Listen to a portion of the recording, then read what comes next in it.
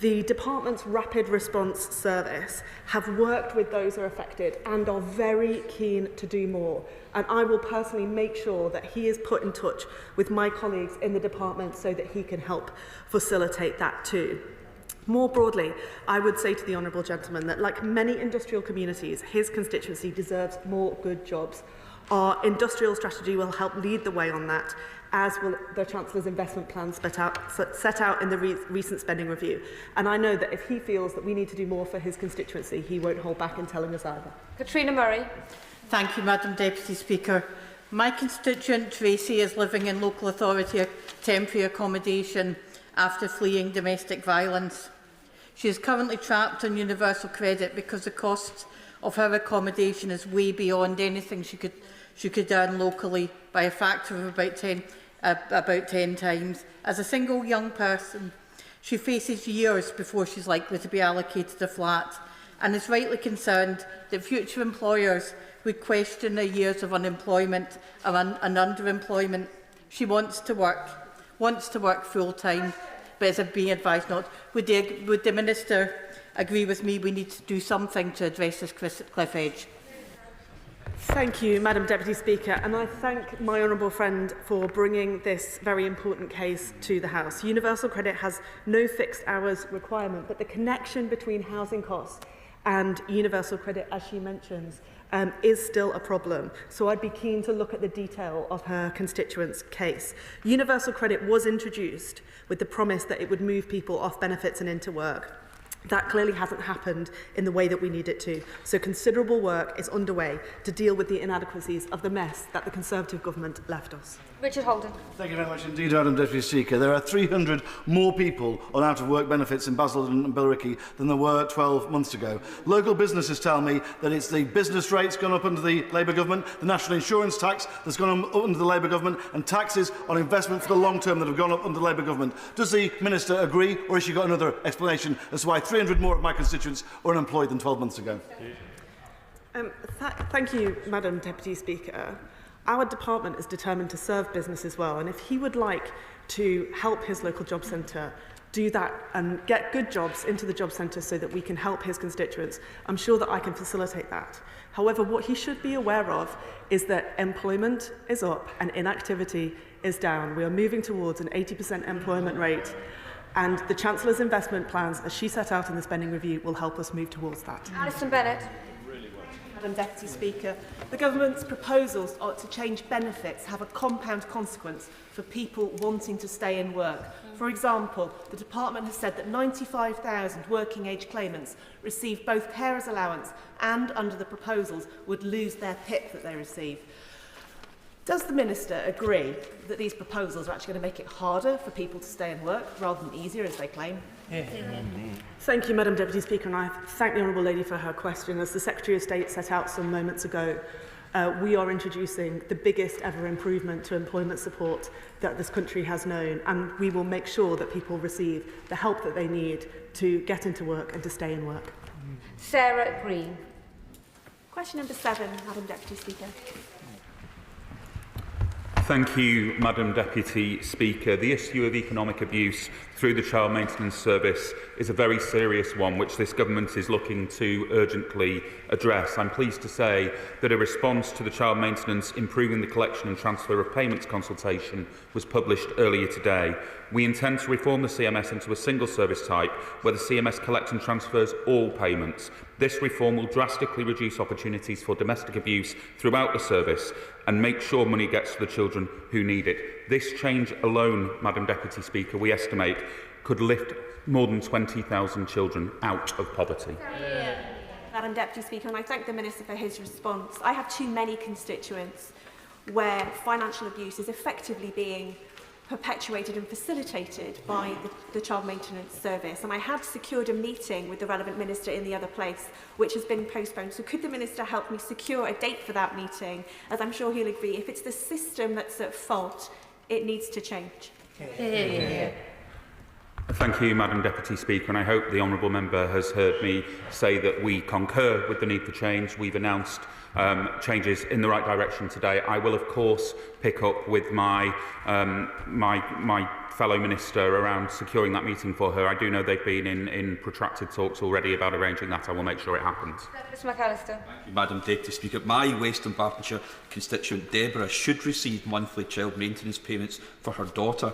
Her former partner withholds payments despite my complaints and hers to the DWP Child Maintenance Service complaint team, advising that he deliberately withholds payments for 3 months, then backdates them. That's a form of abuse and controlling behaviour. But the DWP complaints team advised me, and the reply came in today, that there is nothing more they can do to prevent this, despite a DEO being in place. Does the Minister agree with me that this is a completely inadequate response which requires a ministerial review of the system?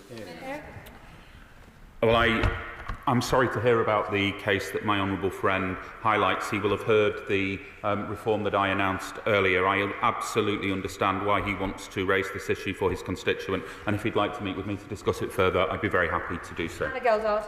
Question number 8, Madam Deputy Speaker. Thank you, Madam Deputy Speaker. The short answer to the question is yes. The Department is contributing to 2 consultations that will shortly be published by the Business and the Energy Departments. They will invite views on the new UK sustainability reporting standards and transition plans. These will help investors, including pension savers and their schemes, understand the impact of climate and nature on investments. The Minister for his response, and as co-chair of both the Sustainable Finance and Global Deforestation APPG, I remain concerned that around £388 billion in UK pension savings are still invested in fossil fuels and deforestation-related activities. So will he reassure me further that undermining the long-term financial security of savers in South East Cornwall is not the government's intention, and will he commit to reviewing this, including via the Pension Schemes Bill and Landmark Pensions Review? Well, I thank my honourable friend for her question. She's a powerful campaigner on this over some years. She'll know that larger pension schemes are now required to publish annual reports with climate-related disclosures. The evidence shows around 2/3 of pension funds have a net zero commitment in place, and we will be reviewing these regulations over the course of this year. Cannon. Mr. Speaker, I thank the Minister for the answer. Minister, it's very important that those who have pensions get a return on their pensions to help their pensions to be beneficial. That's the first thing. The second thing is also important to ensure that net zero is also delivered, because many people who have those pensions want to see that happen. It's about getting the balance. How will the Minister get the balance? Well, on the first part of the honourable member's question, I don't want to get the balance, because we want to make sure savers get the absolute best value they can for every buck they saved, and I completely honourable member's sentiment on this. That is the very purpose of the Pension Schemes Bill that is coming through. On his second part of his question, I also endorse the point he is making, which is when we look at those disclosures, they set out a balance of judgments about the requirements on schemes, but they also provide greater transparency so both individuals and the schemes themselves can take a view about the investments. Helen Maguire. Question 11. Many disabled people want to work, but only 17% of people on personal independence payments are in employment. We believe disabled people should have the same rights, chances and choices to work as anybody else, which is why we're delivering the biggest ever investment into employment support for sick and disabled people, quadrupling what we inherited from the Tories to over £1 billion a year, and why we've asked the former boss of John Lewis, Sir Charlie Mayfield, to review what more we can do to support employers to recruit and retain more disabled people. Helen Maguire. Thank you. So one of my constituents who has epilepsy responded to the Pathways to Work consultation and highlighted that the questions implied that the department views PIP as a pity payment rather than a benefit designed to offset the extra cost of disability, such as seizure alert devices or accessible transport. Without such support, disabled people are less able to live independently. Does the Minister agree that cutting PIP payments simply pushes more disabled people further from living independently and also from employment? I do not recognise the attitude that she described there. Quite frankly, we feel precisely the opposite. This is a vital benefit that makes a crucial contribution towards the extra costs of living with a disability, and that is why we want to reform it, to protect it for generations to come, because we do not think it's sustainable to have a doubling of the number of people on PIP over this decade from 2 to more than 4.3 million. It is also why we are putting this extra employment support in, why we want to help support support employers to do more to recruit and retain disabled people, why we want to reform access to work, a vital scheme that helps people, because disabled people should have equal rights and chances and choices to work, and that is what we seek to deliver. Chris Vince. Thank you, Madam Deputy Speaker. This morning I had the pleasure of visiting Pact for Autism, a brilliant local charity in Harlow. They could raise concerns about the accessibility of the PIP application process for those with autism.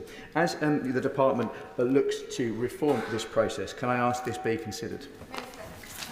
I absolutely will do that, and in fact I would ask him and his constituents to feed into the work that my honourable friend, the Minister for Social Security and Disability, is doing. We've got to make sure this is as easy and effective as possible to access this vital benefit. It's so crucial for people with autism, and we want to make this work properly. Dr Simon Ofer. Question number 13, please. Minister. Thank you, Madam Deputy Speaker, and with permission, I will answer this question together with question 19. Given our objective to reduce numbers of children in poverty overall, I expect the impact of the child poverty strategy on children in Stroud to be very positive, as all children benefit when the whole community is able to rely on all children enjoying a good childhood, and we'll publish the child poverty strategy as soon as possible. But as we've said, we're not waiting to act, and the Secretary of State has listed a number of initiatives we've already been getting on with. Dr Simon Ofer. Thank you, Minister. And in Stroud, after 14 years of austerity, we have over 4,000 children living in poverty. A recent Joseph Rowntree report stated that after removing the two-child limit, the next most effective way of reducing child poverty is to get rid of the benefit cap. Can I ask the Minister whether she would be willing to at least review the benefit cap? Thank you. Thank you, Madam Deputy Speaker, and I thank my honourable friend for his question. As Secretary of State's already said, all policies that can lift children out of poverty are under consideration by the task force. We obviously will not commit to any policy without knowing how we're going to pay for it, but nor, as I've said, will we wait to act if there are steps we can take immediately. And as I thank my honourable friend for his question, which I'll take as input to the Child Poverty Task Force, I also take this opportunity to thank all colleagues who have participated in the 5 parliamentary sessions that Task Force has hosted since November 2024. Luke Akehurst. Thank you, Madam Deputy Speaker. Could the Minister give an update on the work the Department is doing with the North East Mayor, Kim McGuinness's Child Poverty Reduction Unit, to tackle the specific drivers of this issue in our region? Thank you, Madam Deputy Speaker, and I'd like to thank my honourable friend for his question. Child poverty is a significant challenge in the North East, and that's why it's right that Mayor Kim McGuinness participated in an early session of the task force and has shaped the agenda since then. The Child Poverty Unit engages regularly with colleagues from the North East and will hold a dedicated session with the North East Poverty Commission this week on the strategy. Mayors have been absolutely critical to the development of the strategy, and we will continue to work very closely with them. Madam Deputy Speaker, as in Stroud and the North East, children in poverty are relying on food banks to get by. 6,617 food parcels in my Taunton and Wellington constituency alone. Will the government take the advice of the Trussell Trust and seek and follow independent advice on the Universal Credit Standard allowance? Thank you, Madam Deputy Speaker, and I thank the honourable gentleman for his question. As Labour's manifesto said, the emergency food parcels that we're seeing are a moral scar on our country, and that's why I'm glad, as has already been said by ministers, that we're increasing the standard allowance for the first time in as long as I can remember, certainly. But I'm also pleased that emergency food parcels were down this year. Sir Julian Smith. Question number 15. Thank you, Madam Deputy Speaker, and I thank the honourable gentleman for his question. If a person is out of work and offered a job, then they are required to accept appropriate work that is offered to them. The focus of our Get Britain Working reforms is to address the current situation where there are nearly 3 million people out of work sick and not actively looking for work, and 1.7 million people out of work not getting the help that they deserve from the existing job centre system. R&J Yorkshire's finest butchers in Kirby Malzard has had multiple job applications via job centres from people they think never had an intention of actually going to interview or taking a job. Can I urge her to look at how incentives and penalties are matched up to ensure that people do actually turn up to interview and take a job? Thank you, Madam Deputy Speaker. And the Right Honourable Gentleman mentions a problem that I think is central to the situation that we've inherited. That's why, as I mentioned before, in response to the Honourable Gentleman from Billericay, we are changing the way that DWP acts so that we serve employers better and matching people who actually want to move into those jobs. And if the Right Honourable Gentleman would allow me, I will connect him with his local job centre manager so that he can link up the businesses he mentions. Tom Rutland. Madam Deputy Speaker. Or Secretary of State. Protecting those who can never work is at the heart of our welfare reforms. That is why, on the face of the Universal Credit and PIP Bill, we are ensuring those with severe lifelong conditions, which will never improve and which mean they will never work, and those at the end of their lives, are guaranteed the higher rate of the Universal Credit Health Top-Up, protecting 1 in 10 of all future Universal Credit Health Top-Up claims. And we are going further, ensuring those who meet the severe conditions criteria are never again reassessed to stop unnecessary anxiety and stress, helping 200,000 people over this Parliament. Tom Rutland. I thank her for that answer. I've been working with disabled constituents, our local job centre and employers to ensure everyone is working together to maximise opportunities for disabled people and to ensure they're not just recruited but retained and thriving in jobs locally. But some people will never be able to work or return to work, such as many people with advanced progressive multiple sclerosis, and it is right that they are properly supported. Can my right honourable friend confirm what support will be in place for people like my constituents living with this disease? Yeah.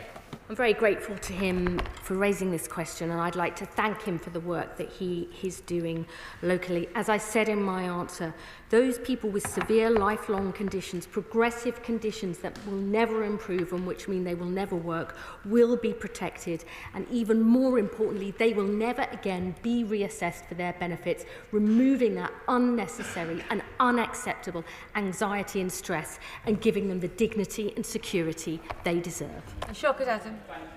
Speaker, I'd like to refer the House to my register of interest as an officer for the APPG for eye health and visual impairment. A recent Freedom of Information request by the Royal National Institute of the Blind found that thousands of recipients whose primary health condition is listed as eye disease are set to lose out from the reforms to PIP, with referrals to the RNIB more than doubling to the council services that they provide since the Secretary of State announced the reforms. Given that we have over 3,500 people in Leicester with sight impairment, what is the department doing to help the constituents from the harmful changes to PIP? I know the brilliant work the RNIB does and the brilliant site services locally in Leicester. I've visited them myself. I would say to the Honourable Gentleman, 9 out of 10 people who are claiming PIP when these changes come into place will be unaffected by these changes.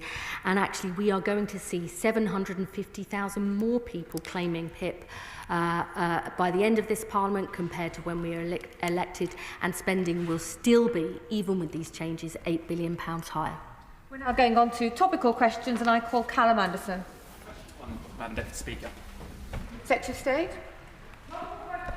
Madam Deputy Speaker, I'm proud of the steps this Labour government is taking to tackle child poverty. Our historic expansion of free school meals to families on universal credit will lift 100,000 children out of poverty and tackle term time hunger. Alongside the £2.5 billion we're investing in the Household Support Fund and our commitment to funding the holiday activities and food programme will tackle holiday hunger too. Making sure children have hungry minds, not hungry bellies, will help them fulfil their potential in life, and that is what this Labour government is all about.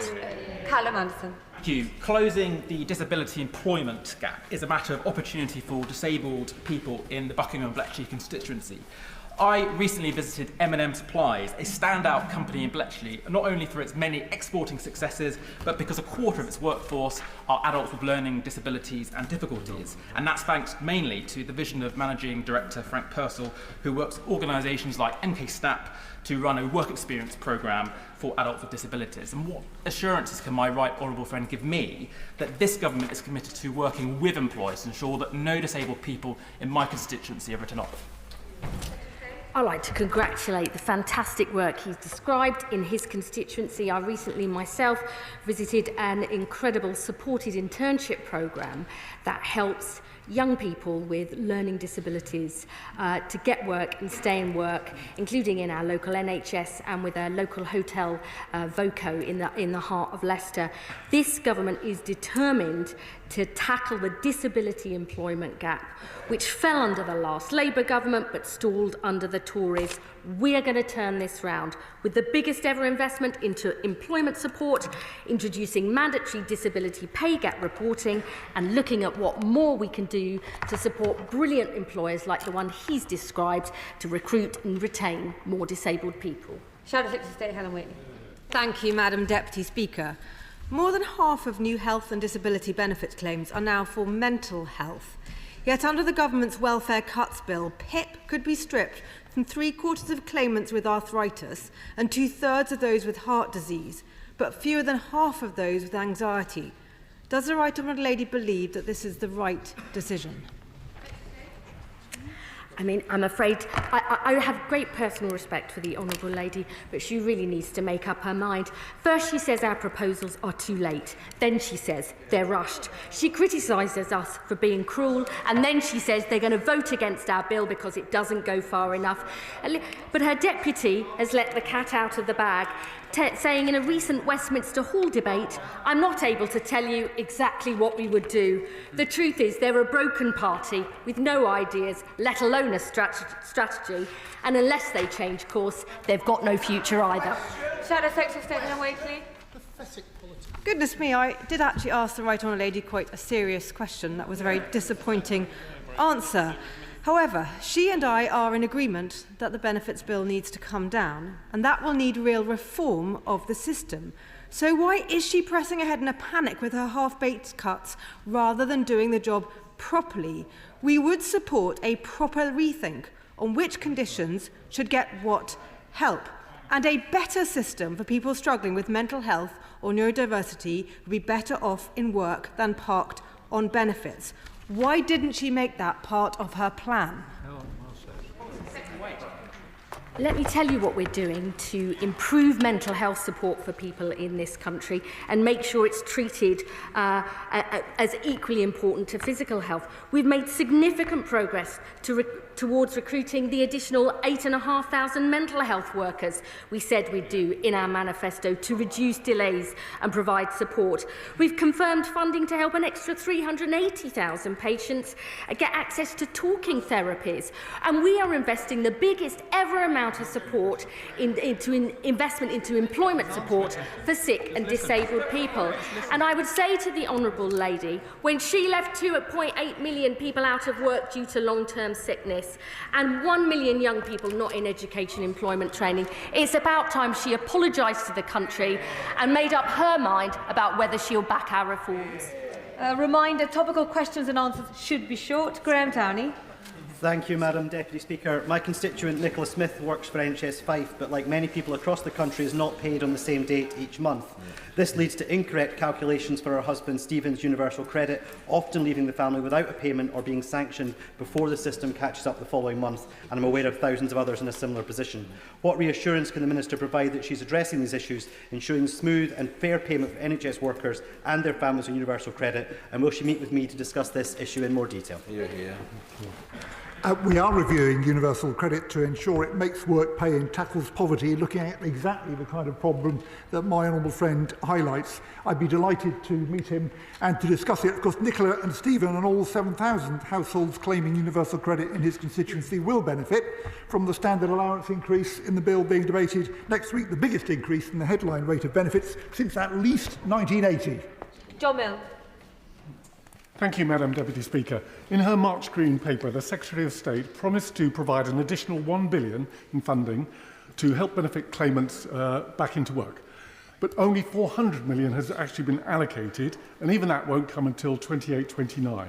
We've heard some talk of efficiency savings, which is practically the definition of a magic money tree, if ever there was one. So will the Minister therefore confirm that the promised $1 billion for employment support will be all new money and not cannibalised from other vital DWP services? Yes, and we are already this year rolling out £300 million of support through our Get Britain Working Plan and Connect to Work. That will rise to £600 million next year and build to an additional £1 billion.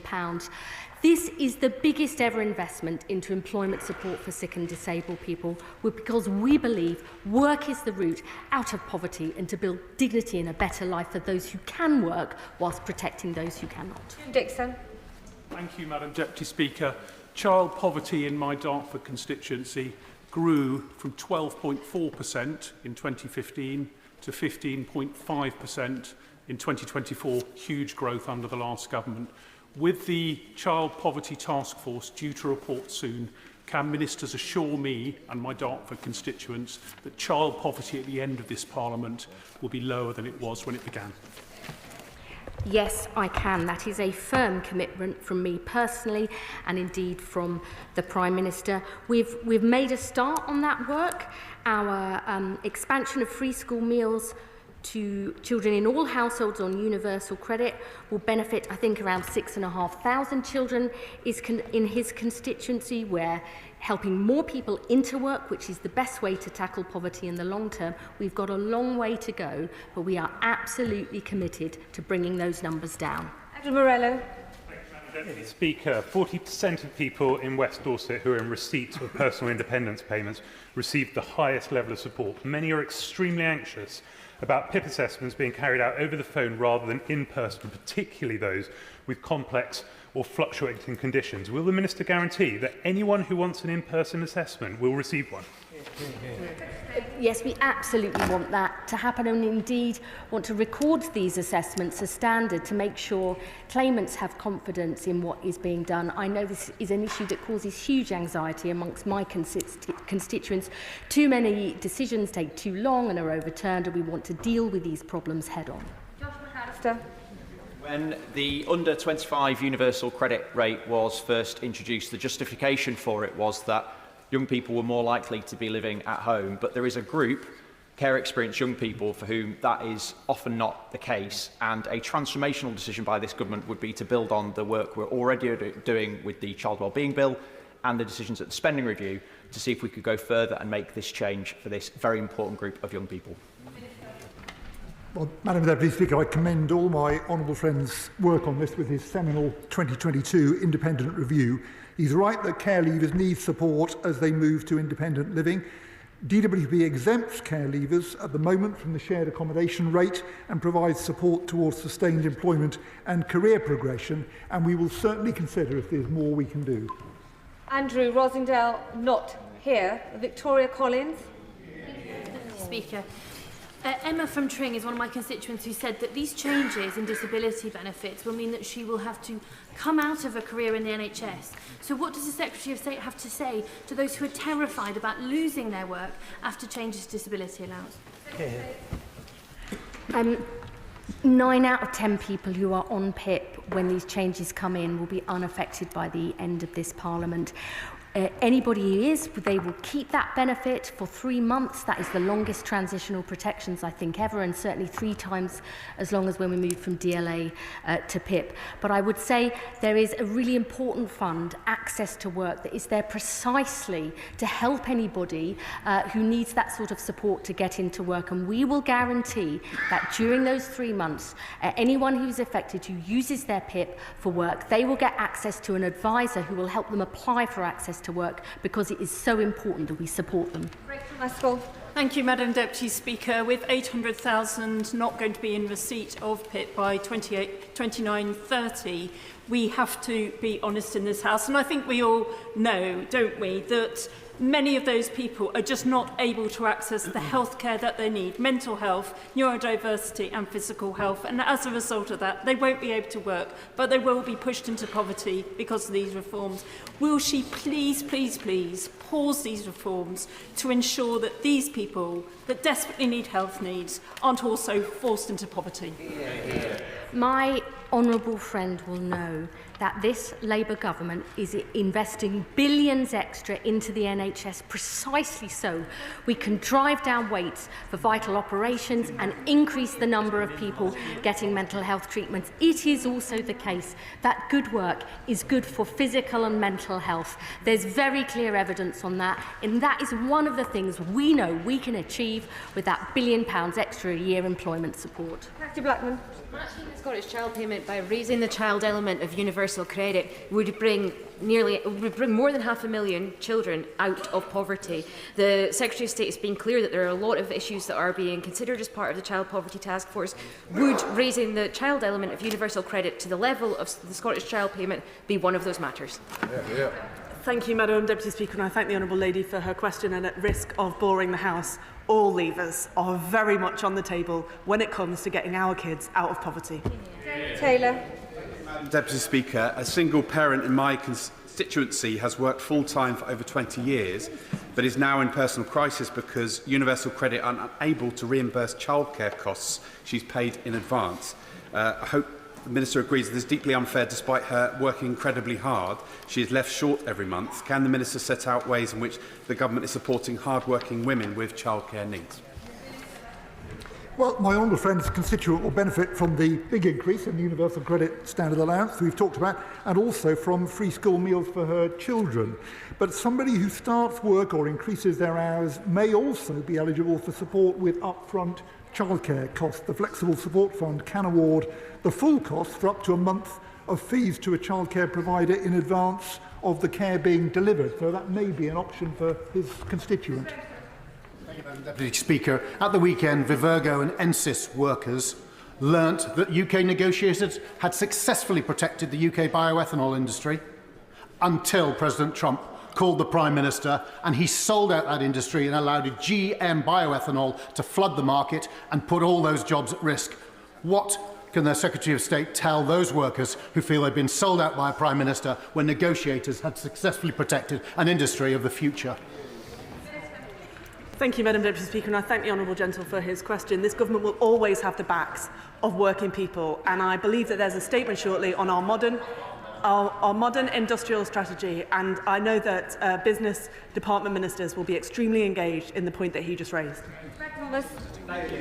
Speaker, many new mothers in Plymouth are currently claiming maternity allowance, but that's not because they're unemployed, it's because they don't qualify for statutory maternity pay. Maybe they're self-employed, they recently changed jobs, or they've had a pregnancy-related sickness. Many of them have contacted me with concerns that maternity allowance is treated as unearned income, therefore subject to universal credit deductions, unlike statutory maternity pay. What steps is the Secretary of State's department taking to ensure financial security for women in Plymouth who are claiming maternity allowance? Thank you, Madam Deputy Speaker, and I understand the point that my honourable friend is making. The treatment of maternity allowance in universal credit was subject to a judicial review which upheld the policy of maternity allowance being treated as unearned income when calculating universal credit, and of treating SNP paid by employers as earnings in common with other statutory payments made by employers. But he may be interested to know that, depending on individual circumstances, additional financial support, for example child benefit and the Sure Start maternity grant, may also be available to parents. Madam Deputy Speaker, my constituent Tirath is currently being pursued by the Child Maintenance Service for £20,000 despite having successfully appealed the claim in 2022. He's now at risk of losing his professional status as a pharmacist because of this process. Can the Minister encourage the CMS to investigate this case urgently or meet with me to discuss it?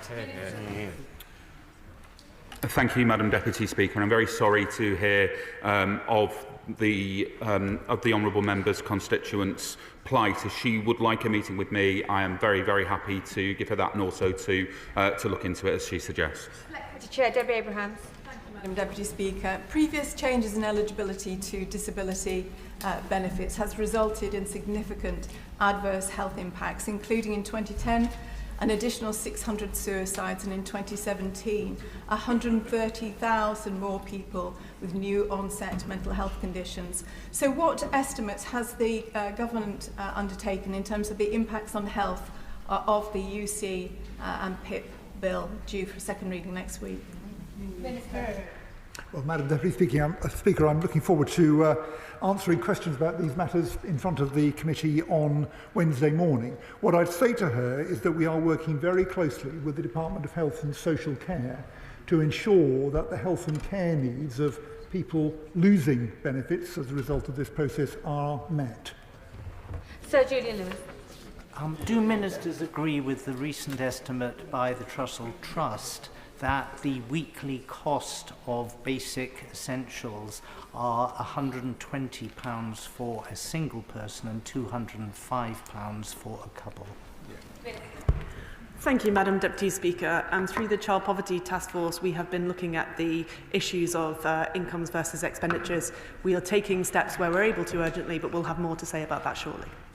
That is the end of work and pensions questions. I'll give the front benches a few moments to shuffle over.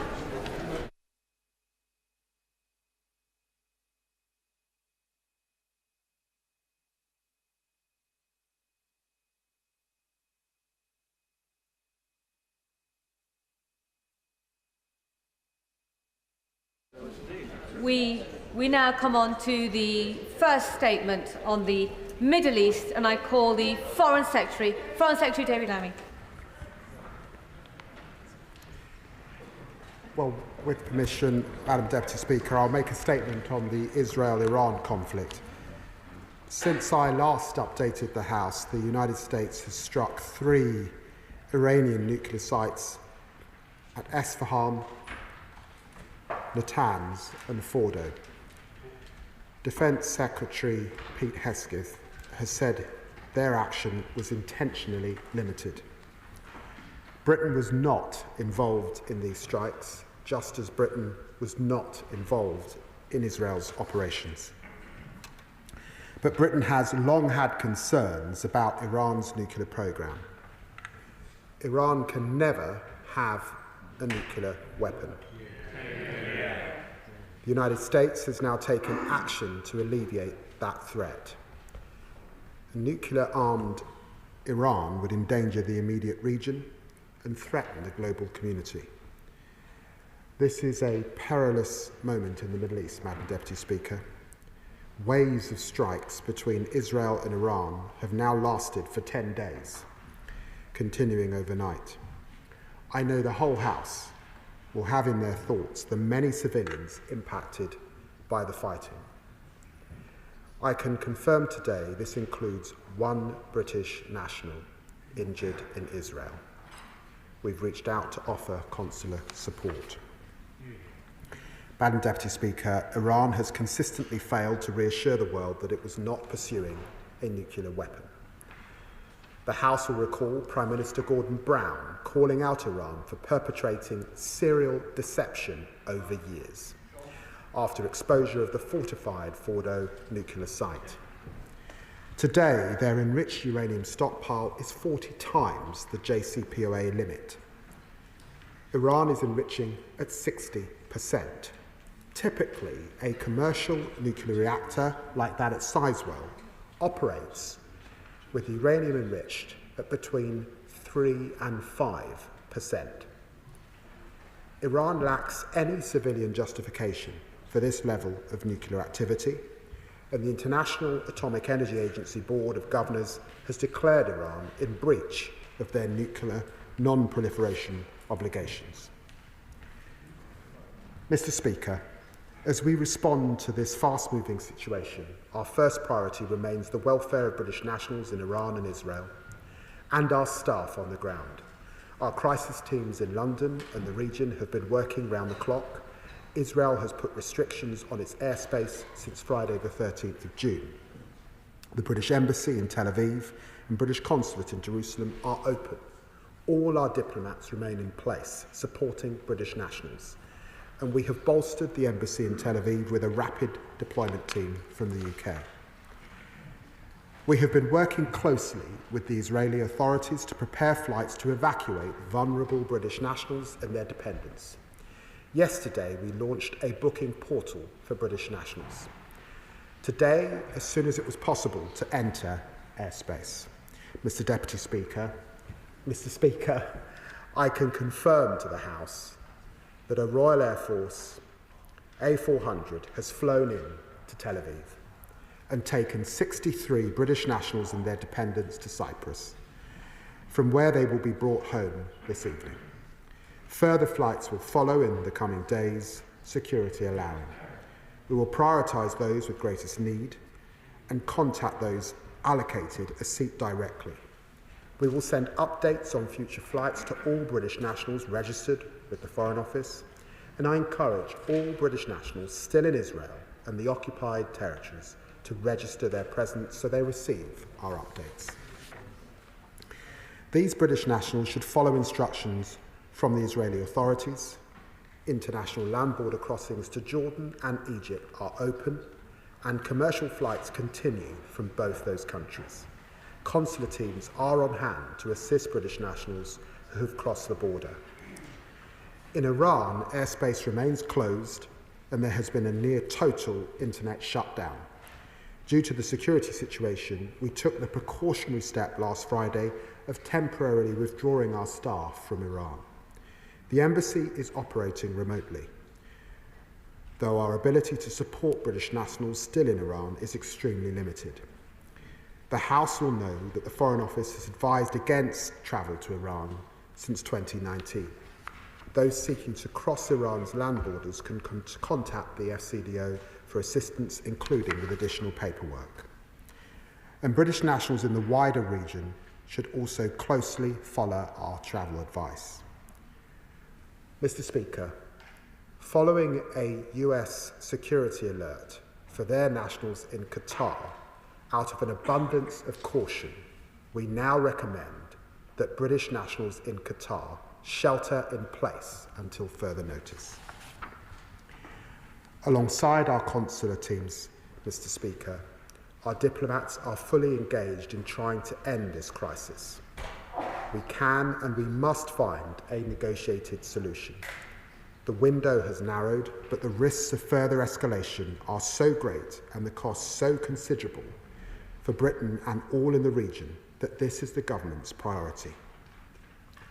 We don't yet know precisely how far the US strikes have set back Iran's nuclear program, but there remains the need for a durable, diplomatic solution.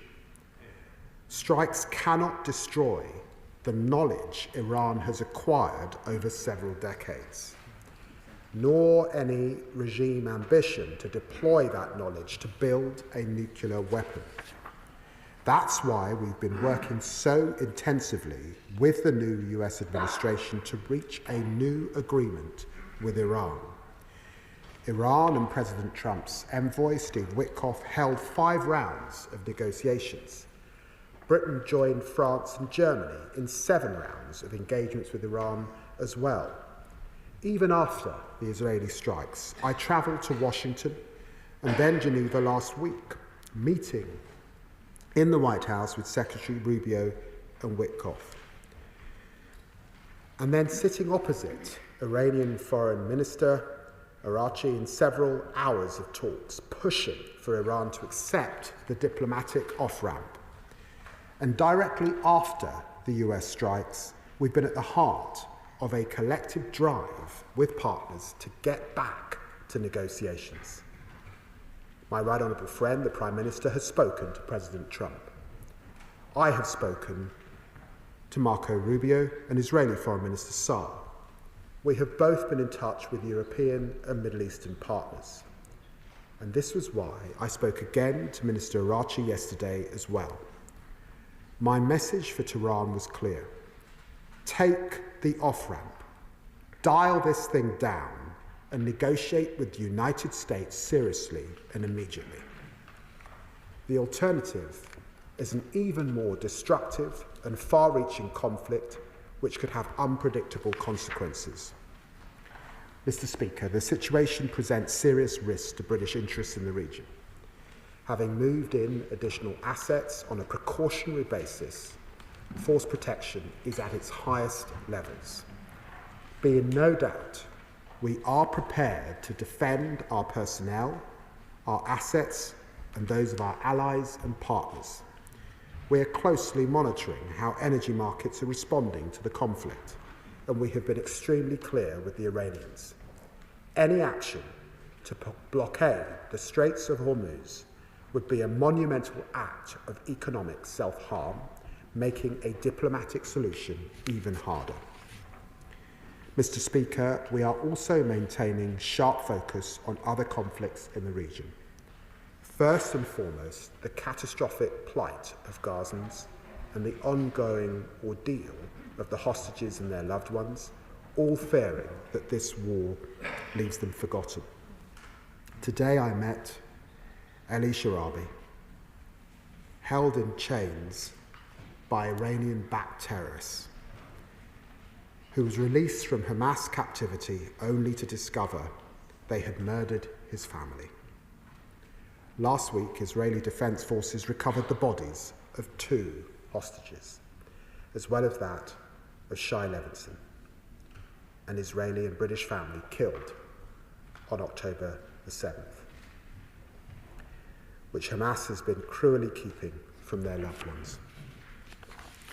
And Palestinian civilians, 500,000 facing starvation, over 400 reportedly killed in recent weeks trying to access food, while Gazan hospitals have had to stop services vital for childbirth and emergency surgeries.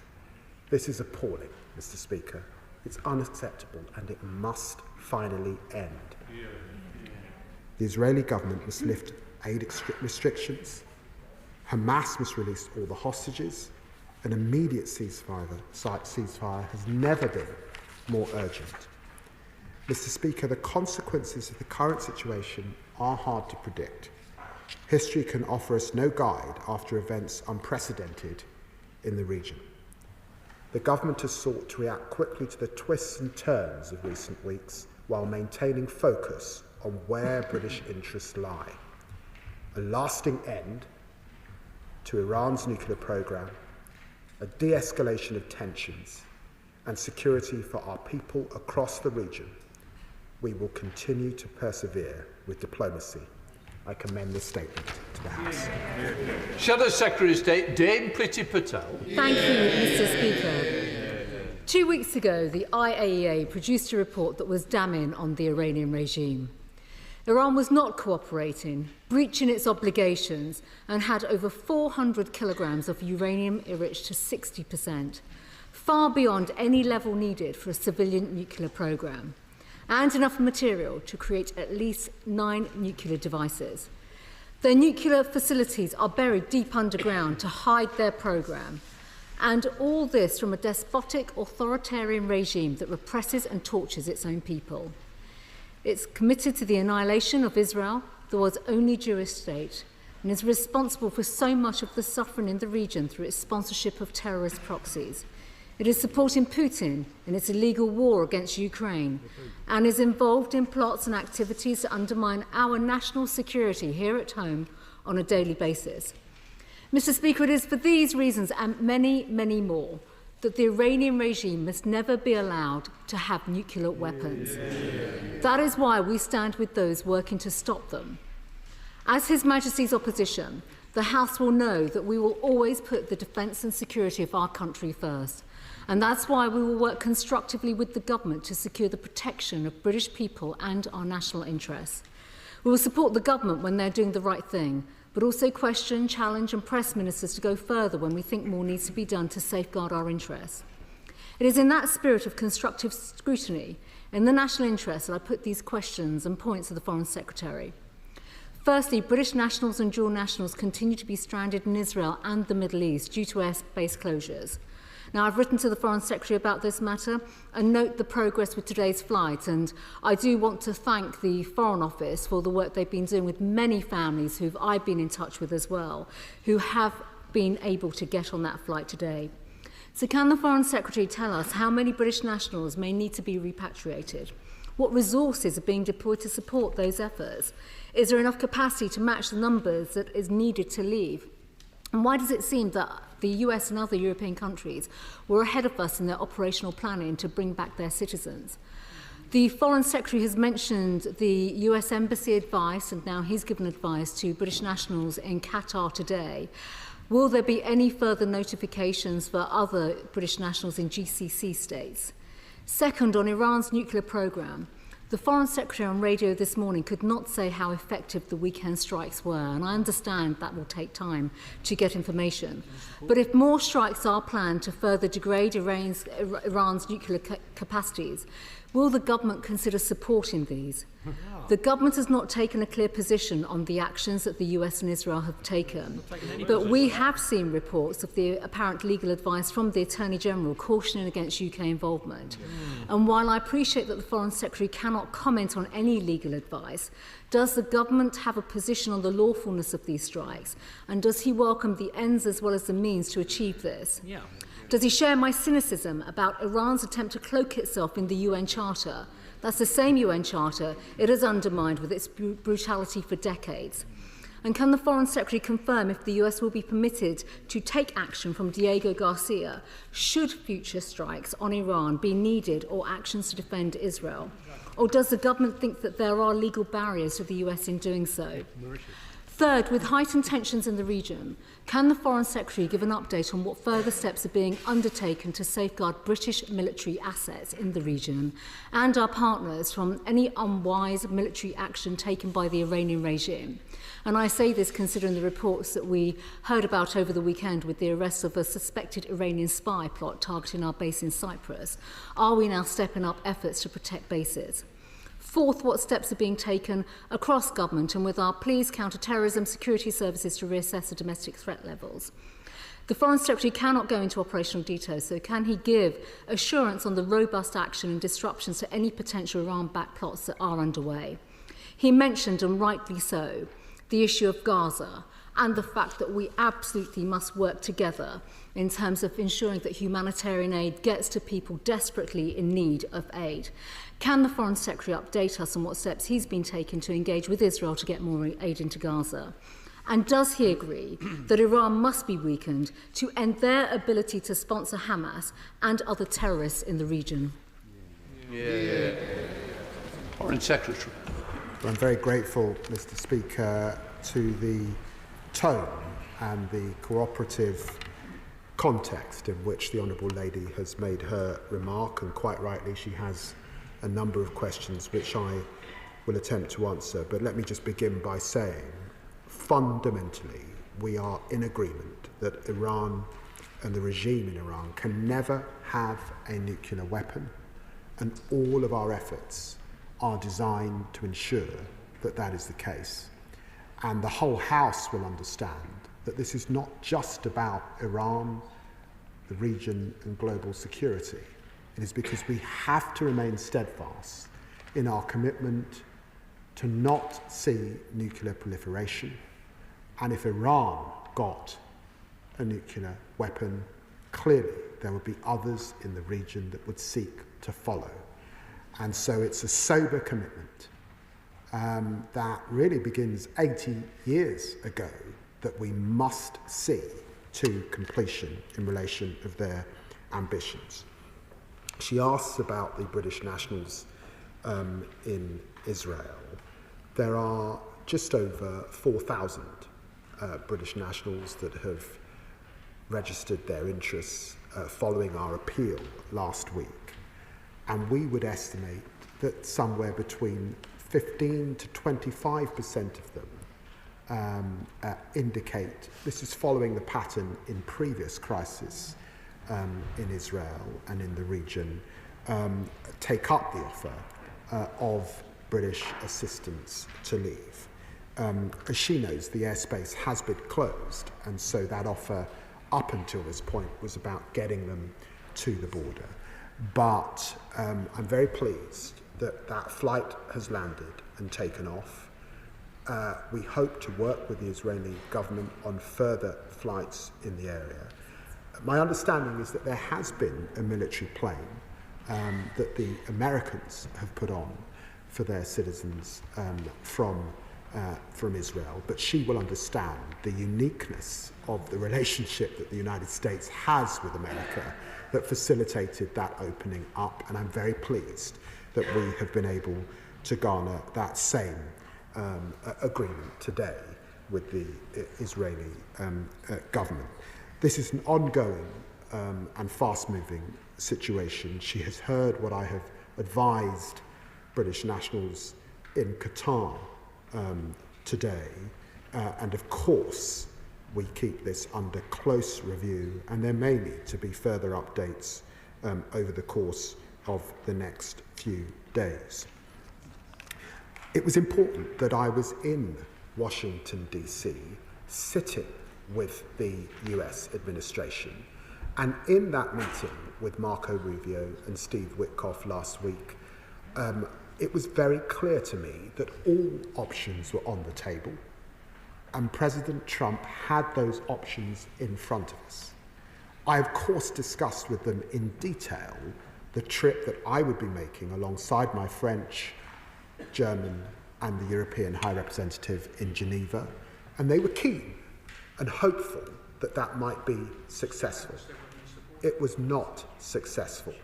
But we continue to press the Iranians to take the off-ramp and get into those negotiations with the United States and with the E3 to ensure that they are in compliance. She asked about the legal advice. That must rightly be a matter for the US government in relation to their action. And I'm pleased that she mentioned the ministerial code. She will know that Section 213 of the Ministerial Code prevents those of us in government, and she has been in government in the past, discussing legal advice so that government can operate in the appropriate way. But I would say to her, this was not our action. We have been clear that we were not involved. She asked also whether we had any request from the US government. We did not get such a request, but we were notified before the action took place. She asked also about state threats, and it is right to say that we have thwarted 20 such state threats since 2022 in this country, and she will know, including the highest tier that we put Iran on for national interference, that we take the threats from Iran very seriously, and we are reviewing and will come forward with legislation in the coming months in relation to the gaps that Sir John Hall found in how we deal with state threats in our country. The Select Committee, Dame Emily Thornbury. Thank you very much, Mr. Speaker. The only way to stop Iran from building a nuclear bomb is a deal. There cannot be a deal without negotiations, and there cannot be negotiations without trust. And given that President Trump tore up the first nuclear deal and is now acting alongside Israel, whose attack last week ended the US-Iran negotiations for a new nuclear deal, and given that the war aims of this campaign are so unclear, an emboldened Netanyahu government is calling for a regime change, and President Trump is hinting at it too, it can be difficult to see how in all those circumstances there can be negotiations based on trust. Yes. Does the Foreign Secretary agree that Britain must continue to play a role in these negotiations, even though they must seem an incredibly difficult and challenging prospect? Yeah. Foreign Secretary. Well, I'm very grateful to my right honourable friend, the chair of the Foreign Affairs Committee, for her question. And it goes to the heart of where the UK should be at this time. And that is at the centre of the diplomatic effort. A diplomatic effort that will be necessary at the end of this process. Because sadly, once you have the ability to enrich uranium to 60%, that knowledge is not lost. It is the stepping stone to an advanced weapon, and therefore only a diplomatic solution and the correct framework can ensure that we keep the global community safe. Liberal Democrat spokesperson Callum Miller. Thank you, Mr. Speaker. I also thank the Foreign Secretary for the advanced sight of his statement. On these benches, Mr. Speaker, we share in the condemnation of an Iranian regime that poses an existential threat to Israel and has terrorised its own people as surely as citizens from other countries around the world, including the UK. That is why we support the consensus in this House that Iran can never be allowed to have nuclear weapons. Yet it is not clear that military action by Israel and the US can provide the long-term lock on Iran's nuclear ambitions which we need. Following this weekend's strike, it is reported that Iran will work at pace to develop weapons with what remains of their enriched uranium supplies. This should give pause to those on the Conservative and Reform benches who have breathlessly echoed President Trump's line that these strikes have been an unrivalled success. For instead of bringing security, Trump and Netanyahu's unilateral actions have increased uncertainty and the risk of a full-scale regional war. Their belief that might is right both further erodes the rule-based international order and undermines the prospects of containing Iran and other rogue states in the long term. This is not in the UK's interest. That is why Liberal Democrats have called consistently for the application of robust diplomacy, supported by IAEA monitoring and grounded in international law, as the only sustainable way permanently to limit Iran's nuclear ambitions. Our immediate priority must now be to ensure the safety and support of British nationals in the region, learning the lessons of unacceptable delays on previous occasions. So I ask the Foreign Secretary, why has it taken over a week since the start of strikes to begin repatriating Britons from Israel? And what more is being done to support those in the wider region who want to leave? The government has also remained silent on the legality of this conflict, Mr. Speaker. Will the Foreign Secretary now commit to publishing the Attorney-General's advice on whether any UK involvement in this conflict would constitute a breach of international law? And will he confirm that this House will be given a vote before any decision for the UK to enter this conflict? Foreign Secretary. Well, Mr. Speaker, I agree with the honourable gentleman and the thrust of his remarks, which are around diplomacy and the need for diplomacy at this time. And he's absolutely right about the malign intent of the IRGC and the Iranian regime, whose desire is to wipe Israel off the map.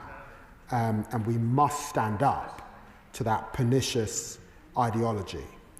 Our attempts are to gain de-escalation, and I would remind him that just yesterday Vice President Vance has said that delaying the development of a nuclear weapon was the goal.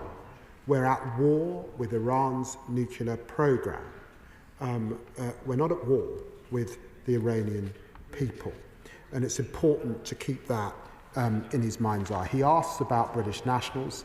He's heard what I've said about the airspace being closed. I'm pleased that that first flight has taken off. And I would remind him also that successive UN resolutions, Resolution 2231 particularly, I would refer him to, in relation to this long-standing breach. He asks about the legal advice. He's heard my comments on the legal advice. We were not involved. This is not our legal context. And he asks about publishing the AGs. That might have been appropriate if we were involved, but I don't think it is. But we're not involved, and so there's no such advice to publish. Dan Cardle. Thank you, Mr. Speaker. May I welcome the Foreign Secretary's calls to move this to a negotiated solution and his focus on UK defence and security. He's right, Iran must never acquire a nuclear weapon. However, history also teaches us on the issue of regime change that interventions aimed at regime change in Iraq, in Libya, in Afghanistan have produced prolonged instability, not just in the region but far wider. So what concrete lessons does he believe can be learned from this recent history in shaping Iran policy today? I'm grateful to the honourable gentleman, but he'll forgive me. I'm not going to enter into a history lesson from the dispatch box, except to remind him that on Sunday I achieved 25 years as an elected parliamentarian, and during the course during the course of that period, of course, there has been debates about regime change. But I'd also remind him that the US has been clear that their attention is to target the nuclear threat, and we should keep that in mind. Sir James Cleverly. Thank you, Mr. Speaker. Will the Right Honourable Gentleman, the Foreign Secretary, concede now that the international community's unwillingness to take robust action through things like snapback and the JCPOA mechanism is part of the reason why Israel felt the need to take the initial strikes and for America to do likewise? I agree that ultimately diplomatic means will be the only long-term resolution to this, but that's not just about asking nicely for Iran to put its nuclear weapons away. It is about enforcing them and making sure they do through mechanisms. So will he ensure that if we're not going to be involved in military action, I understand the reason why we might not want to do that, we will ensure robust action is taken underpinned by things that will force Iran to do the right thing rather than just hoping that they'll do the right thing. Foreign Secretary. Well, I'm grateful to the Right Honourable Gentleman, and I know that he knows how difficult it is dealing with Iran. He will remember that under JCPOA, they were allowed to enrich to 3.67%. 3.67. And today, they're at 60%. And the question is, how could that possibly be for civilian use? And I challenged the foreign minister from Iran about this on Friday. We've had 7 rounds of negotiations with the Iranians, and those rounds begun under his government, and he would have been Foreign Secretary for a period when those begun, and they have obfuscated, they have deceived, and the time now is to get real. Uma Kumran. Speaker, can the Foreign Secretary assure this House that the escalating conflict in Iran, where we all want to see urgent de-escalation, will not take focus from the UK's efforts to end the devastating war in Gaza, to help the Palestinian people, to free the hostages and lift restrictions on humanitarian and medical aid? Foreign Secretary. Well, I'm very grateful to my honourable friend. The loss of life over the last few days, hundreds of people who've lost their lives queuing for food is appalling and should offend us all. And of course, when I spoke to Israel's foreign minister yesterday, I reminded him once again about my deep concerns about the new system that Israel has put in place to deliver aid, and our belief that that system will not work, and we need to return to a much better provision. Afra Brown. Thank you, Mr. Speaker. The Foreign Secretary has said that Iran must not be allowed to have a nuclear weapon. So does he therefore support the recent targeted strikes by the United States and Israel on Iranian nuclear facilities, yes or no? And if not, can he explain how exactly that inaction would have curtailed Iran's nuclear ambitions? Foreign Secretary. I'm afraid I'm not able to give an assessment at this stage of the effectiveness of that action, and neither is the United States. And the Honourable Lady may think that that is a binary question. I don't believe it is a binary question. What the UK is engaged in is diplomacy, and working, of course, with our closest ally, the United States. Thank you, Mr. Speaker. Can I associate myself with this condemnation of the humanitarian crisis in Gaza, but ask that we need condemnation to be matched with accountability. Here in the UK, Jewish communities in particular are deeply concerned at the moment about what lies ahead. Last week at the Foreign Affairs Select Committee, the Iranian ambassador acknowledged that MI5 had identified 23 threats on British soil organised by the Iranian regime. What's his message to Jewish communities who are on a state of high alert at the moment, wondering what will happen? Foreign Secretary. Well, I'm very grateful to the honourable gentleman for his question. He's right that the Iranian regime is the world's worst sponsor of state terrorism and state threats. We have individuals, 3 that have been arrested under our National Security Act, currently moving through our judicial system. And I would want to reassure those in the Jewish community in our country that we take those threats very seriously. And I, working alongside the Home Secretary, will do all we can to keep them, their buildings, their institutions, their families safe. Sir Julian Lewis. As usual, I agree with much of what the Foreign Secretary has to say, but I do have to ask him, how many times must a terrorist-funding, fanatical regime threaten to wipe another country from the face of the earth before a government advised by Lord Hermer of Chagos acknowledges that military action to delay and degrade its nuclear weapons program is both ethically and legally justifiable? Foreign Secretary. I simply say to the right honourable gentleman, and I say this with all respect, there is a convention in our country about the very important role that Attorney Generals play in our government, able to give government advice when asked for. It happens under all governments, and I don't really recognise the caricature that I've heard or some of the reports.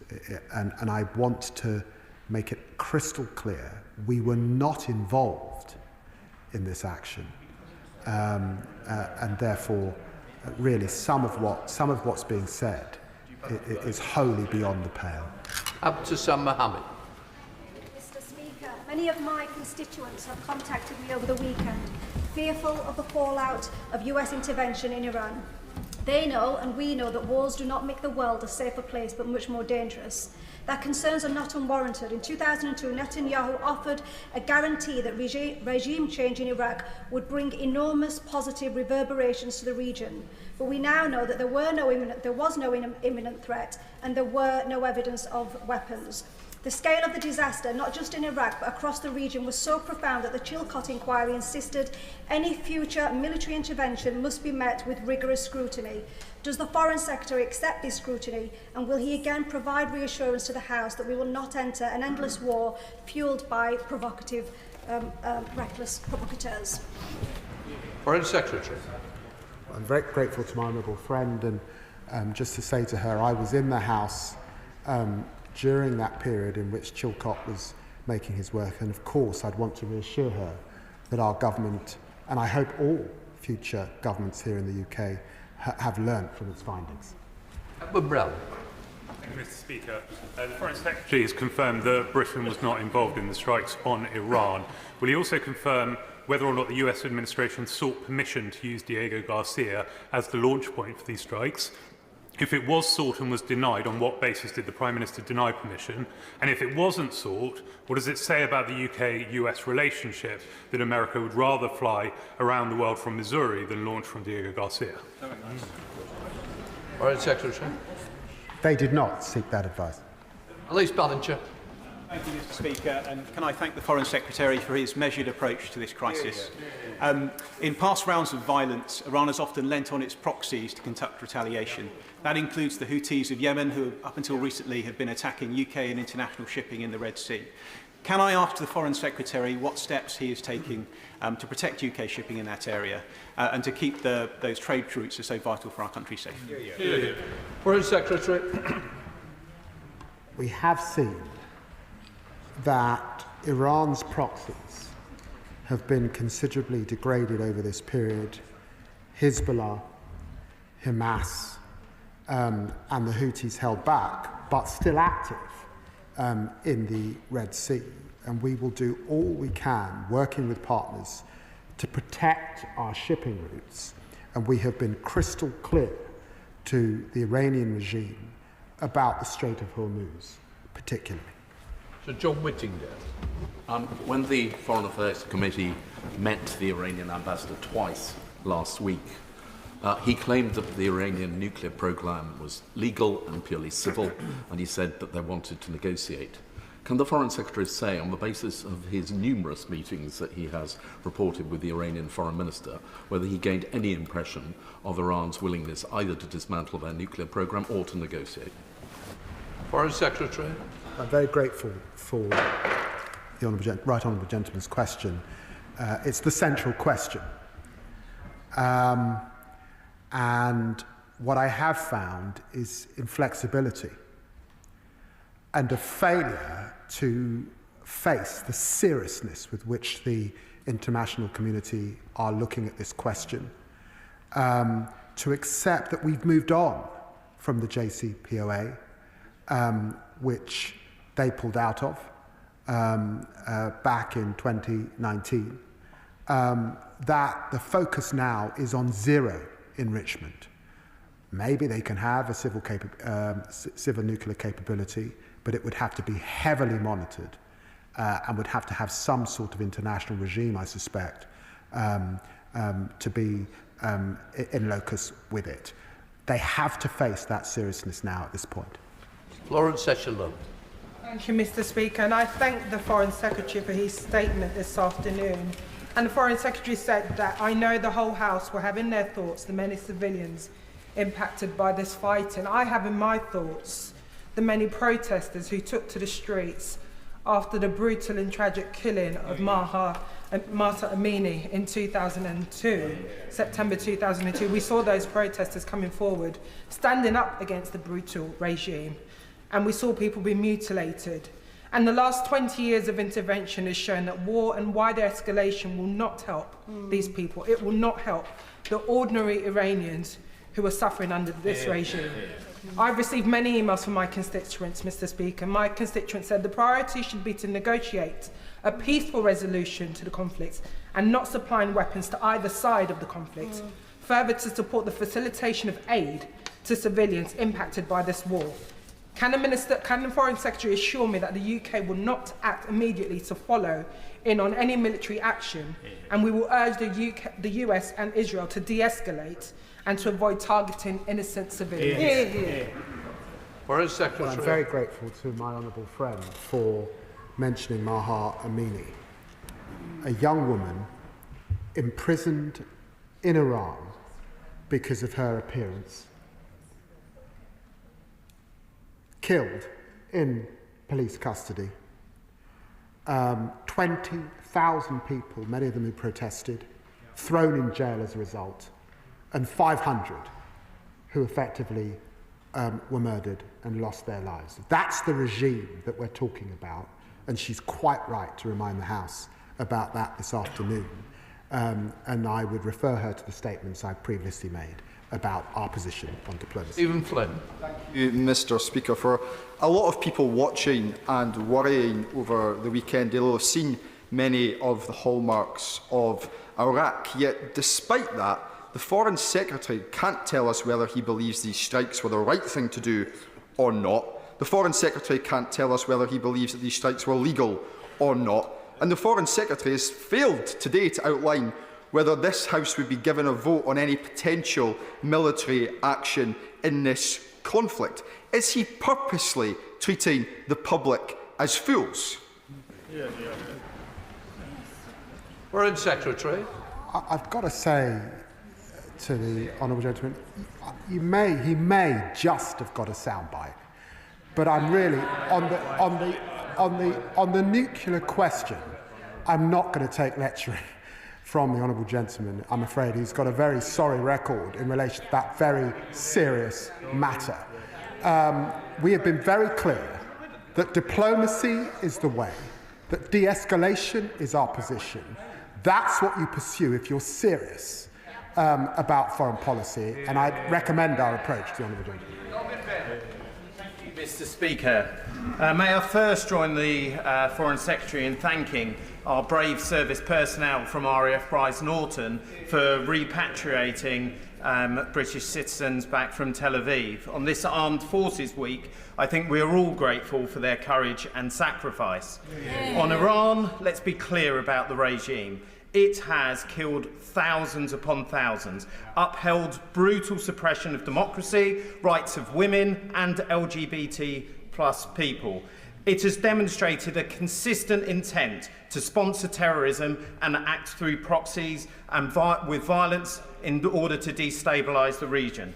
But all military action must go through the process of international law, and it must be executed based on a plan and intent to return to democracy. Does my right honourable friend agree with me that we must do what we can to support de-escalation as soon as possible? Well, I'm very grateful to my honourable friend for his service in the RAF, and I'm sure he's thinking about former colleagues at RAF Akrotiri and across our 2 sovereign bases in this area, and about our bilateral defence partnership with so many countries in the region particularly. And I'm very pleased to make it crystal clear that the path through this is a diplomatic one, is for Iran to return back to negotiation and to recognise the power of the global community being absolutely clear. They cannot have a nuclear weapon. Bob Black. Thank you, Mr. Speaker. It's good news that the Home Secretary has finally decided, reportedly, to prescribe the treacherous terrorist group Palestinian Action. Now, given that she's done that at great speed after the attack recently, and the IRGC have conducted attacks or attempted attacks on this country multiple times, will he now use his powers to persuade the Home Secretary to prescribe the IRGC in its entirety? Foreign Secretary. Well, I'm grateful to the honourable gentleman, and the prescription question is always an issue for the Home Secretary. In the decision that she's made today, it's important to stress that it's a process involving all the relevant agencies and their assessment in the activities. But I have to say the attack on RAF bases is disgraceful and totally unacceptable, and the force of the law must bear down on it. She keeps prescription under review. I know it's a long-standing issue that this honourable gentleman has raised. Jessica Moore. Thanks, Mr. Speaker. Can I thank the Foreign Secretary for this statement and acknowledge, like many constituents have this week, the intense diplomatic efforts of his teams in ever-changing and ever-challenging times. But I know they will also want to be reassured, given the absolutely intolerable situation in Gaza, that we will not let up on pressing in absolutely every way we can for more aid to get through and for an immediate ceasefire. And I know the Foreign Secretary said this last week and this week today at the statement, but please could he underline that again? Foreign Secretary. Well, I'm very grateful to my honourable friend, and this morning I sat in my office with Eli Sharabi, who managed to get out of a Hamas cell, but lost many family members during that journey. And he talked about the starvation that he experienced, going down to 44 kilograms after being 70 when he went in. It was humbling to hear his story, and to be reminded that the humanitarian catastrophe affected everyone in Gaza. But he did say that the Hamas who were holding him ate plentiful while they watched him and others with him starve. Richard Tice. Thank you, Mr. Speaker. Given that there's a consensus across, I think, the whole House that Iran should not have a nuclear weapon, it seems to me there's a sort of a lack of willingness to recognise when negotiations after many years have patently failed to yield results. So will the Foreign Secretary join Reform and myself in thanking the United States and Israel for degrading the Iranian nuclear weapons programme? Well, I had two conversations with Secretary of State Rubio yesterday, and I hope he would say that we've established a very good working relationship over that period, and he will know that I have a long-standing or longer-standing relationship with Vice President Vance. And to be clear, the United States position is that we are at war with Iran's nuclear program. This was a targeted attack, and it's important to understand their efforts to degrade, but we have not yet had that assessment as to its effectiveness. Richard Burke. Thank you, Mr. Speaker. Iraq showed the grave dangers of following a right-wing US president into an illegal war for regime change. The consequences were hundreds of thousands of dead, mass destruction, mass devastation, regional chaos and wasted resources. Many fear that the same thing is happening now. So will the Foreign Secretary confirm that any such war on Iran for regime change would be illegal under international law? And will the Foreign Secretary confirm that he would oppose in UK involvement in any such intervention, in any such war? Foreign Secretary. Confident in my engagement with the United States and the discussions that I've had, including those in the White House last week, that this is not about regime change. And I should remind the honourable gentleman that the Israelis too have been clear that they are not attacking the civilian leadership in Iran. Sir Bernard Jenkins. Thank you, Mr. Speaker.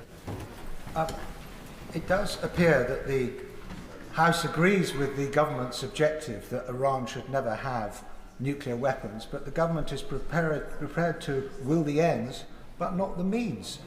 And it begs the question about who is really running the government. Why did Lord Homer's opinion on the legality of military action or UK involvement become public last week? Was it leaked? Was it briefed?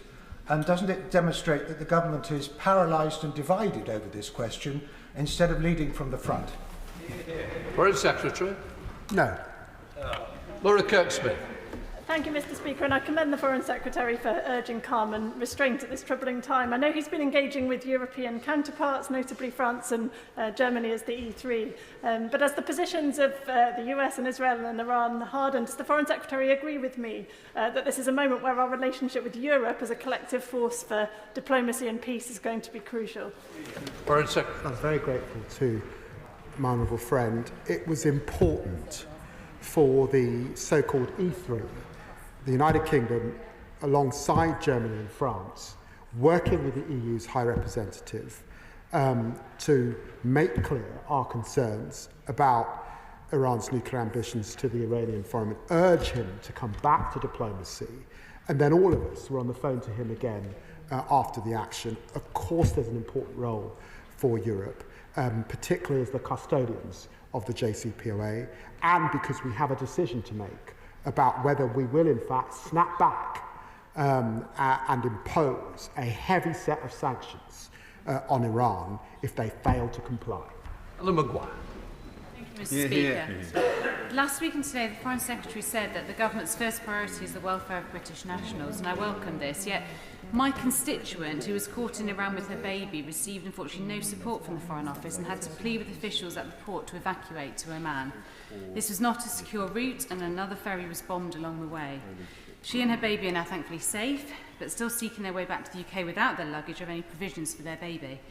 Can the Foreign Secretary outline what steps are being taken to ensure British nationals, like my constituent, can be repatriated swiftly and safely if they so wish? Secretary. Well, I'm very sorry to hear about the position of her constituent and her baby. It must have been immensely stressful to make your way out of Iran in this way. She will know that we have been advising against travel to Iran since 2019. We are able to offer support on the border with Azerbaijan as best we can. But she will also know that the airspace is not open in Iran. But if she writes or is in touch with my honourable friend, the Middle East Minister, of course we'll look at it and what learnings there may be. Debbie Abrahams. First of all, I'd like to associate myself with the remarks about condolences to everyone that's lost loved ones.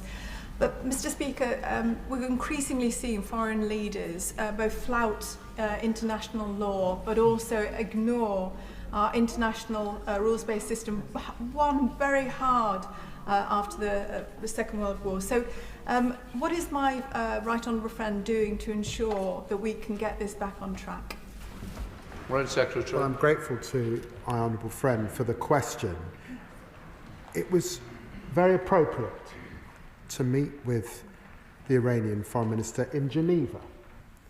In so many ways, the home under the United Nations umbrella of the multilateral system and the rules-based order. And that is why we were with him as the E3 and as the EU to reinforce messages that we share with the United States and to try and broker, and we will keep trying, a diplomatic solution. Jim Ramsey. Thank you, Mr. Speaker. This morning, the Foreign Secretary was repeatedly asked if he considered the US's bombing of Iran to be legal. Now, while I'm sure everyone in this House recognises the brutality of the Iranian regime, his obfuscation in reply was clear, as is the refusal to say whether Britain would get involved in any capacity if the US falls deeper into a conflict with Iran. Can we have a clear answer from the Foreign Secretary now to that question?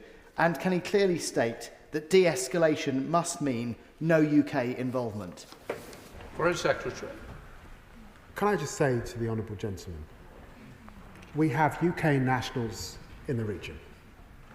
We have UK bases in the region and force protection that is its highest level. We have several thousand troops in the region. Of course their welfare is our priority. Of course we've moved assets in a precautionary way into the area. And of course we will work alongside our allies to protect them and to protect our people. I can give him that assurance wholeheartedly. Stella Creasy. Thank you, Mr. Speaker. I think we all share the concern of the Foreign Secretary to get back to how do we end the horrors that we are seeing in Gaza and a clarity about the dangerous risks that Iran presents. But that also means that we need to ask some difficult questions about how we get the negotiations going. Now, we've seen today that the Israeli forces have deliberately targeted the Evin prison in Tehran. It was the prison in which Nazanin Zaghari-Ratcliffe was held. So what conversations has he had with the Israeli government about whether they are now moving to target non-military installations, and what does he think that would mean for the ability of negotiations to restart? Foreign Secretary. I'm grateful to my honourable. Can I reassure her that I spoke to the Israeli Foreign Minister yesterday. I spoke to him briefly again this morning, and he reassured me that the targets, that the military targets, the nuclear facility, remains their objective and their focus at this time. Get Walters. Mr. Speaker, thank you. Away from the headlines, as the Foreign Secretary said, hundreds of Gazans have been losing their lives. And let's be clear about what's happening. As tens of thousands of people daily walk miles to beg for food from American mercenaries, they're being shot at random in the street. Now, I think we've moved beyond in this House as asking the Foreign Secretary to actually lift a finger beyond mouthing the words to do anything about this. But I have a wider question. Does he envisage that the UK will play any sort of part in there being some sort of consequence in the future for these outright murders? Foreign Secretary. Can I say to the right honourable gentleman, and I know the strength of feeling that he has on these issues and the consistency with which he has pressed these issues from the backbenches, can I reassure him that in the White House last week we did not just discuss the situation in Israel and Iran. I also discussed the situation in Gaza, and our discussion was about the chances of a ceasefire. The prospects of that ceasefire are currently with Hamas, deep in their system and in their tunnels. But I remain hopeful that we will get a breakthrough in the coming days and weeks, and that the suffering that we are seeing is alleviated. I'm aiming for 5 o'clock so we can speed up question and answer. Very helpful, good example. Louise Jones. Thank you, Mr. Speaker. When there was US offensive action against Iran 5 years ago, we saw proxy action taken against UK and US personnel deployed in the Middle East, where we sadly lost Lance Corporal Brodie Gillen. I don't expect the Foreign Secretary to give me details, but can he assure me that everything's being done to make sure that there is adequate force protection for those who are still deployed on behalf of this country? Foreign Secretary. Very grateful to the Honourable Lady for asking that question, and to give that reassurance, our highest levels of force protection to all our wonderful personnel, many of whom I've met, who are in the region. Can I thank the Foreign Secretary for his statement and also for emphasising the importance of restraint and de-escalation at this very perilous moment. But can I ask him what steps he's taking to try to align and coordinate his diplomatic efforts with those of our European and G7 allies in the hope of presenting this united diplomatic front? Secretary. Grateful for the question. I have spoken, of course, to our G7 allies over the course of the last few weeks. I've spoken to our partners in the region, the Levant, as well as the Gulf, particularly, and I will continue to do all I can. And obviously, NATO, in the coming days, will be another forum in which we can reach a common path towards diplomacy. As the Member of Parliament for the largest Jewish school in Europe, can I thank the Foreign Secretary for the assurances that he gave earlier on the community in this country being safeguarded. Can I also commend the way in which he has diligently pursued a negotiated outcome to this destabilised situation.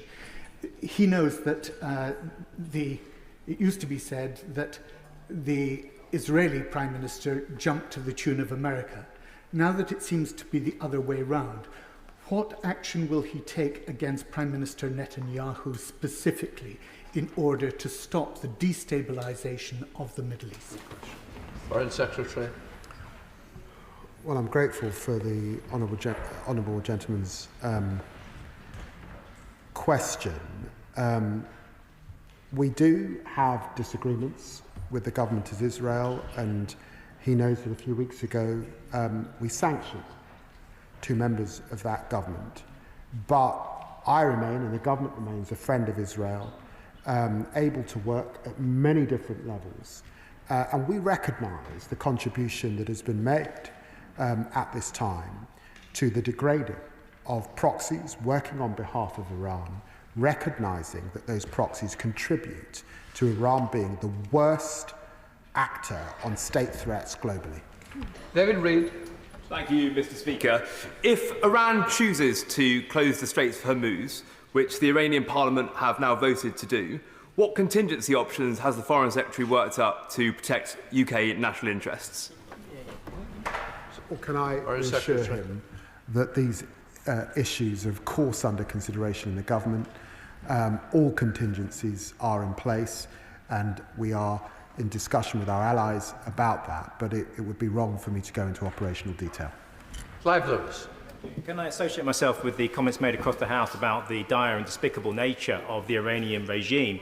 But that said, last week the Foreign Secretary told the House that attacks on Iran were not in our national interest. So does he believe the strikes led by Trump and Netanyahu, 2 hard-right authoritarians with no love for a rules-based order, have made Britain or the world any safer? Or does he agree with me that for much of the world watching, the message is chillingly clear? In a global order where rules mean little and might makes right, deterrence, not diplomacy, is now the only defence. And that, as he must acknowledge, makes global security more precarious than ever. Foreign Secretary.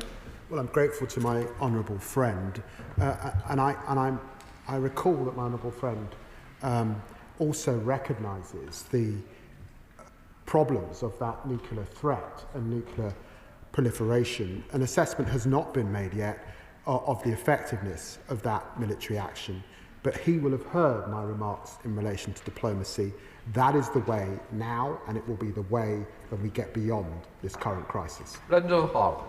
Thank you, Mr. Speaker. We've been here for an hour, and still the Foreign Secretary appears incapable of saying whether he supports or condemns America's actions, or whether he regards them as being legal or not. And nowhere in this statement does the role of international law even merit a mention. So will the Foreign Secretary take this opportunity now to tell us whether he believes that America's unilateral action was compliant with international law? Foreign Secretary. Well, I've got to tell the honourable gentleman, I qualified and was called to the bar in 1995. I haven't practised for the last 25 years. It is not for me to comment on the United States' legal validity. I would refer him to Article 51 and Article 2 of the UN Charter, and he can seek his own advice. Rachel Maskell. Thank you, Mr. Speaker. My right honourable friend is right to focus on de-escalation and diplomacy. However, we know that the JCPOA did not curtail Iran's enrichment of uranium. So what learning will he take as he rebuilds the architecture for diplomacy to ensure that Iran cannot rebuild its nuclear enriched uranium? Well, I'm very grateful to my honourable friend. With Iran enriching at 60% and the IEA saying that it has no credible civilian justification for this high enrichment level, she's quite right. And therefore the debate has moved on, and it's moved on to zero enrichment. Sir Gavin Williams. Thank you, Mr. Speaker. Can the Foreign Secretary make it clear to the House that if the United States need to take further action to degrade and destroy Iran's nuclear capabilities, and if they request to use either Diego Garcia, Cyprus or any other British military facility, that we will make sure that that is available to them? Can I say to the right honourable gentleman that in my discussions with the United States and with Secretary of State Rubio, and I think he saw this from the thrust of the press conference that was held in the United States yesterday, that is not their intention. He will know that they are assessing now what has happened, and they are hoping that it has been a targeted response, a single response. That is the thrust of what we're being told by the United States at this time. John Crane. Mr. Speaker, I thank the Foreign Secretary for his statement. I understand the priority to evacuate UK citizens from Israel, but advice to our constituents Qatar to shelter in place until further notice is hardly comforting. Can I press the Foreign Secretary to outline what more detail will do for UK citizens in the wider region and whether there is a specific threat against them? Foreign Secretary. The message that I gave earlier at the dispatch box is in the context of a fast-moving situation, an advice that was given by the US shortly before standing up. Of course, we keep our advice updated, and we are on high alert right across the region. Alton. Mr. Speaker, what is UK government policy on whether regime change should be pursued in Iran, yes or no? Foreign Secretary.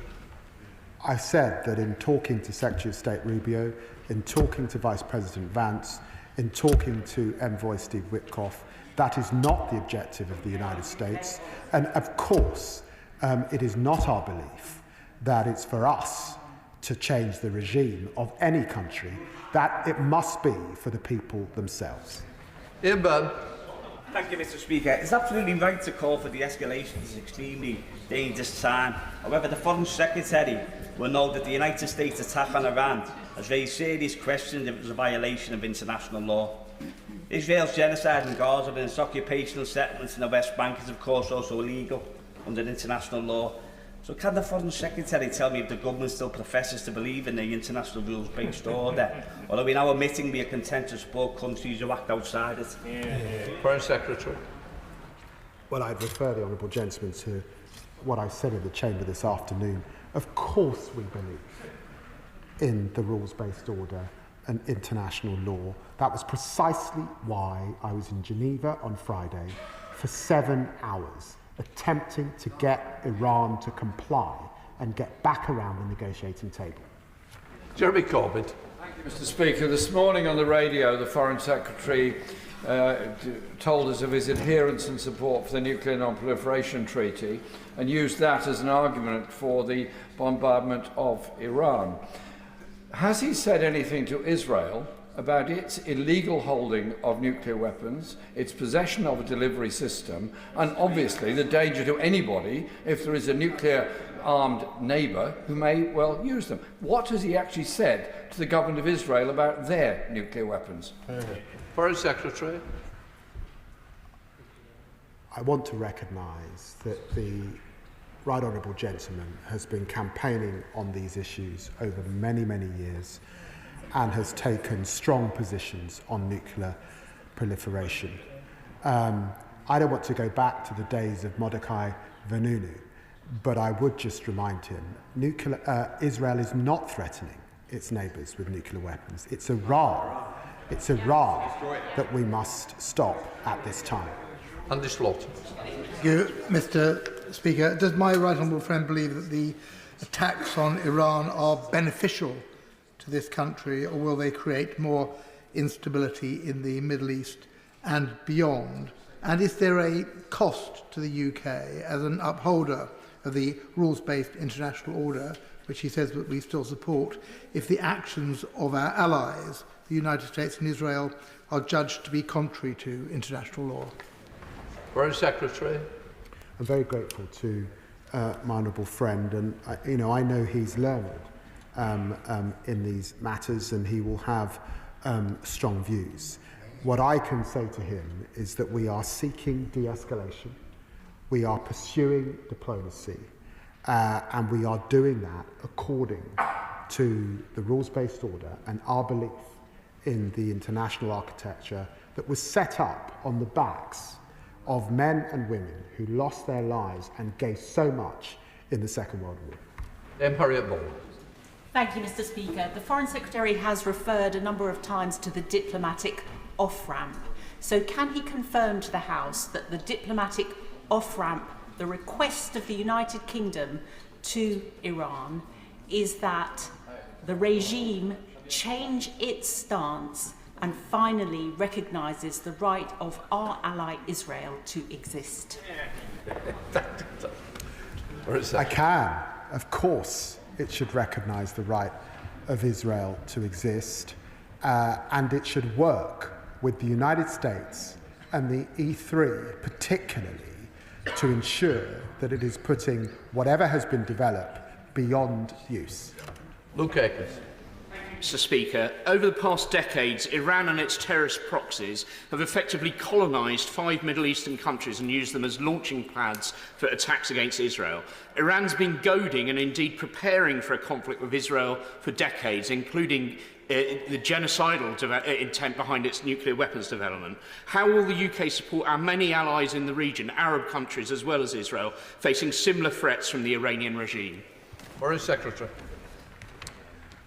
Well, I'm very grateful to my honourable friend, and can I remind him that we have the strongest of bilateral defence relationships with Jordan, Saudi Arabia, Oman, UAE, Qatar, Bahrain, Kuwait, Iraq and Lebanon at this time, and they can rely on us. Ayab Khan. Thank you, Mr. Speaker. But forgive me, Mr. Speaker, I've got to press the Foreign Secretary on this point. A lot of honourable members have asked him specifically whether he supports the attack conducted by the United States. He's refused to answer that question. Is it because, like many of the British public, realise that it was an illegal attack on Iran? Foreign Secretary. Well, I said on the radio this morning, and let me say again, I will continue to work with our closest ally to ensure that Iran never gets a nuclear weapon.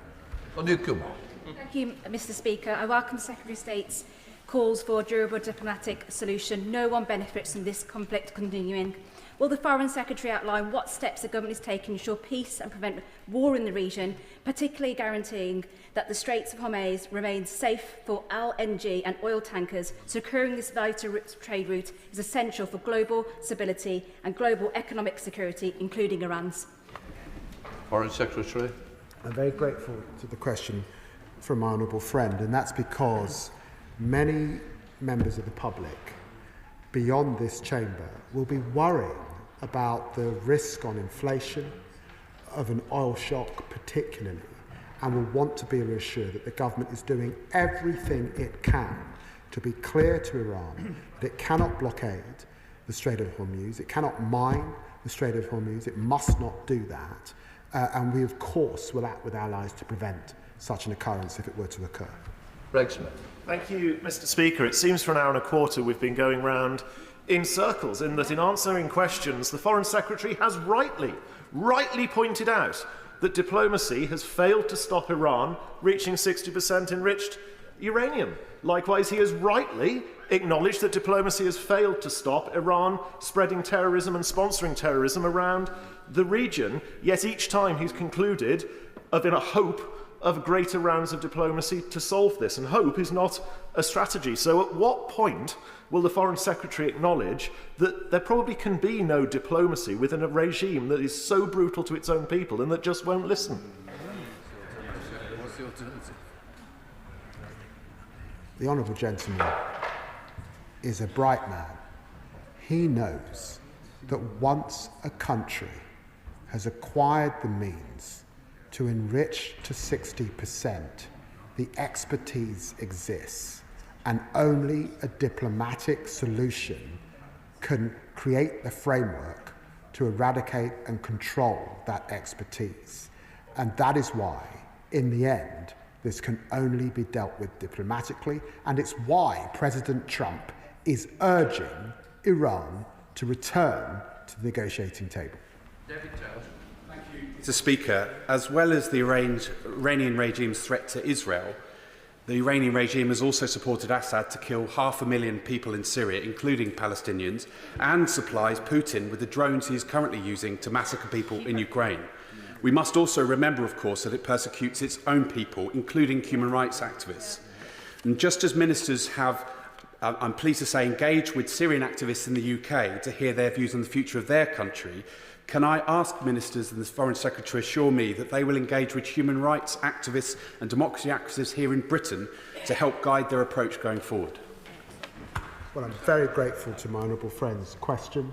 His articulacy is spot on, and I can give him that undertaking between myself and the Minister for the Middle East. Thank you, Mr. Speaker.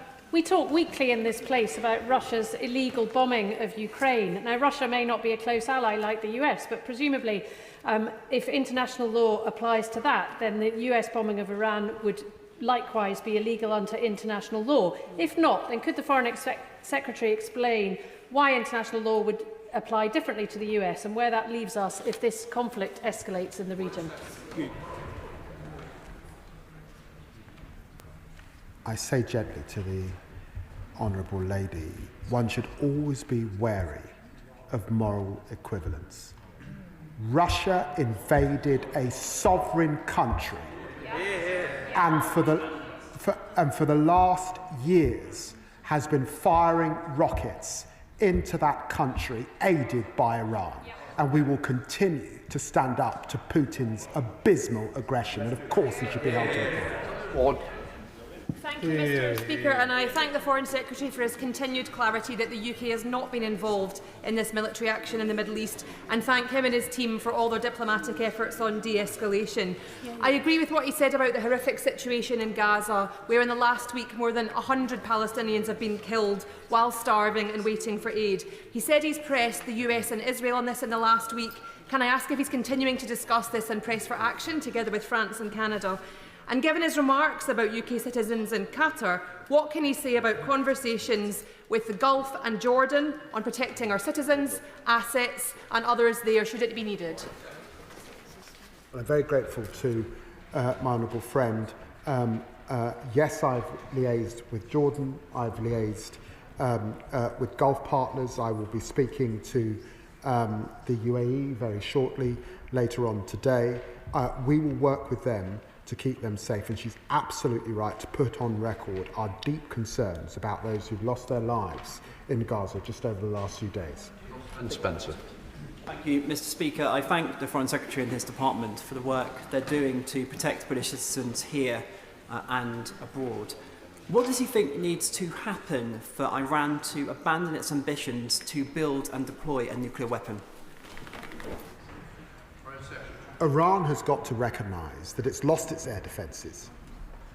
That it's my belief that its friends in Russia and China will be not rushing to its aid, that its proxies are degraded, and the international community is firm.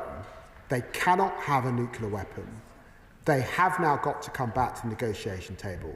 We've got to put in a framework that deals with the stockpiles, that deals with the centrifuges, and deals with enrichment of 60%, and deals with the problem of ballistic missiles.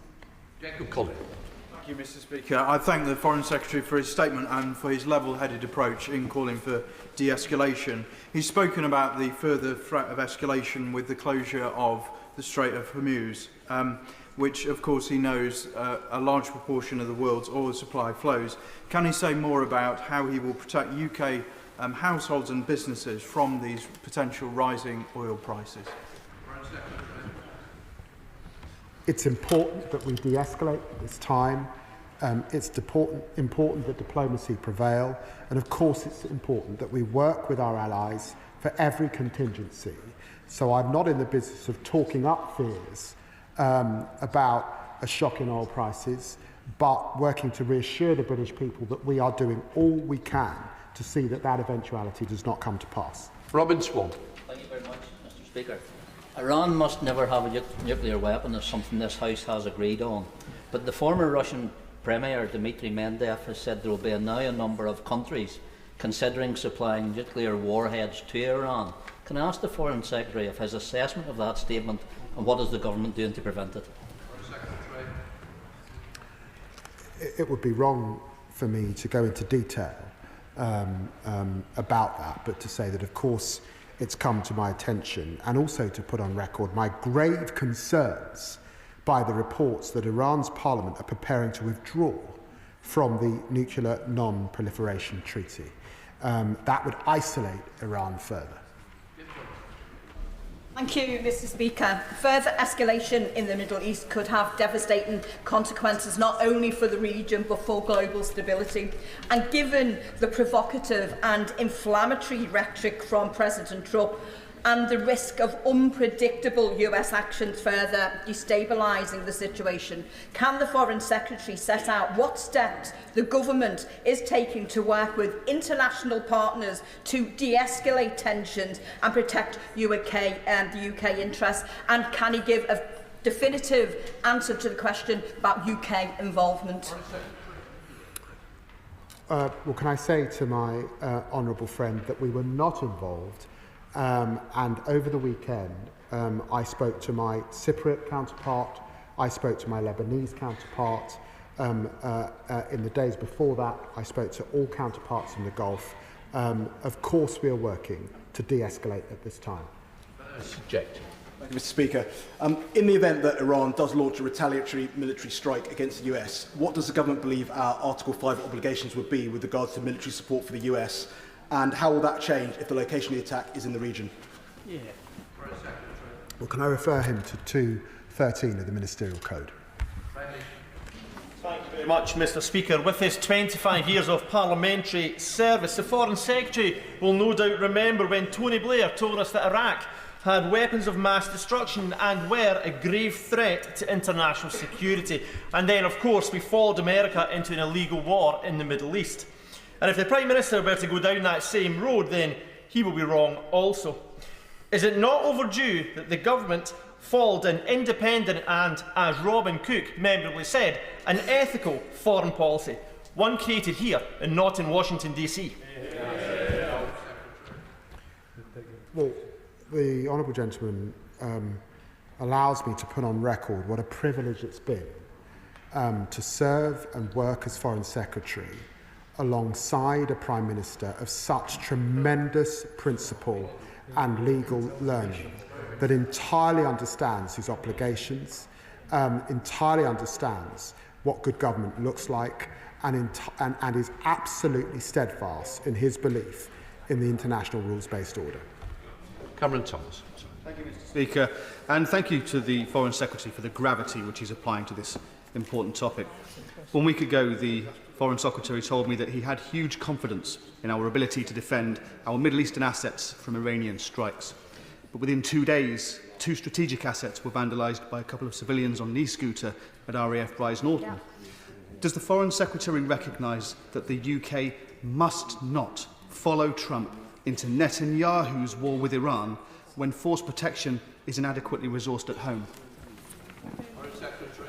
Well, I'm very grateful to the Honourable Gentleman for his service in the RAF, and can I refer him to a statement that the Armed Services Minister will shortly be making in the House about the security of our sovereign bases. I think so. Mr. Speaker, just a week ago we were here calling for de-escalation due to so many civilian deaths, but in the last week we have seen an escalation with so many more civilian deaths in Israel, in Gaza, in Iran. We know it's much easier to get into a conflict than to conclude it. If the justification for military action is now a nuclear weapons programme and being a threat to your neighbours, how many other nations fit that category? Isn't North Korea another country with an even more advanced nuclear weapons programme? Where is Article 51 UN Convention now in terms of justification? Well, my honourable friend's question goes to the heart of why it would be a travesty for Iran to withdraw from the Non-Proliferation Treaty, and why we must work to ensure that Iran does not become a North Korea. It must never have a nuclear weapons programme, and we will do everything to stop that happening. David Simmons. I'm grateful, Mr. Speaker. The family of my constituent, Katie Solomon, have been in touch to share their fears about her as she shelters from Iranian attacks in Israel. And my constituent, Mehdi Mosleh, has told me about how his life in the UK started as a refugee from the Iranian regime. So can the Foreign Secretary tell my constituents in the House why, given Iran's record, he is finding it so difficult to follow the Prime Minister in welcoming the actions of our allies in seeking to reduce the risks posed by the Iranian nuclear programme? Well, can I say to the Honourable Gentleman that he will recall that in representing my constituency in Tottenham, I have the Stamford Hill area of London, which is the home of many in our Orthodox Jewish community, many of whom are in Israel as we speak, sheltering too in their bunkers. So the picture he paints is one that I recognise, and it's why I'll do everything I can to work with them and protect them. David Pinto-Pszczynski. Mr. Speaker, and I'd like to thank my right honourable friend for his statement. Dozens of people from my Hendon constituency have been stranded in Israel and Iran. I thank the Foreign Secretary for his hard work on this issue, and it's good news that the first flight has already occurred. Can he say more about the timeframes for potential future flights, and also say more on what is being done to support those looking to leave Israel by land, borders or by sea? I updated the House about our rapid response teams that are working in Israel and at borders for those who are able to journey to the land borders in Jordan and Egypt to leave. We have a flight in the air as we speak, and I expect that there will be further flights in the coming days, but it does depend on airspace and how those days look. Lincoln John. Thank you, Mr. Speaker. I thank the Foreign Secretary for a statement in which he says that he's been crystal clear with the regime in Tehran. I hope he's been a lot clearer with them than he has been with the House today, because I'm going to give it one more go, because I genuinely don't understand why he can't answer this question. Does His Majesty's government support or oppose US military action against Iran at the weekend? His Majesty's government will continue to work with our closest ally, as I was last week in Washington, D.C. Mr. Scott Arthur. Thank you, Mr. Speaker. And I do thank the Foreign Secretary for his energy he's invested in de-escalation because it's the only moral route out of this conflict. And I thank him also for reassuring us that UK forces aren't involved and not giving up for the plight facing ordinary Gazans. There's 90 million people in Iran. Just under 10 million of them are in Tehran. There's reports of many of them trying to leave the country. And this will be made worse by the reports around the speculation around regime change. There's also reports that Turkey and Pakistan might be closing their borders to refugees. Is this something he's keeping a watchful eye on, and has he discussed it with our international partners? Well, I'm very grateful to you, Honourable Friend, for the question, and it was why I spoke to our ambassadors and teams across the region this morning, because I recognise that this is a worrying and stressful time in all of those areas, which is why my central message and task is to de-escalate. We need more light and less heat. If I heard the Foreign Secretary correctly, he said that the UK would act if Iran sought to block the Strait of Hormuz. Did he mean act militarily? And then under what other conditions would he consider military action? And what would he say if the Americans turned to this government and asked them for support in any military adventure to do with this conflict? It would be quite wrong for me from this dispatch box to get into eventualities and operational matters at this time. But be reassured that all contingencies are in place to keep our people and to work with our allies to keep the region safe. Adam. Thank you, Mr. Speaker. The most in-depth study ever conducted on the casualties of the war on so-called terror was conducted by Brown University in America. They found that directly or indirectly, over 4.5 million people lost their lives. 4.5 million people partially lost their lives because of what was voted for in this House.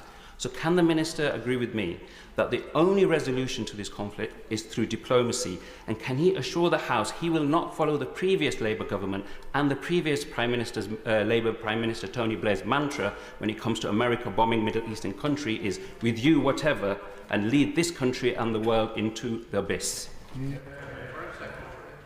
Well, I can restate, as I have throughout this afternoon, that diplomacy is in the way, and I can remind him that our government and successive governments have learned from the Chilcot inquiry. Speaker, why should the House of Commons and the country that we represent not be entitled to know whether their government supports or regrets the American action? And doesn't equivocation in that issue bring succour to those we say must be robbed, quite properly, of their nuclear potential? I think the people of Britain are entitled to know that we were not involved in this action, that we work for diplomacy and de-escalation. That is why I was sitting in the White House last week. It's why I was in Geneva on Friday, and it was why I was at a COBRA meeting and making a round of calls to allies and partners to de-escalate at this time yesterday. Sarah Poach.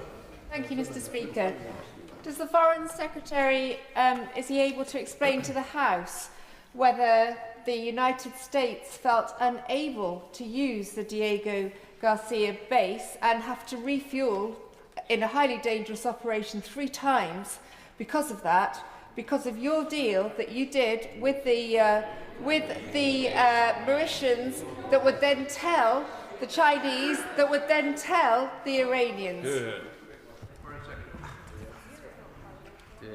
The Honourable Lady has got to get off social media and has got to get some help. Has got to get some help because she's swallowing conspiracy theories that should not be repeated in this House. Ellie Johns.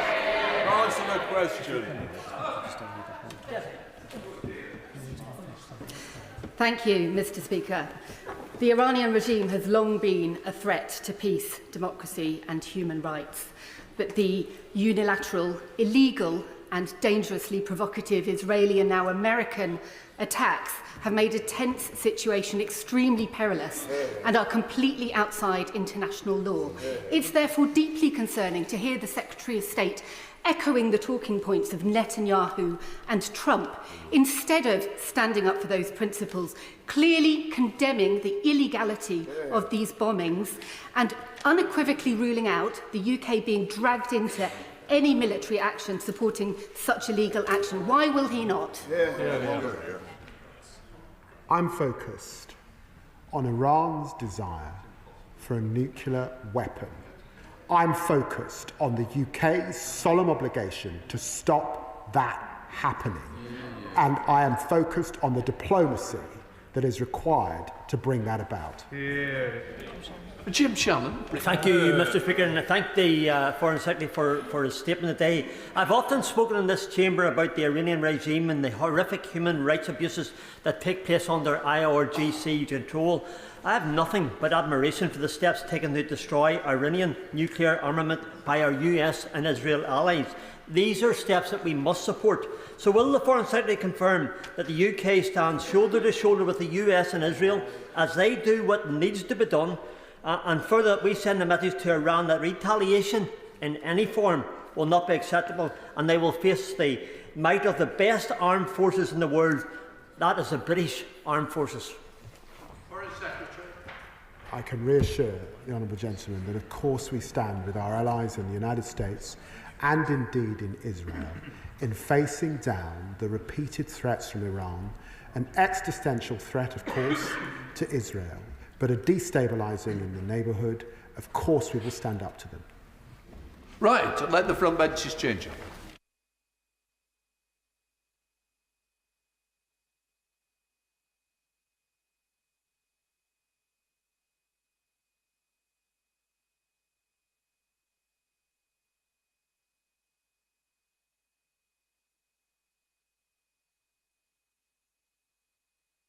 We now come to the statement for the business trade.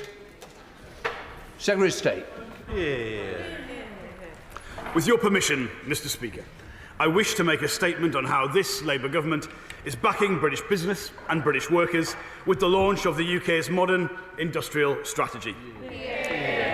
At the outset, I would like to thank Dame Claire Barclay and all the members of the Industrial Strategy Advisory Council for all their outstanding work and that of my officials in preparing the launch of this strategy today.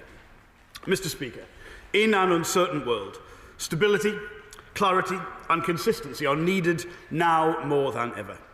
The challenges we face require nothing less than a government on the pitch, clearing the way for private enterprise and doing so in the best interests of working people. That is what this pro-business, pro-worker government is going to deliver. Today, I launch a strategy to make Britain the best place in the world to start and grow a business, based on a fundamentally new economic approach from what we have had in the past. A break from the declinism, the dither, the disinterest that defined the last Conservative government. This strategy speaks to the strength and breadth of our economy, be it building strong industrial foundations, powering frontier technologies, or supporting our world-leading services sector to innovate and to thrive. It brings together every bit of government to drive investment, improving the total business environment by drawing on every government department's expertise. It is a plan to rebuild Britain through new jobs, new industries and new investments. A plan to launch thousands of new careers in engineering, life sciences and professional services and more. A plan where Britain's future is designed and built in Britain. Now, Madam Deputy Speaker, I accept. Until this government came to power, British business was treated to a merry-go-round of policy changes, only matched by the shuffling of successive business secretaries. We are now providing the stability that is at such a premium across the world. Make UK have long called for, and I quote, a funded and joined-up long-term vision as a matter of urgency for stability and investment, and I couldn't have put it better myself. So from the moment we took office, we said we would pursue this new economic approach, where industrial policy would be something done with business and not to business. And we are fulfilling that commitment today. And I would like to place on record My thanks also to the thousands of businesses who've engaged in this process, that have designed this strategy with us. And this is not a document that will be printed and then forgotten. We will put the Industrial Strategy Council and the Industrial Strategy on a statutory footing to hardwire these changes for the long term. Madam Deputy Speaker, this government has brought stability and openness and a pro-growth agenda. But as I've told this House previously, working people must feel the benefits of economic growth. We must go further and faster if we want to achieve the kind of economic growth the public should expect and see in their public services and feel in their pay packets. Business has provided a wealth of testimony and evidence to the areas they see as holding them back, and there are no surprises to that list. It starts with energy, because we have amongst the highest industrial electricity prices in the developed world at present. They went up 50% in real terms under the previous government. Skills, because when you have vacancies at the same time as 1 in 8 young people are neat, and net immigration at 1 million as it was when we took office, something has gone badly wrong. And place, because too much of the country has been held back by crumbling infrastructure and a lack of investment and by the north-south divide. And that ends now. We will make the bold choices to ensure every region and every nation can play to their strengths. And finally, access to finance, because without access to capital, we will always have a ceiling on ambition. Today, we have smashed through these barriers. Let me take each of these 4 specifically in turn, starting with energy. Today, we have announced that we will slash electricity costs by between 20 and 25% through a new British industrial competitiveness scheme. This will bring our prices more closely in line with Europe, and it will be a game changer. We will also put in place the reforms we need for businesses to get the much faster connections to the grid that they need. Now, this means companies in sectors like car making and chemicals who will see their electricity costs cut. The scheme could benefit over 7,000 businesses with high electricity usage in industrial strategy, foundational industries and high-growth manufacturing sectors, which collectively employ over 300,000 skilled workers. As well as this, we will launch an expanded version of the Supercharger scheme so that some of our largest companies in electricity-intensive sectors, including investments in the future, such as the new Steelworks electric arc furnace at Port Talbot and the Agritas Gigafactory in Somerset, who will see their network charging exemptions rise from 60% to 90%, cutting their electricity bills and again making them more competitive than our European neighbours. I understand this was something the previous government actually promised to business, but again failed to deliver. And I confirm this will all be done without adding a penny onto consumer bills or onto the bills of any other business. Secondly, we are shaking up the skills system to prioritise digital, engineering and defence skills, so British workers can secure good, secure jobs in tomorrow's economy. Our industrial strategy sectors are already on track to create 1.1 million new, good, well-paying jobs with the help of this industrial strategy. And we want those opportunities to benefit all of our constituents. That's why we're investing over £275 million in our engineering skills package and the Skills Mission Fund to deliver training and new technical excellence colleges as part of our wider skills offer. And through our global talent visa reforms and the Global Talent Task Force, we are also ensuring that UK businesses can recruit the best of the best from here and abroad. And on the issue of place, on the economic geography of the UK, which means a great deal to me and many of my colleagues who listened to grand plans to level up that turned into a few new extra flower pots and empty promises. I want to be clear, this strategy is unashamedly ambitious. It chooses to back where there are clusters of high-growth sectors, and it will work with the devolved governments, the mayors and local leaders to boost that growth. We're making it easier to get money to places, to turn investment into spades in the ground and cranes in the sky, through industrial strategy zones that will bring together our existing network of free ports and investment zones. And we will also, for the first time, include a new programme, identifying investable sites where we will fast-track development, similar to the approach taken in France. But our infrastructure must match our ambition, so we'll strengthen connections between city regions and clusters through the Oxford to Cambridge Growth Corridor, the Growth Corridor across our northern city regions, the Edinburgh-Glasgow Central Belt, and through rail enhancements in Wales. Finally, we will unlock billions of pounds in business finance, with the National Wealth Fund supporting our growth sectors, with an expanded role for UK export finance, and £4 billion for growth capital for start-ups and scale-ups through a larger British business bank, addressing that key stage at scale-up that we know is the most challenging. This growth capital will catalyse £12 billion of private capital across the 8 growth-driving sectors and deliver around £30 billion of additional GVA to the UK economy. Now, these measures, alongside our transformative sector plans, are how we can realise the untapped potential in key parts of our economy. For instance, by 2035, we aim to double business investment in advanced manufacturing, increasing the volume of vehicles produced in the UK to 1.3 million, while creating the first European market for self-driving vehicles. We are turbocharging our clean energy mission with investment in offshore wind, in small modular reactors, in carbon capture, in green hydrogen, in gigafactories, ports and green steel. We will make our United Kingdom one of the top 3 places in the world for creating and scaling digital technology business. That means training 1 million young people in tech skills and expanding our AI research resource by at least 20-fold by 2030. We will significantly increase business investment in our world-leading creative industries sector to £31 billion, cementing our position as one of the great creative exporters in the world. For our life sciences sector, our ambition is that the UK will be, by 2030, the leading life sciences economy in Europe, and by 2035, the 3rd most important life sciences economy globally, after the US and China. At the same time, we plan to double business investment in professional and business services to £61 billion, ensuring the continued growth in a powerhouse industry that accounts for millions of jobs in the UK, the vast majority of them outside of London. And we have already announced the largest increase in defence spending since the Cold War, and will use this to transform the UK into a defence industrial superpower by 2035, leading Europe in defence exports and closing the gap in venture capital investment in defence with the US by half. And for our financial services, the heart of business investment and stability, we will harness opportunities as markets digitise and adopt new technologies, and ensure the whole economy feels the benefits of increased investment.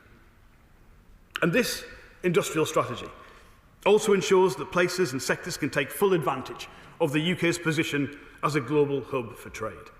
The UK has long been and will remain a champion of free trade, which is why, under this government, we've delivered trade agreements with our biggest trading partner in the world, with the biggest economy in the world, and with the fastest growing economy in the world, making the UK the best connected market in the world. And through this industrial strategy, we are reaffirming our commitment to free, fair, resilient trade, while shielding businesses from supply chain disruption and market-distorting practices. We'll leverage our relationships with Europe, the US, with China, with the Gulf and beyond, so businesses can make the UK their base to connect with global markets. It will work hand in glove with the trade strategy my department will publish later this week to help British companies break into new markets, to export more and to grow more. In conclusion, Madam Deputy Speaker, this is a watershed moment. For too long, governments have been a source of problems for British business and not a path to solutions. That has resulted in parts of the country like where I and many of us here grew up, where we watched yards and factories close along with the door to opportunity. A sense we were losing the past, but we had no bridge to the future. That also ends now, because our plan for change is backing this country's greatest assets and frontier industries to put more money into people's pockets, to raise living standards, and to unleash a decade of national renewal. I welcome Make UK's comments that today is one of the most important days for British industry in a generation. Yeah. We are creating prosperous, proud and outward-facing but self-reliant, independent and highly skilled nation. A country where opportunity, skills and wealth are spread fairly, where every person and every business will have the chance to flourish. That is what our modern industrial strategy will deliver, Madam Deputy Speaker. Our future in our hands, built in Britain. That is what this strategy will achieve, and I commend this statement to the House. I know, please be seated, I know that the Secretary of State is very diligent, but if he lets his officials know that if the opening statement is to go beyond 10 minutes, they should let the Speaker's office know, and because the statement went a little bit longer, I'll allow the Opposition and the Liberal Democrats to have an extra 1 minute each. And I'll come to the Shadow Secretary of State, Andrew Griffiths. Thank you very much, Madam Deputy Speaker, and I thank the Secretary of State for advanced sight of his statement. It is always a good day, Madam Deputy Speaker, when we can talk about our wonderful and innovative British businesses. But sad to say, this strategy has taken the best part of 12 months to appear. That is how long British industry has had to wait for this cut and paste industrial strategy. 158 pages, mostly copied and pasted from previous sector strategies and the science and technology framework, which do nothing to alleviate the pain and turmoil that Labour have already inflicted. In that 12 months, we've seen Labour have crashed the economy, unemployment up in every one of the 9 months of this government, hiring down and investment down. I understand that the document is printed on 40% recycled paper, very much like its contents. And yet there's no respite for business from the decisions that have been taken. The Secretary of State talks about restoring stability. That may well be what was written for him, but he, like me, listens to businesses and he can't possibly believe that. The government hiked taxes by £40 billion when they promised not to, and gilt rates are higher today than they were after the mini-budget. They fiddled the fiscal rules and are now running out of headroom, all while setting up state investment banks in a repeat of the last Labour government's PFI. Higher taxes, higher energy costs and more red tape on employment. The proposals set out in this document are simply insufficient at a time when businesses need far greater measures to defend them from the minefield Labour have left out. There are, Madam Deputy Speaker, many elements of this strategy we do welcome. I'm pleased the government has continued the work the former Chancellor and I undertook on access to capital. It's good to see an emphasis on trade and international cooperation, particularly with reference to the document's focus on Japan and Saudi Arabia. And I'm glad the government has implementing the O'Shaughnessy reforms and turning the NHS into a global platform health data research service. And it's encouraging to see the weight given to autonomous cars, though curious, there's no mention of the opportunity of driverless trains. I'm disappointed that the life sciences and engineering biology receive relatively modest mentions. There's a minor mention of skills reform, but no real deregulation to make our labour market, and an almost near absence of references to small businesses, which account for the majority of businesses and the majority of employment in this country. But the big miss today, Madam Deputy Speaker, is energy. We welcome the Prime Minister's epiphany this weekend as he announced that he would slash green levies on a certain number of businesses. However, the industrial strategy still talks about accelerating to net zero at a time when British business needs the opposite. This is simply mad.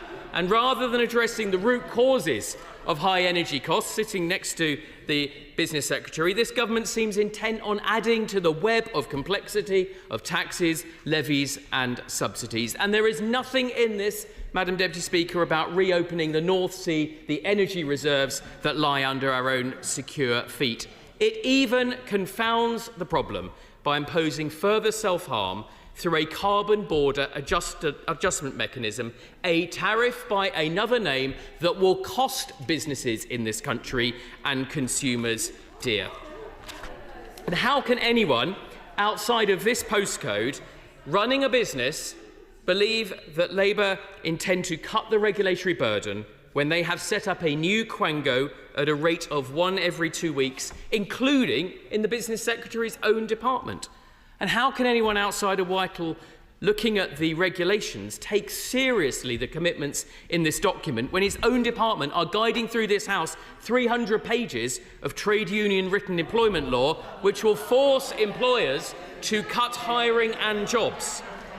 Madam Deputy Speaker, I'll conclude with a number of questions. And if the Secretary of State can't answer today, perhaps he'd be so kind to write with a reply. The small business strategy was promised for the spring. The summer solstice is now behind us. Can he tell the millions of businesses when that is coming? There are a number of live situations which he will be aware of. The bioethanol plant in Saltend Chemicals plant in Hull, Syngenta moving its precision wheat breeding programme to France, and the government equivocating over supporting the stake in the vital low Earth orbit satellite business operator OneWeb. So does he agree with me that it's actions, not words, that count, and will he impress that upon his Treasury colleagues? And finally, today's strategy does talk about reducing the number of regulators. That is wholly welcome, as we need a marked cull in the number of regulators and their scope and size. So will the Secretary commit to publishing an annual statement showing the progress his government are making, and would he start today by agreeing not to create any new ones? Madam Deputy Speaker, so fuelled with optimism am I. Even the Conservative front bench can't bring that optimism down today. I do think it's having been in opposition myself for some time, to come out and say this document is all rubbish and I welcome most of it is quite an exciting take on responding at these moments. But I know the Conservative Party, I think, has managed to oppose almost everything this government has done in the first year, including in my department, the product standards bill, which the previous government was actually planning to bring had it remained in office, and the India trade deal they were negotiating but couldn't get across the line. So I welcome the small bits of positive news in his messaging. I would say everyone should support this. Everyone across the House should support this, because it has been based on the things that won't be secrets to honourable members who spend time on their constituency Fridays and weekends with businesses. They will be told about skills and energy and access to finance and the need for local areas to have the powers they need to address the needs in their local economies. I hope he would also recognise, in good spirits, that many of the things that need to be addressed are problems that grew during the Conservative government. Those energy bills becoming so uncompetitive, that was a result of actions and decisions made by the Conservative government. We're fixing that problem. We're fixing that problem to make the difference. Skills, 1 in 8 young people need when net immigration is at 1 million. That is not a policy success, colleagues. That needed to be addressed, and we needed to address the failures around the funding of courses like engineering that was such an obvious need for our sector. Finance, one of the longest running problems that we're all familiar with. He asks a number of questions. I'm more than happy to answer them. First of all, on small businesses.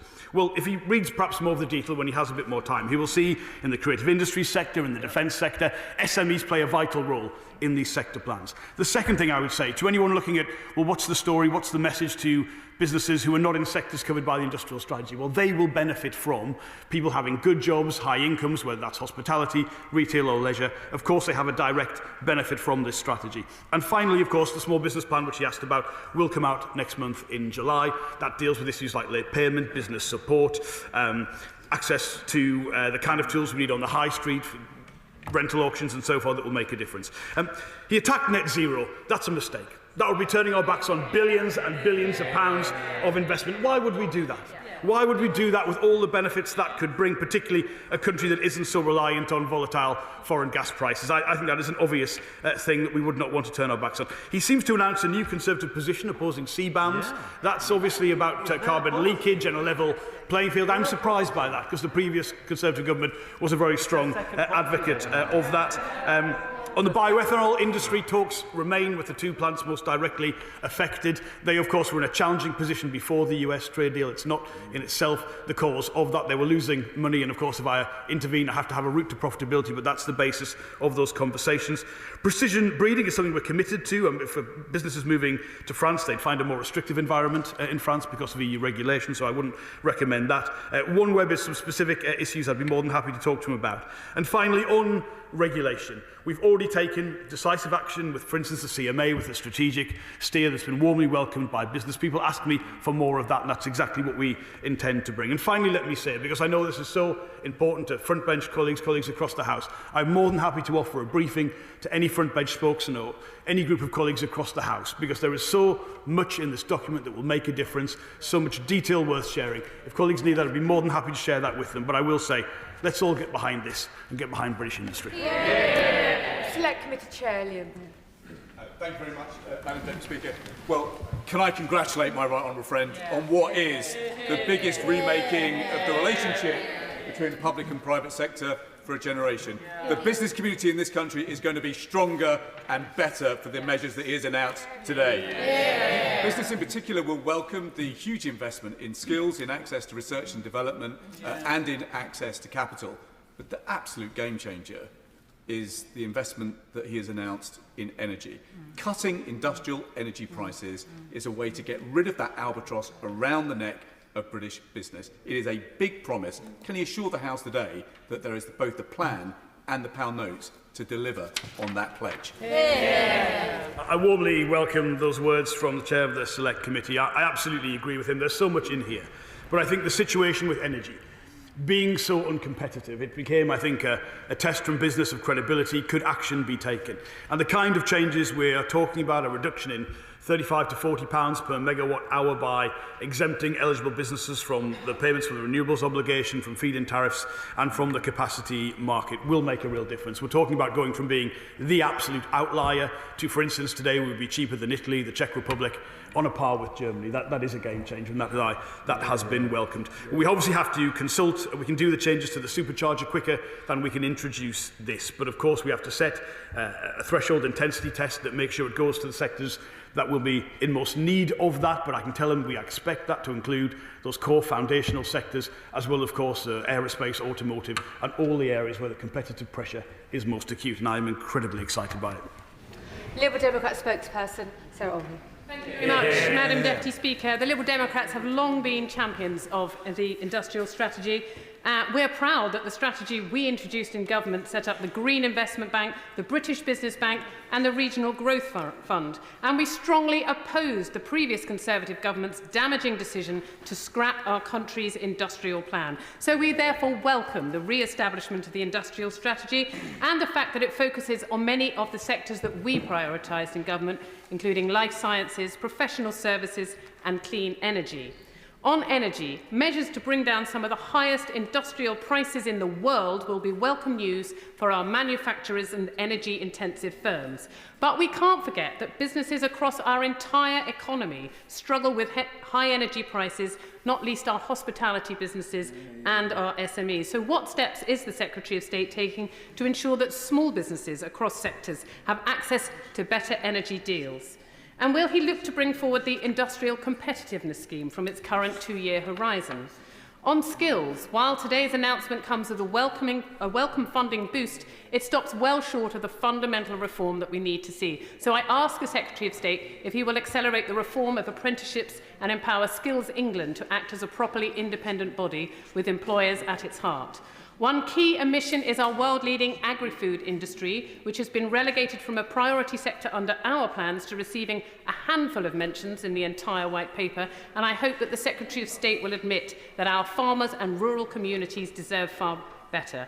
Madam Deputy Speaker, if the government is truly serious about backing British business and going for growth, will they show more ambition on trade with Europe and look to negotiate a new UK-EU customs union which can put rocket boosters under UK PLC? And in the extra time that you've kindly granted me, Madam Deputy Speaker, can I ask the Secretary of State about access to finance, particularly about addressing inequalities? I have been the chairman for the APPG on black and minority ethnic business owners, and I've seen for myself the data that shows how much more difficult it is for those businesses to access finance, and I know that similar data exists for women entrepreneurs, and to address those inequalities would add a great deal to growth. And can I finally ask, when will we see more details about the National Wealth Fund? Thank you, Madam Deputy Speaker. Well, I warmly welcome the Honourable Lady's support. I thought that section of the Liberal Democrat manifesto was very well written, whoever is responsible for that. Much that we could all get behind, very much made the case. She is right to say the Liberal Democrats in government supported this approach. I've talked, by the way, to nearly every one of my living predecessors, not all of them, but some of the ones that have done this kind of work and made a difference across the political divide and made a difference on that. There are some new things in the sectors that we've picked. I mean, creative industries, an absolutely brilliant economic as well as soft power and cultural strength of this country. Great to see them included around that. I know in terms of the timescale for energy policy changes, I know people who recognise the burden this represents want to see action quickly. I want to see it as quickly as possible. I can make the changes to the supercharger scheme and the generosity of that more quickly because it's an existing scheme that the intensity thresholds are already in place. For the industrial competitiveness scheme, I think we'll need legislation in order to implement it, and that will take more time, depending on how cooperative colleagues are across the House. I welcome what you said on skills.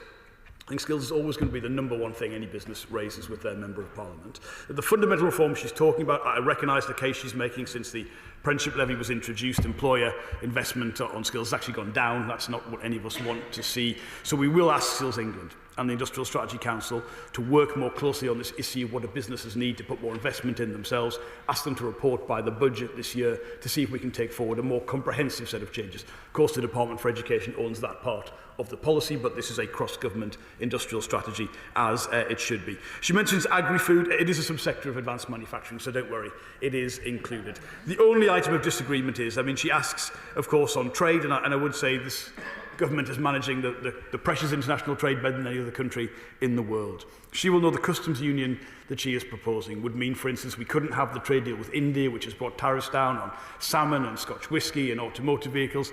It would mean that we couldn't have the agreement with the US, which has saved tens of thousands of jobs. So I can't agree with her on that point. I think we should have closer trade with Europe, closer trade with the US, closer trade with the rest of the world. And finally, on access to finance, I thoroughly agree and appreciate that point.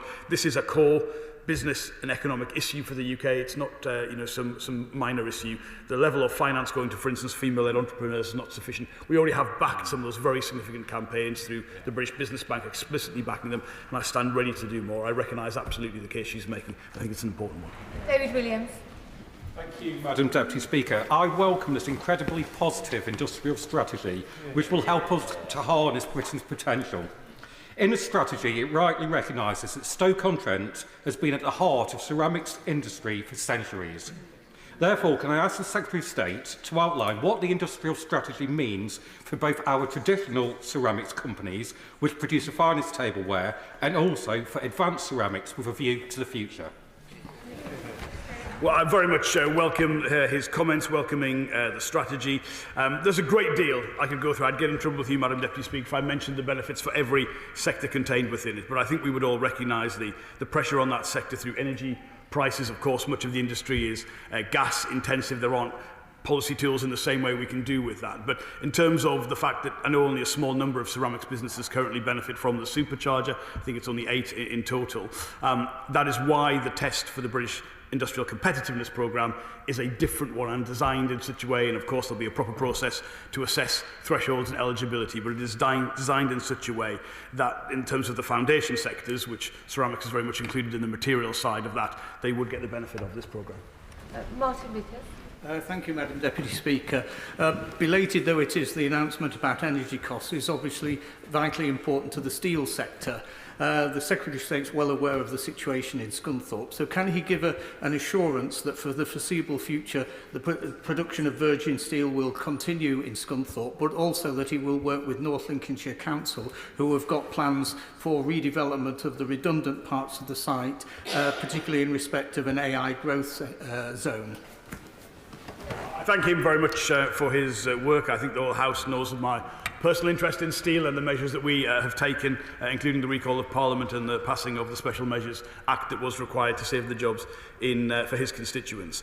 He is right to say that for the kind of investment required in some of the most electricity-intensive opportunities of the future, and electric arc furnaces, if we were to go down that route at Scunthorpe, require the kind of programme which the enhanced supercharger level will get to because of the measures outlined here today. There is not yet a plan for transition at Scunthorpe, as he knows. We have taken control. We need to resolve the issue of ownership. We continue to run it in such a way that minimises the losses to the taxpayer. That's meant putting more money in up front to run the plant at full capacity, which I think he will very much support. And I can tell him we'll continue to work with anyone in the local area, including himself and my honourable friend for Scunthorpe, in order to make sure there is a bright future, which I absolutely believe is possible for the steel sector based on the policy environment we're putting in place. Dame Cheaton Warren. Thank you very much, Madam Deputy Speaker. I really welcome this modern industrial strategy as chair of the Select Committee because it delivers on the promise made in opposition to put science, innovation and technology and the skills that they require at the heart of the drive for growth and industrialisation. and I welcome it as a North East MP because of the emphasis on regional growth and regional strengths. And my committee found that one of the major barriers to regional growth and innovation was access to capital. This industrial strategy commits to doubling business investment by 2035. Can you say a little bit about how the North East, just for example, might benefit from that? First of all, let me congratulate my honourable friend on her recent honour.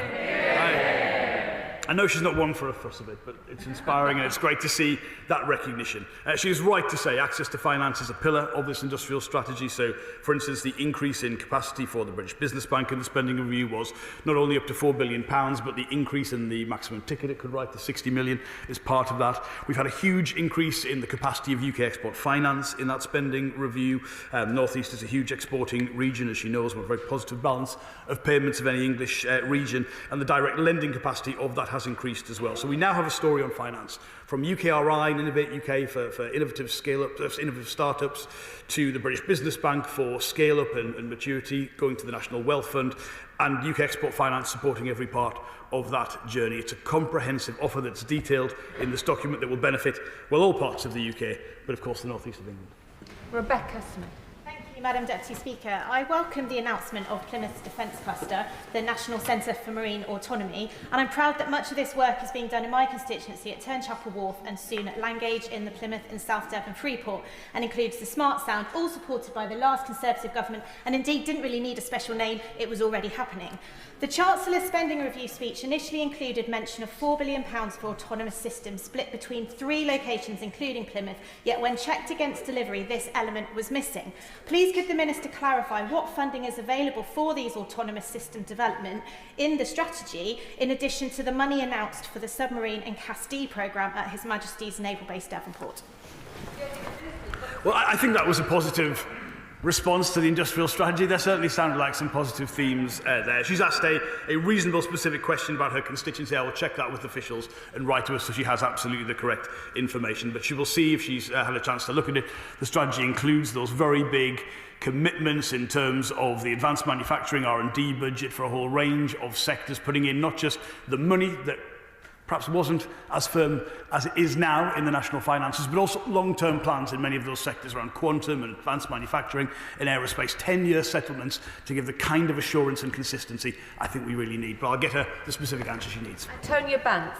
Thank you very much, Madam Deputy Speaker. Representing Tipton, the birthplace of the first industrial revolution, I hugely welcome this industrial strategy and its 1.1 million good jobs. And I'm particularly pleased to see the Black Country singled out as a centre of clean energy industries. We recently welcomed the £45 million worth of investment in Echo Energy's new battery energy storage system at Ocker Hill in my constituency.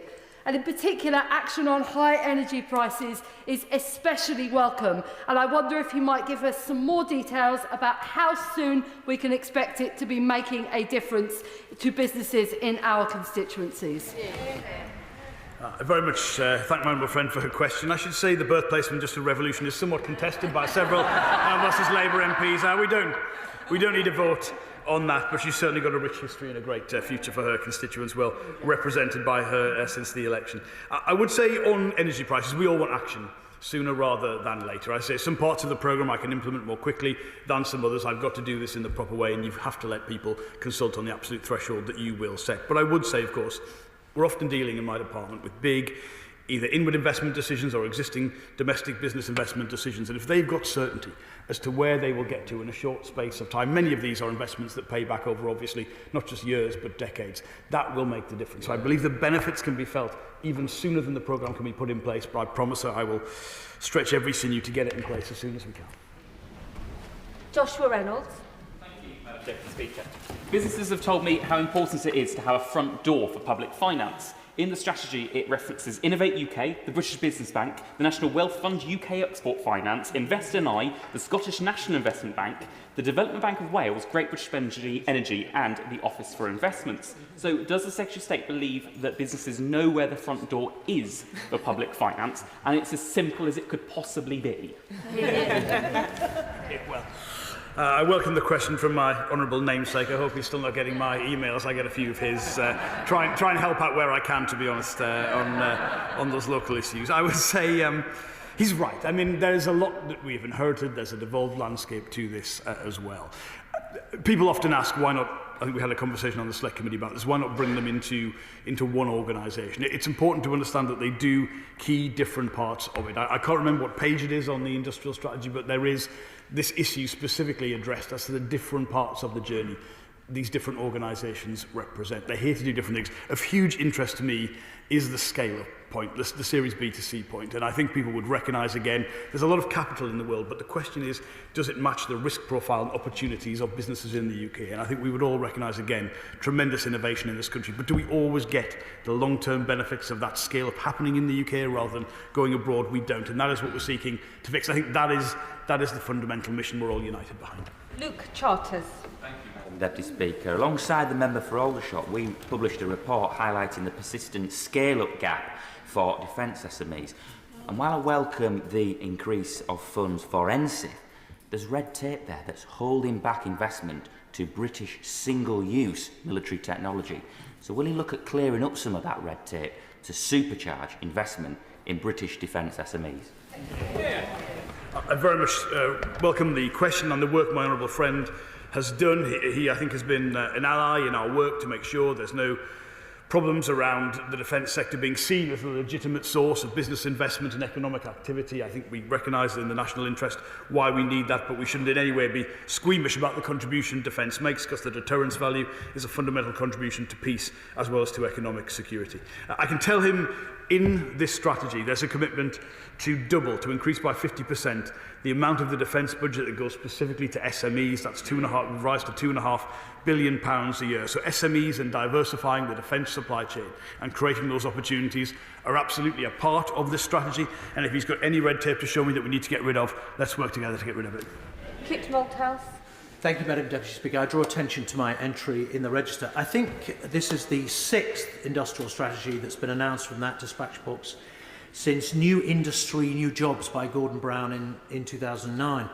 And while they've all been filled with a box of chocolates selected by the Secretary of State to his or her preference, very often underpinned by a huge subsidy, not a single one of them has made any significant difference to the UK's growth rate. And that's because they're all missing a particular piece of the jigsaw.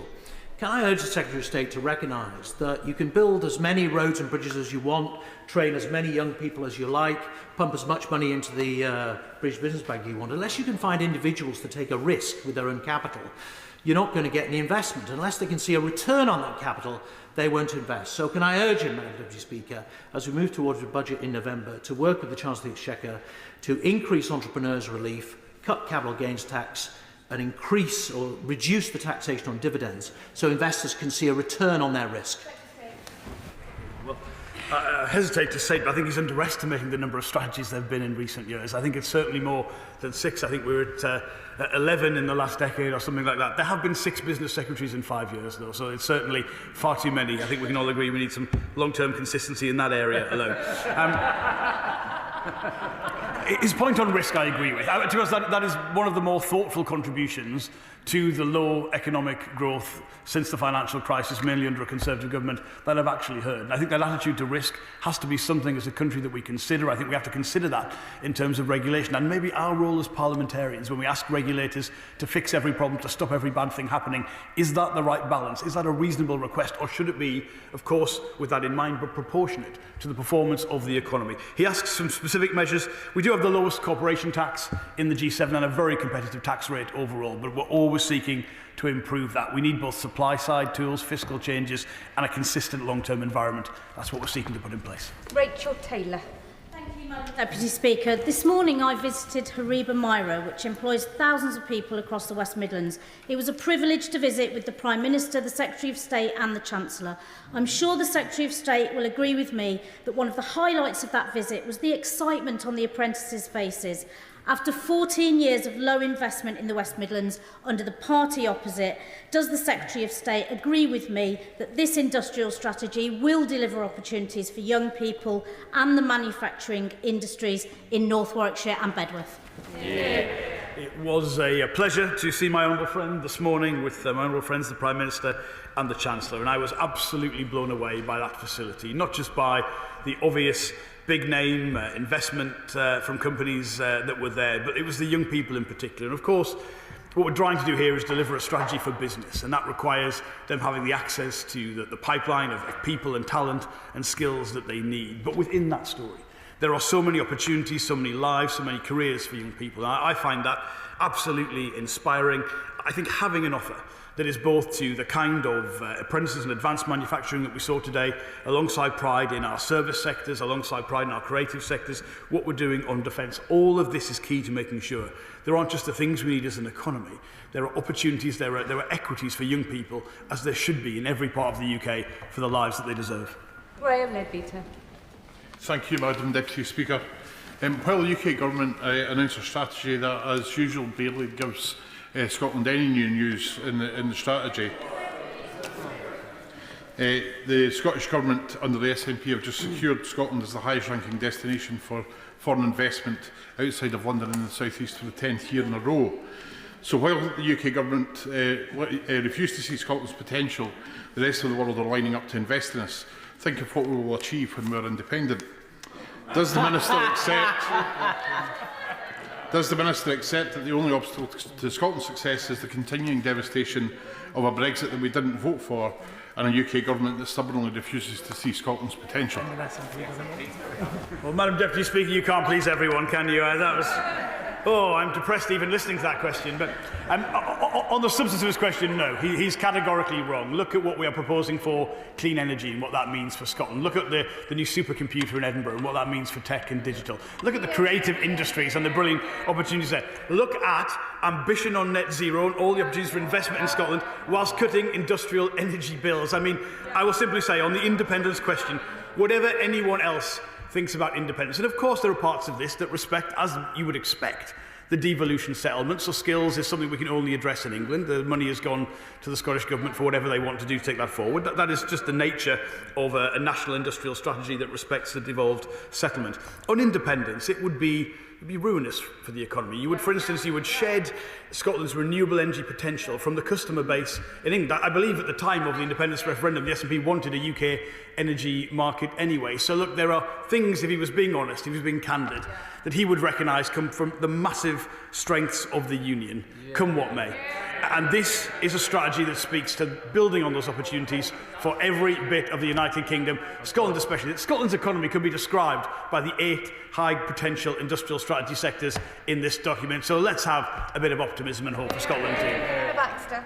Thank you, Madam Deputy Speaker. I welcome my honourable friend's statement today, a doubling of business investment by 2035, and particularly welcome the £4.3 billion of funding for advanced manufacturing sector, which will directly benefit the Amids factory in Renfrewshire, which is in Scotland. So can the Minister say a little bit more about how you work hand in hand with the devolved administration in Holyrood to ensure that delivery of this strategy is tailored to local strengths? Here, well, there's the true voice of Scotland. That's fantastic to hear that optimism and pride in the future. I mean, of course, she is right to say there are huge advantages for her constituents in this. A strategy that commits the kind of quantum of funding on a long-term committed basis on R&D, that cuts industrial energy prices, that does the kind of things across the board. I mean, there's so much that's part of this that, on each of those sectors to break down. I could be here for hours, Madam Deputy Speaker. You'd probably get upset with me if I read out each of the measures that are part of this. And as I said earlier to that question earlier, of course, when you're doing a national industrial strategy, you have to respect, I think this is entirely right, the devolved settlement. There are some supply-side areas of industrial strategy I don't have control over as the UK Secretary of State. I think it's right to reflect that, to build on where we can, and to work in partnership where we can. There are things I would like of the Scottish Government. I mean, think of Scotland's tremendous pedigree in civil nuclear power, all that investment denied to Scotland because of the policies of the Scottish Government. So I have my frustrations, but I will work together where we're able to do so to produce the best outcome for Scotland. Select Committee Member Charlie Maynard. Thank you, Madam Deputy Speaker. I'm going to quote here: "The UK has long been and remains a champion of free trade, if only, not on the big stuff and not on the important stuff. So leaving the EU's customs union single market has reduced UK GDP by between 2 and 4%. The deal with India is good news, but according to the UK government's own estimate, that adds 0.1% in the long term. So that's 20 to 40 times smaller. UK exports are down 13% since the Trade and Cooperation Agreement took effect. That impacts people in my constituency and all of yours. So when will government move faster to repair the enormous economic damage of a hard Brexit? Well, I understand the point the honourable gentleman is making. This was the question that faced the nation at the time of the referendum. And if you leave a single market and a customs union, of course there will be economic consequences of that, particularly when you have free movement of people and what that produces in terms of the GDP figures. But that is a decision that the country took. And I would honestly say, let's look to the future, not the past. We could have this argument forever. We would have a situation where the kind of uncertainty for businesses that was created by never fundamentally coming to a settlement on Brexit would actually in itself become as big a problem as the kind of impact of leaving the single market that he talks about. And of course, if we were in a customs union without being part of the EU, I mean, can a G7 economy subcontract that area of policy entirely to other countries, not have control over key aspects of our economy? Honestly, I don't think that is reasonable. And I appreciate the Liberal position is almost certainly to go back into the European Union. There's consistency there. But I say again, that would mean, for instance, denying us the benefits of the India trade deal, the reduction of tariffs on agriculture and whiskey and cars, the lack of, we have no services access to India, or to the US agreement, which has saved tens of thousands of jobs. Rachel Hopkins. Thank you, Madam Deputy Speaker. I welcome the ambition behind the government's industrial strategy, a bold 10-year plan to unlock Britain's potential. So could the Minister outline how the strategy will align skills provision, particularly vocational and technical training, with the needs of our high-growth sectors such as advanced manufacturing and clean energy? I'm getting an impression you would like more brevity from the front bench, Madam Deputy Speaker. So I would just say the skills packages will put more funding into the courses and the flexibilities required on those courses that matter, more capital funding for technical excellence colleges, and making sure that is available to every part of the UK. David Reid. Thank you, Madam Deputy Speaker. I was glad to hear Defence run through the Business Secretary's opening statement. So would he be able to tell us how much equity the reviewers of the Strategic Defence Review, the SDR, had in the compilation of the UK Modern Industrial Strategy? Very much welcome the question. Yes, the Ministry of Defence has been a partner with this in the Defence Industrial Strategy, and it mirrors and closely aligns, as you would expect, with the Strategic Defence Review and the big increase in spending under this government. Sonia Kumar. Thank you, Madam Deputy Speaker, and I warmly welcome the statement. Can the Secretary of State outline what specific measures are being taken to ensure towns like Dudley, which actually is the birthplace of the Industrial Revolution, receives its fair share of economic regeneration, job creation and current infrastructure in cities isn't further invested in to generate growth? Very much appreciate my honourable friend's question. She will see in the place section a whole range of tools that are available to both mayoral areas and non-mayoral areas that will help shape local economic plans. She will see measures to attract inward investment to strengthen the voice of that in all of the regions. And of course a whole range of policies that speak directly to business where, building on the tremendous history and expertise in her area, it'll be good news across the board. Gregory Campbell. Madam Deputy Speaker, the Secretary of State will be aware of the future towns funds, one of which is in my constituency in Coleraine. And I want to see many more apprenticeships created through that Towns Fund. Will the modern industrial strategy that is unveiled today be flexible enough to allow funds like that to utilise through the strategy and get additional resources to make them even more successful than they've been so far? I thank you for his question. There are parts of the skills package here which allow for short courses, more flexibility, more foundational apprenticeships. I think that's speaking exactly to the challenge he puts. And if there's any specific issues relating to his constituency, the Towns Fund, I'll get those answers for him if he writes to me. Annalise Stoltz. Thank you, Madam Deputy Speaker. I really welcome my right honourable friend's determination to reduce energy costs. He's heard the need from that from me, from many other colleagues from industry, and he's acted. And the previous government did not act. He's gripped onto this, and I welcome that because it will level the playing field for UK automotive, including BMW Cowley. Of course, we also need action to incentivise electric vehicle production that's domestic, not the purchase of foreign-made electric vehicles. So will that be included in the ZEV mandate refresh that's referred to in this strategy? Thank you. I thoroughly welcome her question and thank her for all her support on our determination to make sure we have the competitive automotive sector that we all want to see. She's right to say the changes to the ZEV mandate were part of this. They were brought forward because of the pressing urgency. I wasn't happy with the situation I inherited from the Conservative Party, and we review very closely the level of consumer demand in that sector and are always willing to work with her and the tremendous business that she has in her constituency to make sure we're getting this country's markets to where they need to be. Bennett. Thank you, Madam Deputy Speaker. Consort Frozen Food, who are based partly in Burgess Hill in my Mid-Sussex constituency, distribute ice creams across the UK. They do some distribution overseas as well, but I met with them recently because they really wanted to understand how best they can access more markets. So what advice does the Secretary of State have for Consort Frozen Foods? And I also wonder, given the comments of the Honourable Member for Arundel and South Downs, whether he'd like to reflect on the Honourable Member for Arundel and South Downs' first role since he was elected was actually as Boris Johnson's net zero business champion. Well, I think there's no comment I can bring on that. I would say, well, first of all, I imagine that business is doing very well in the last few days. Anyone selling ice creams has probably had a pretty solid demand for its products. But she makes a really good point. There's a lot of support for exporting, and businesses don't often always know where to find it. The Business Growth Service, which is something that's going to be part of the Small Business Plan, is an attempt from government to bring together a single portal of information, to digitise, single digital login ideally, for all the interactions businesses have with the UK state. And I want to bring together the very considerable export offer we have, the Export Academy, and the expertise that we have in markets to have a very clear, so a member of Parliament like yourself visiting that business can simply say, this is where you need to go to, this is all the resource available, and I can raise any other issues with the Secretary of State. Ruth Jones. Thank you, Madam Speaker. Ruth Jones. Thank you, Madam Deputy Speaker. I'm confused now. As chair of the All-Party Parliamentary Group for Semiconductors, I welcome the formal recognition of this valuable sector within the new industrial strategy. I also welcome the plans for the future development of the sector, but as always, the devil will be in the detail.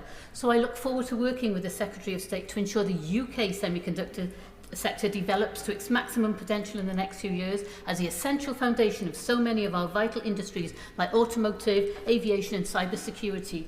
Will he commit to regular ongoing discussions with the leaders of the semiconductor strategy sector? Thank you for her question and her championing of that sector, which of course is very significant for her constituency. It is part of an approach in the industrial strategy that recognises, yes, the industrial strategy 8 sectors that are very, very important, that have had an analytical base for focusing some attention on them, but it does cover those foundational sectors as well. So as she's already said, other sectors would include steel, chemicals, critical minerals, composites, materials, electricity networks, ports and construction. We need the foundations in place if we're going to have the kind of success that we're looking at, and I look forward to continuing to work with her on that. Tice. Thank you, Madam Deputy Speaker. This 138-page industrial strategy highlights the key problem facing British industry, which is high energy prices. And the Secretary of State is putting into place some measures to reduce those. But surely, Secretary of State, you could do that earlier than 2027 by removing some of the green levies of net stupid zero, removing those sooner. And where will energy prices, Secretary of State, come down for all British industry? When we get off gas. Here, well, I almost thought he welcomed part of the strategy there. That took me a little by surprise. Yes, we're going to make and do decisive actions to reduce the cost of industrial energy prices. As I've said earlier, there are some things I can do quicker than others. The supercharger scheme can be made more generous in the short term. Others require a longer process. I'll work as hard as I can to deliver that. But I would say to him, what I would hope he would recognise is the core reason we are such an outlier is our exposure to fossil fuel prices, including gas, both for heating and for electricity prices. And to go down a route where we'll be exposed to that in the long term without the kind of ambition we need to make sure we have secure, clean supplies of energy in the UK. I think, to be frank, the honourable gentleman should listen to business a bit more.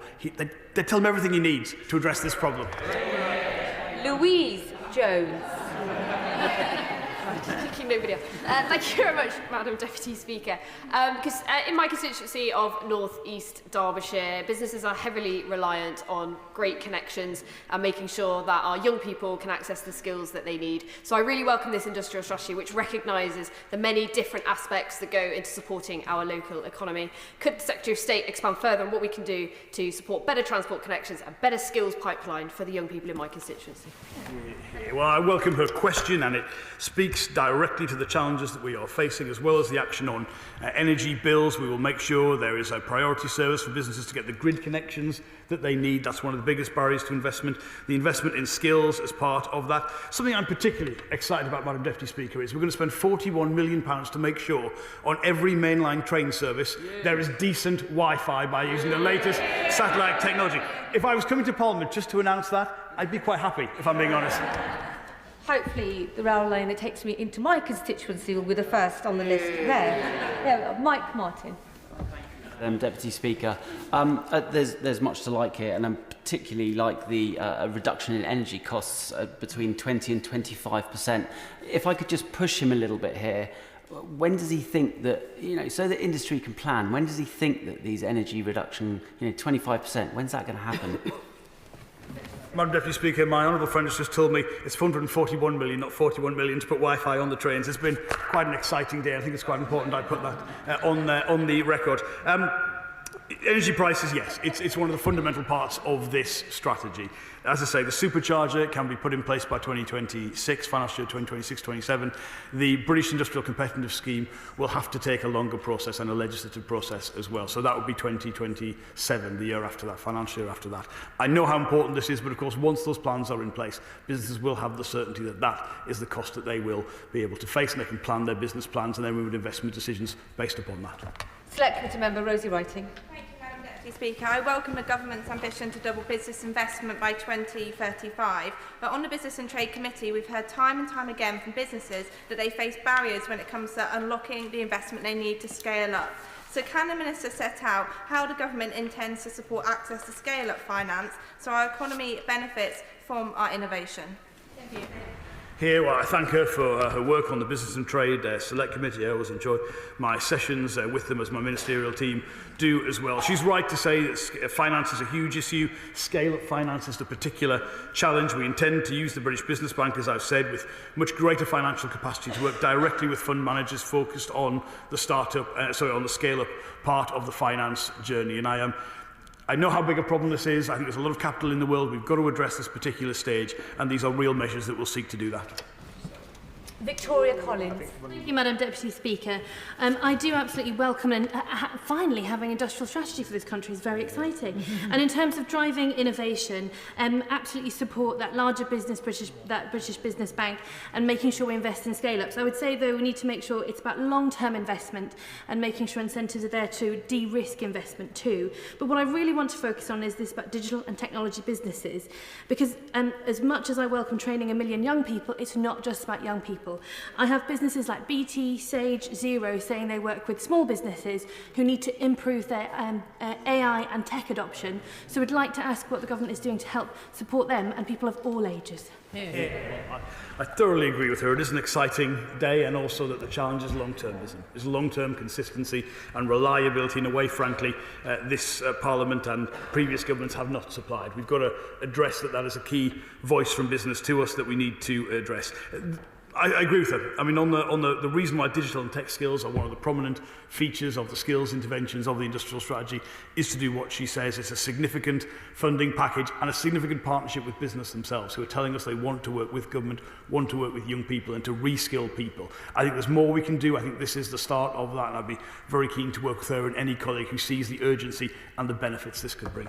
Questions are far too long and the Secretary of State is far too generous with his responses. Let's try and nip that in the bud. Rachel Maskell. Thank you, Madam Deputy Speaker. York Central, our biggest brownfield site, will release 12,500 new jobs in advancing digital rail, in the digital creative sector, as well as in the bioeconomy mentioned in your brilliant industrial strategy. Will the Secretary of State, however, ensure that innovation hubs at the centre of these cluster developments are able to come on stream and get the funding they need in order to unlock these sites?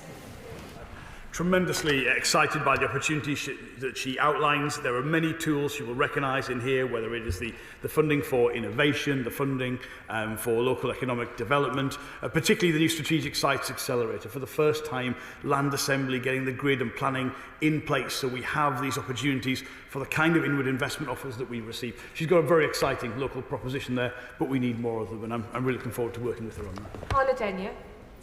Thank you, Madam Deputy Speaker. I'd like to welcome the investment in skills announced today.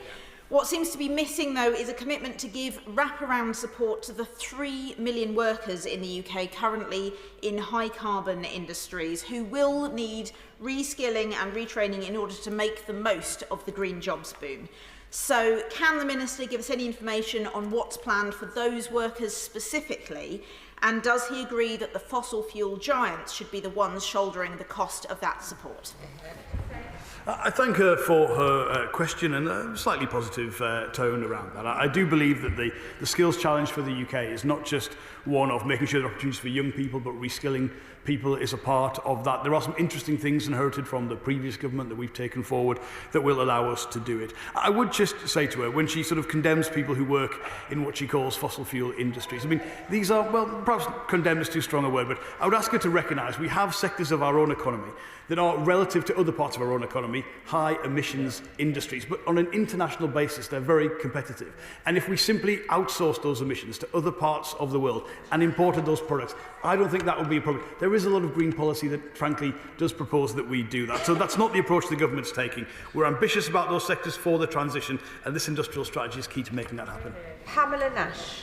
Madam Deputy Speaker, I warmly welcome this ambitious and exciting industrial strategy from my right honourable friend, the Business Secretary, and aligning vocational and technical training to the skills that are needed by our industries is just plain common sense. However, in my constituency in Motherwell, Wishaw and Carluke, businesses are often telling me that they can't access the skills they need in workers, and young people in those retraining are telling me that they can't access the courses they need. So can I ask the Secretary of State, is his department speaking with the Scottish Government in preparation for launching this strategy today?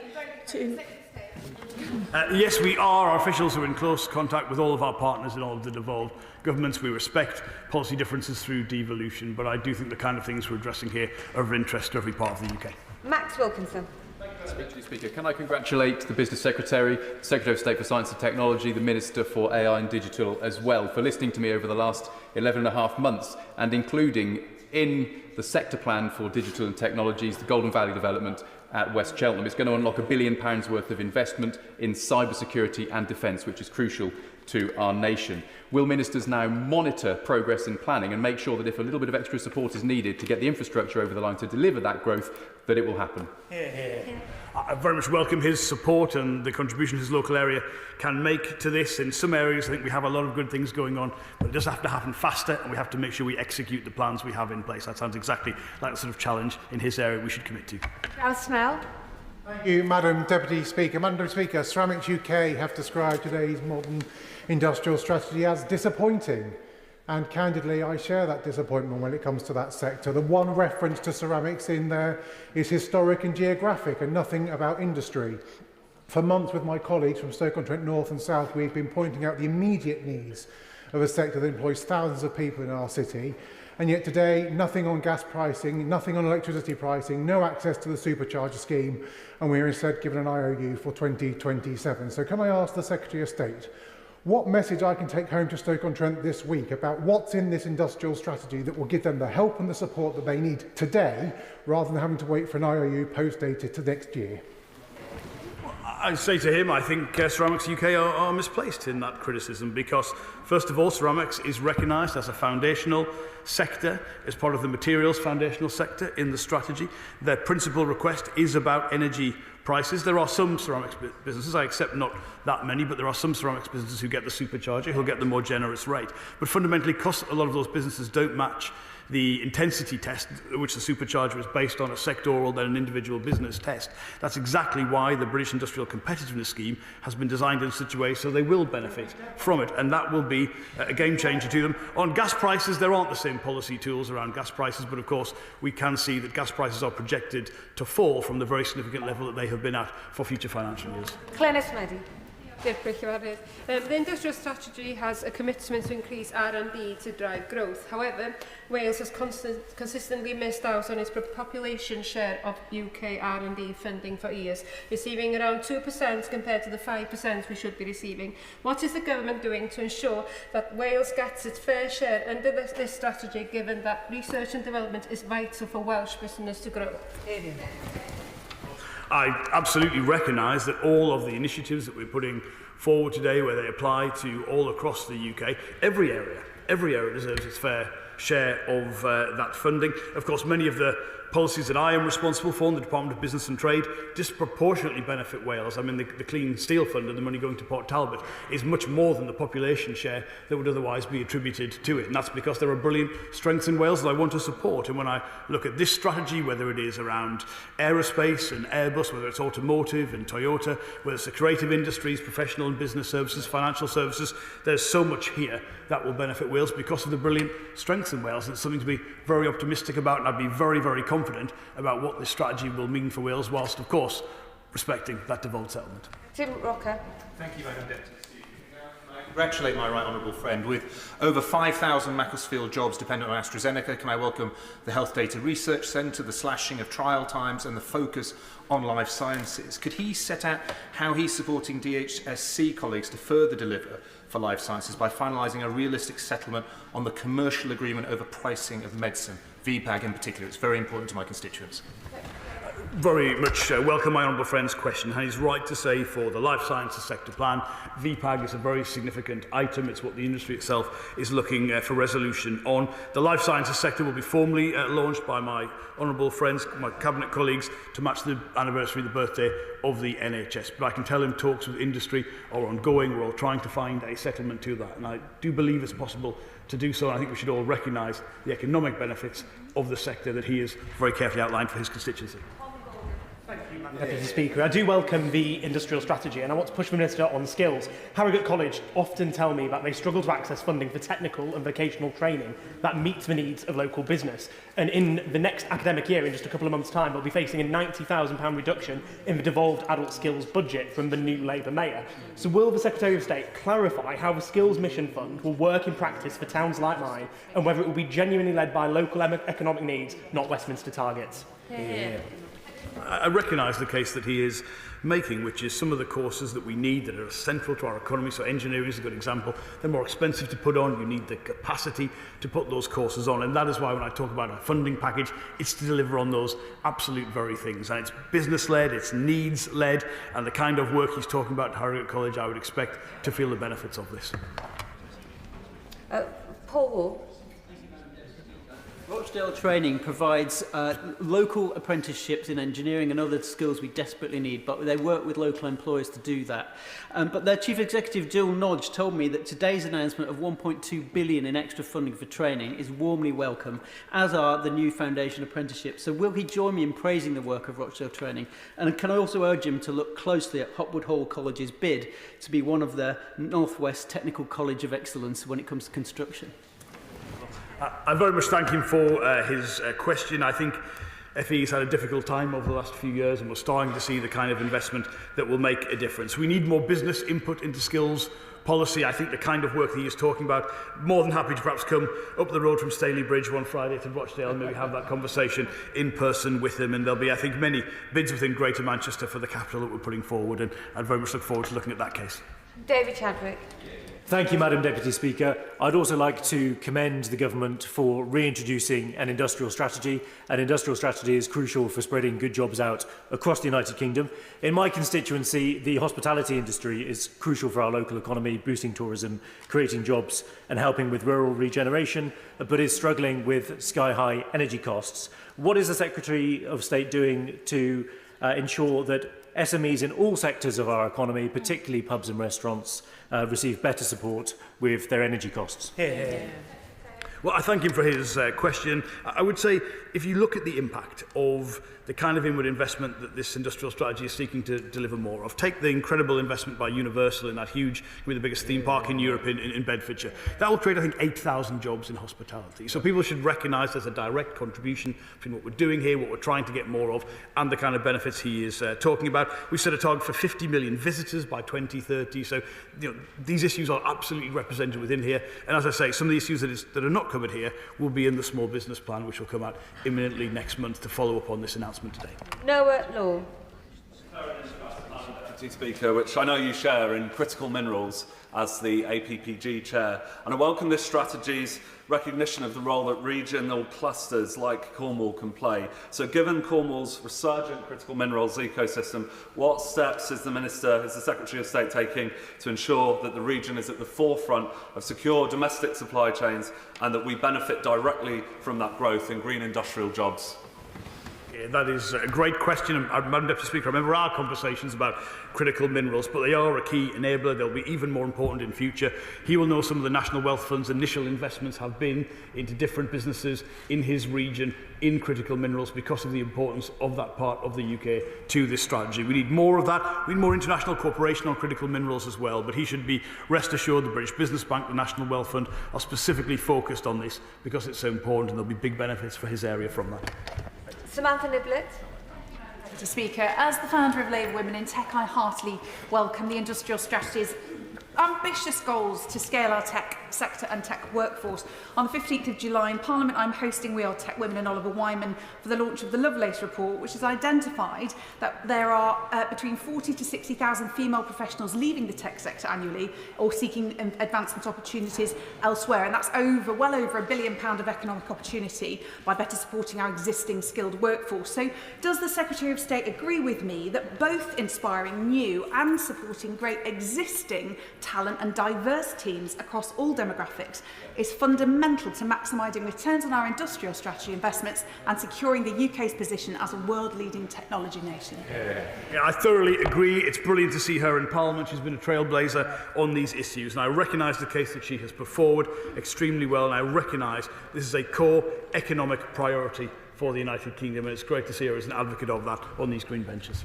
Tom Hayes. Thank you, Madam. My bronchitis is starting to get me a little blood. In 2023, that it was 40% more productive and wages were 15% higher than the UK average. So I'm pleased to say this industrial strategy betting on a winner with clean energy. I'm also pleased to see the announcement that government will be slashing the cost of energy for industry. But would he tell me and my constituents in Bournemouth and people across the South West what this industrial strategy will do for the South West? Well, I'm more than happy to tell him we have breakdowns for every region going to every colleague because there's so much for each part of the UK. I couldn't possibly do it justice from the dispatch box. But on his points on clean energy, there is so much money coming into the UK and more in future. It would be crazy to turn our backs on that. This is a major economic opportunity as well as being about a safe, reliable, clean supply of energy for the UK, which is the basis of all economic activity. And we can do that whilst reducing energy bills for industry. That is exactly the kind of consistent approach I think this country has needed for some time. My apologies, Jim Shannon. Madam Deputy Speaker, you're very kind. Thank you. We got there, Dan. Can I thank very much the Secretary of State for his statement, full of positivity, and everyone here deep down welcomes it, and if not, well, they should. Well done, Minister, and well done, this government. Whilst I welcome the news that more than 7,000 British businesses are set to see their electricity bills slashed by up to 25% by 2027, it is clear that there is much more support as needed, such as a reduction, can I kindly say this, reduction of corporation tax, especially for Northern Ireland business, which borders the Republic of Ireland, which has half the corporation rate of 12.5%. So will the Secretary of State discuss with his Cabinet colleagues to provide greater support for our industries in Northern Ireland? Thanks so much. Thoroughly welcome his question. I appreciate his support and kind words for this. There is a great deal that will benefit, as I say, every part of the UK. He knows I think I take my responsibilities very seriously for Northern Ireland, particularly the complexities of trade policy and the Windsor Agreement and what that means. Now, it has to work for the benefit of everyone in Northern Ireland. Now, he will know the UK has the lowest corporation tax of any G7 country, so it's quite an ask to reduce corporation tax still further. But I understand the genuine competitive pressures of being in business in Northern Ireland if you're close to the border, and the mobility of capital and talent and how that is affected by that. It means we all have a responsibility to make sure UK government policy, working with our colleagues in the Northern Ireland Executive, works to the maximum benefit, is consistent, is coordinated. And I can tell him I'm regularly in touch with my Northern Irish colleagues and regularly visiting. I'm planning a visit right now. I might even try and look him up and maybe do a visit to his constituency to address some of these issues. Luke Myers. Can I welcome the focus in this industrial strategy for the Tees Valley region, and in particular our clean energy sector, which represents some 8,800 jobs today and scaling up dramatically into the future. But as I said in September, this will only work if we have alignment on skills. So can I ask when we expect to see the clean energy workforce strategy, and what steps the government will take to align skills into the future? I thank him for his question. I think one thing that is really important for colleagues to understand is, as well as the publication of the Modern Industrial Strategy today, we have now with this a tool for other government departments, non-economic government departments, to filter their own policy decisions through in a way which is consistent and to the benefit of UK business. Now that is everything from, for instance, the Home Office will publish its exemptions to the changes to the more restrictive skilled worker visa in relation to what these sectors need, and there'll be, for the first time, decisions made through that lens. He mentions a specific piece of work from my colleagues in DESNES about the workforce strategy that they are committed to. I don't have a timescale for him on that. I will make sure I or my colleagues write to him about that. But the prize here is genuinely joined-up government. That hasn't always been easy in the preparation of this strategy, I will be frank with him, but is the kind of consistent approach to policy, to competition, to competitiveness in the UK, which is very, very important. Reid. Deputy Speaker, can I welcome this ambitious industrial strategy and commend the Secretary of State for the long-term thinking, something that we didn't see under the previous government. East Kilbride in my constituency, Scotland's first new town, was born out of an effective post-war industrial strategy. But over recent years, my constituents have been given false hope from both the SNP and Tory governments, with big promises and little delivery. So can I ask the Secretary of State to give my constituents reassurance that this time it will deliver and will get growth and jobs? Well, I'm grateful to her for her question. I'd be frank with her constituents. I think in the past we have seen documents produced by governments that don't have much longevity. I think we've seen documents that have a lot of analysis but don't necessarily have real measures behind them. And that's why the strategy we've launched today on energy, on finance, on skills, on the powers local areas need, on how those programmes work consistently across government. This is always about creating the conditions for the private sector to thrive in. But I think anyone looking at the big challenges facing UK business today, UK industry, would see those addressed in this document. Catherine Atkinson. Thank you, Madam Deputy Speaker. Worryingly, only 9% of secondary vocational learners are currently studying engineering, manufacturing and construction, compared to the OECD average of 32%. So I warmly welcome that this industrial strategy confirms £100 million investment to support engineering skills in England. So could he outline how this funding will help meet skill shortages and deliver growth across the country, including in engineering cities like Derby?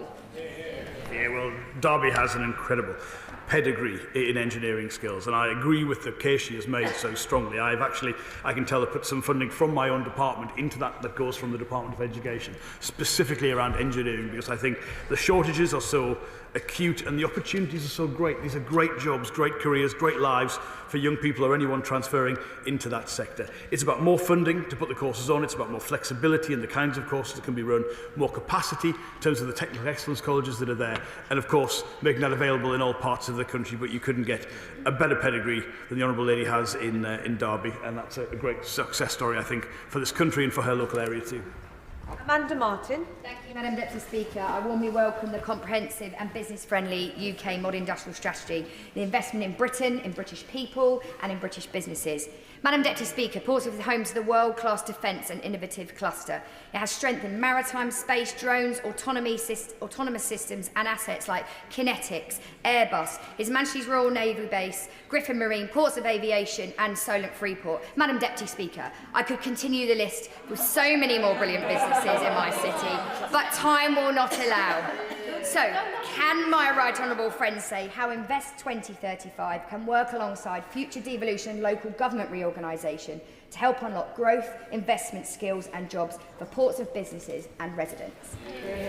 Well, I thank her for her question, and I think it's very important that we show the British people that the added investment, the huge increase in defence spending of this government will see real economic benefits for them, opportunities for their family, as well, of course, as fulfilling that core function of national security.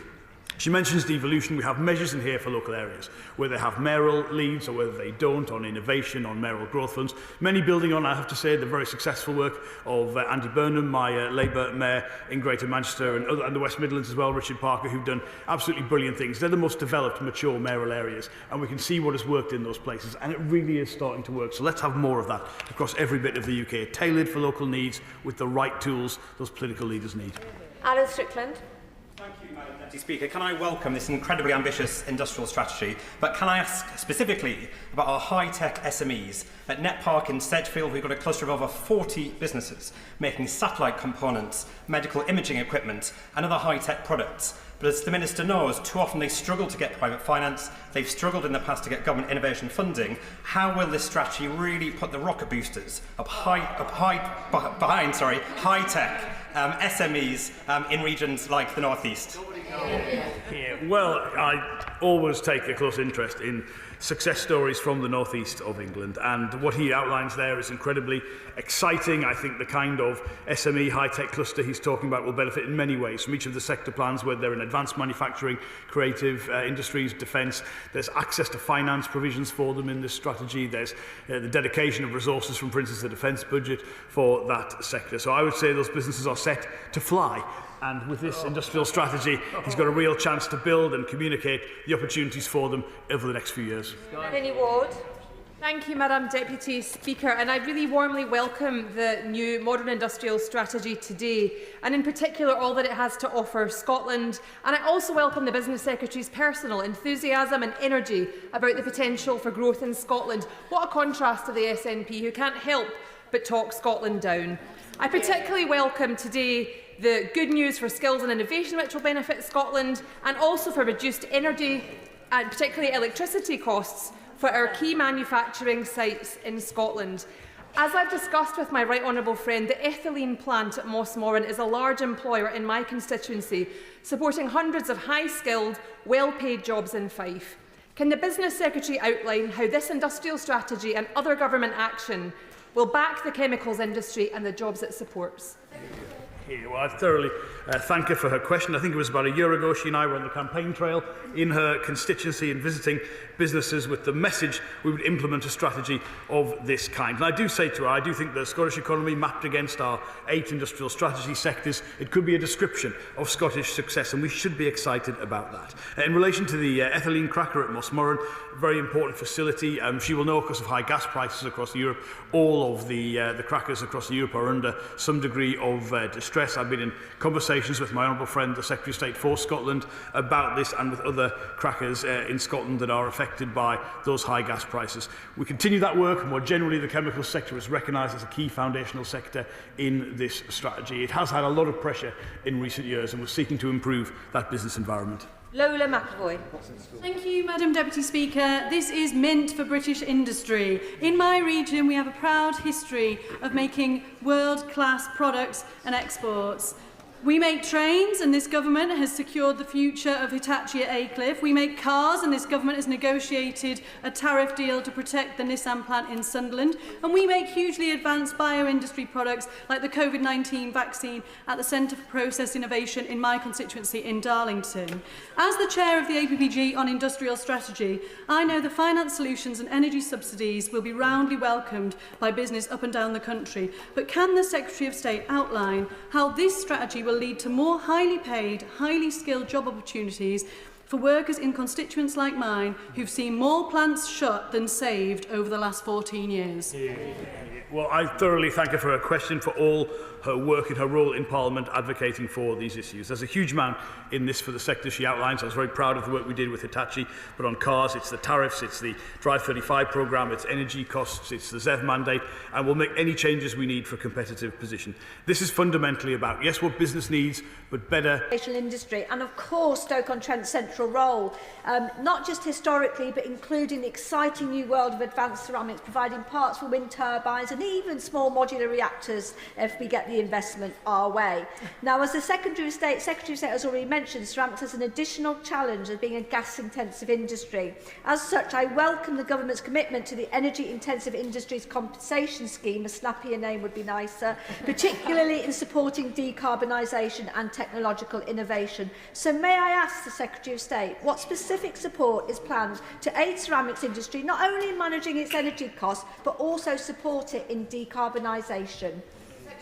Yeah, well, I thank her for her question. She's heard me outline already the eligibility and the foundational role ceramics plays in the strategy and the support it can get. She's also right to say the Energy Intensives Compensation Scheme review that industry wanted has been committed to. I think ceramics is a sector where we should all recognise there are more challenges around decarbonisation than some. We've got to be a supportive partner in that, particularly in terms of recognising some of the technological limitations that currently exist. It's similar to my answer to a previous question when I talked about we've got to look at where we are perhaps have high emissions from a sector, but where is it internationally? Would it be in our interest to see those emissions exported abroad and actually emissions as a whole go up? I don't think it would be, and that's always the approach I'll take to this sector or any other sector to make sure, again, we're doing the right thing for the climate, but also for British jobs and British industry.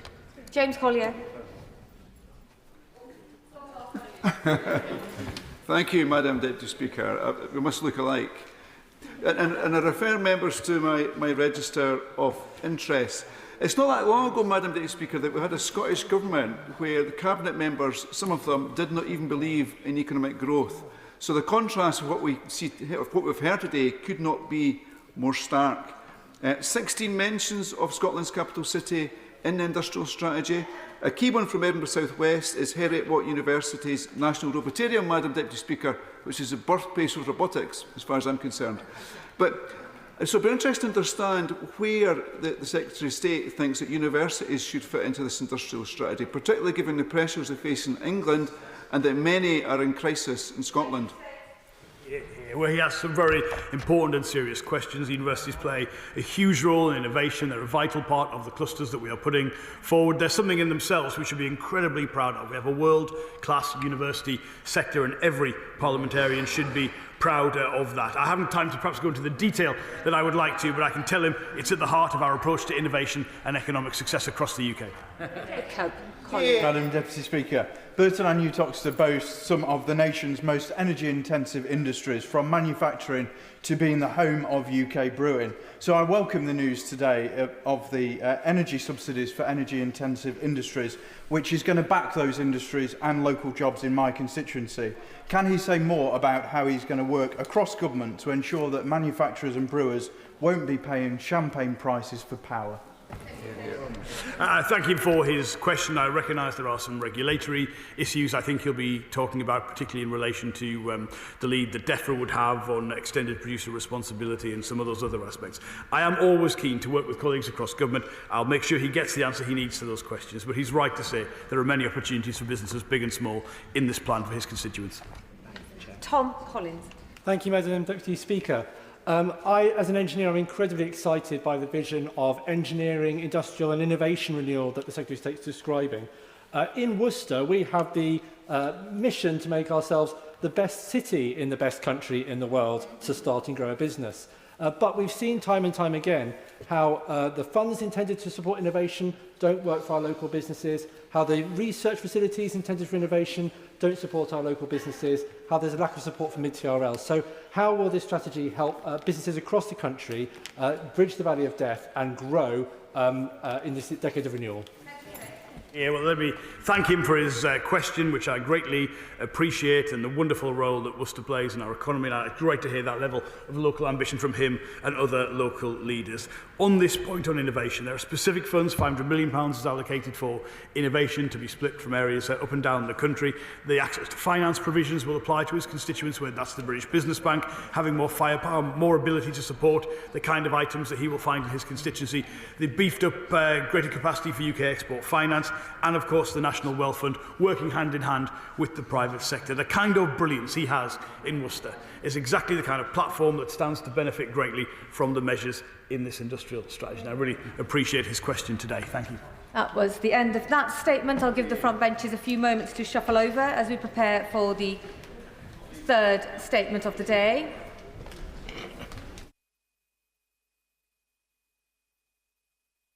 I'll come to the statement on UK military base protection, and I call the Minister, Minister Luke Pollard. Thank you, Madam Deputy Speaker. Members of the House will be aware of the news breaking in Qatar of reports of explosions at 19:35 local time. This is a fast-changing situation, and we are monitoring it closely. Members will also understand that I will not be able to give details at this stage, but the UK government utterly condemns any escalation. We have put force protection measures at its highest level to safeguard our personnel in the region. We have robust measures in place to protect our armed forces personnel, and their safety is our top priority. That is why we have been calling for de-escalation and diplomacy. Madam Deputy Speaker, Mr. Deputy Speaker, I'm sure you'll understand that I'll be trying to keep this statement short to return to the Department to be fully briefed. However, there's a number of developments that I wish to update the House about in the meantime. Earlier today, the Foreign Secretary made a statement updating the House on the military action undertaken by the United States, who conducted airstrikes against 3 Iranian nuclear facilities, Fordo, Natanz and Isfahan. No British forces were involved in these US strikes, but the UK and the US share an ambition that Iran can never be allowed to develop a nuclear weapon, and has taken action to alleviate that threat. America is the closest defence and security ally, and our militaries will continue to work in lockstep every day. As the Foreign Secretary said, that this is a critical moment for the Middle East. It follows a period of escalating conflict in an already volatile region. Yesterday, my right honourable friend, the Prime Minister, urged Iran to return to the negotiating table and reach a diplomatic solution to end this crisis. I echo that call. There is no route for Iranian military retaliation that brings this crisis to an end. The only off-ramp for Iran is to get serious and to return to diplomacy. The MOD's #1 priority has been the protection of our people and our bases in the region. Working alongside the Chief of Defence Staff, ministers have directed commanders to take all necessary measures to protect our servicemen and women. Force protection now is at its highest state across all deployed units in the Middle East. The additional RAF Typhoon jets announced by the Prime Minister have now arrived in the region to reinforce our posture, deter threats and reassure our partners. And I want to be clear, we will not rule out sending further capabilities if they are required. And we will take all steps necessary to protect our people and our assets. As we recognised in the Strategic Defence Review, we must always put our people at the heart of our defence plans. And that's why we've acted swiftly to bolster our defences and ensure our forces are supported and protected. I want to thank all our outstanding personnel who have worked tirelessly in the past few days, often with little sleep, to support the UK's response, both at home and abroad. And further to media reporting over the weekend, I can confirm that we're in contact with the authorities in Cyprus regarding the arrest of a British man. I'm limited in what I can say due to the ongoing police investigation, but I can tell the House that RAF Akrotiri was not breached.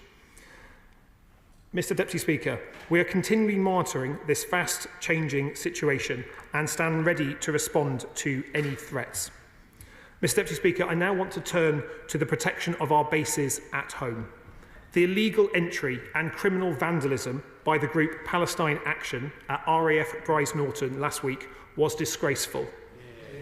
I can confirm 2 RAF Voyager aircraft were damaged by paint, but there was no further damage to infrastructure or assets, nor has there been any impact on planned operations from Bryce Norton. Mr. Deputy Speaker, not only was this epically stupid, but it was also a direct attack on our national security. Our personnel stationed at RAF Bryce Norton served with total dedication and professionalism.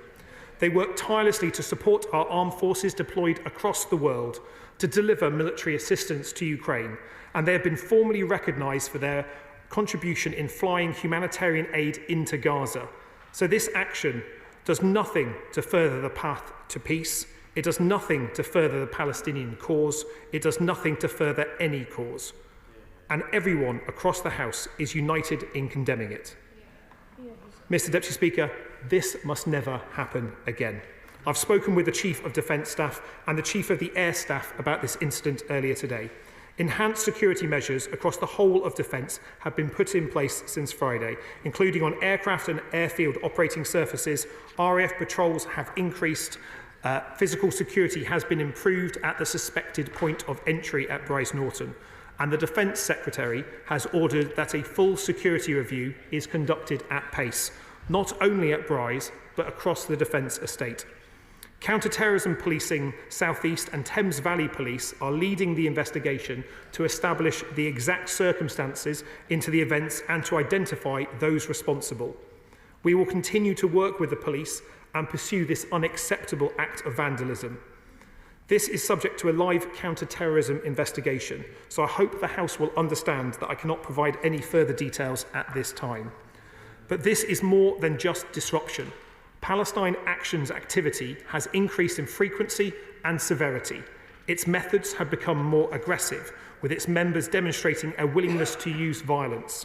Its activities meet the threshold set out in the statutory tests established under the Terrorism Act 2000. And that is why the Home Secretary is today announcing that she intends to prescribe Palestine Action. Mr. Deputy Speaker, the instability in the Middle East and the continued war in Ukraine shows why this week's NATO Leaders Summit in The Hague matters. We are living in a more dangerous and unpredictable world. This summit is a moment where NATO allies will pledge to step up on defence, to boost defence spending that boosts our collective security. President Trump and NATO Chief Mark Rutte are right. The current NATO spending pledge of at least 2% of GDP on defence is a relic of an old era.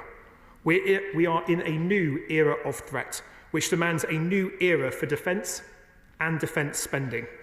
That is why the government announced the biggest sustained increase in defence spending since the end of the Cold War, and it is why this week at NATO we will discuss a new, higher spending target with our allies.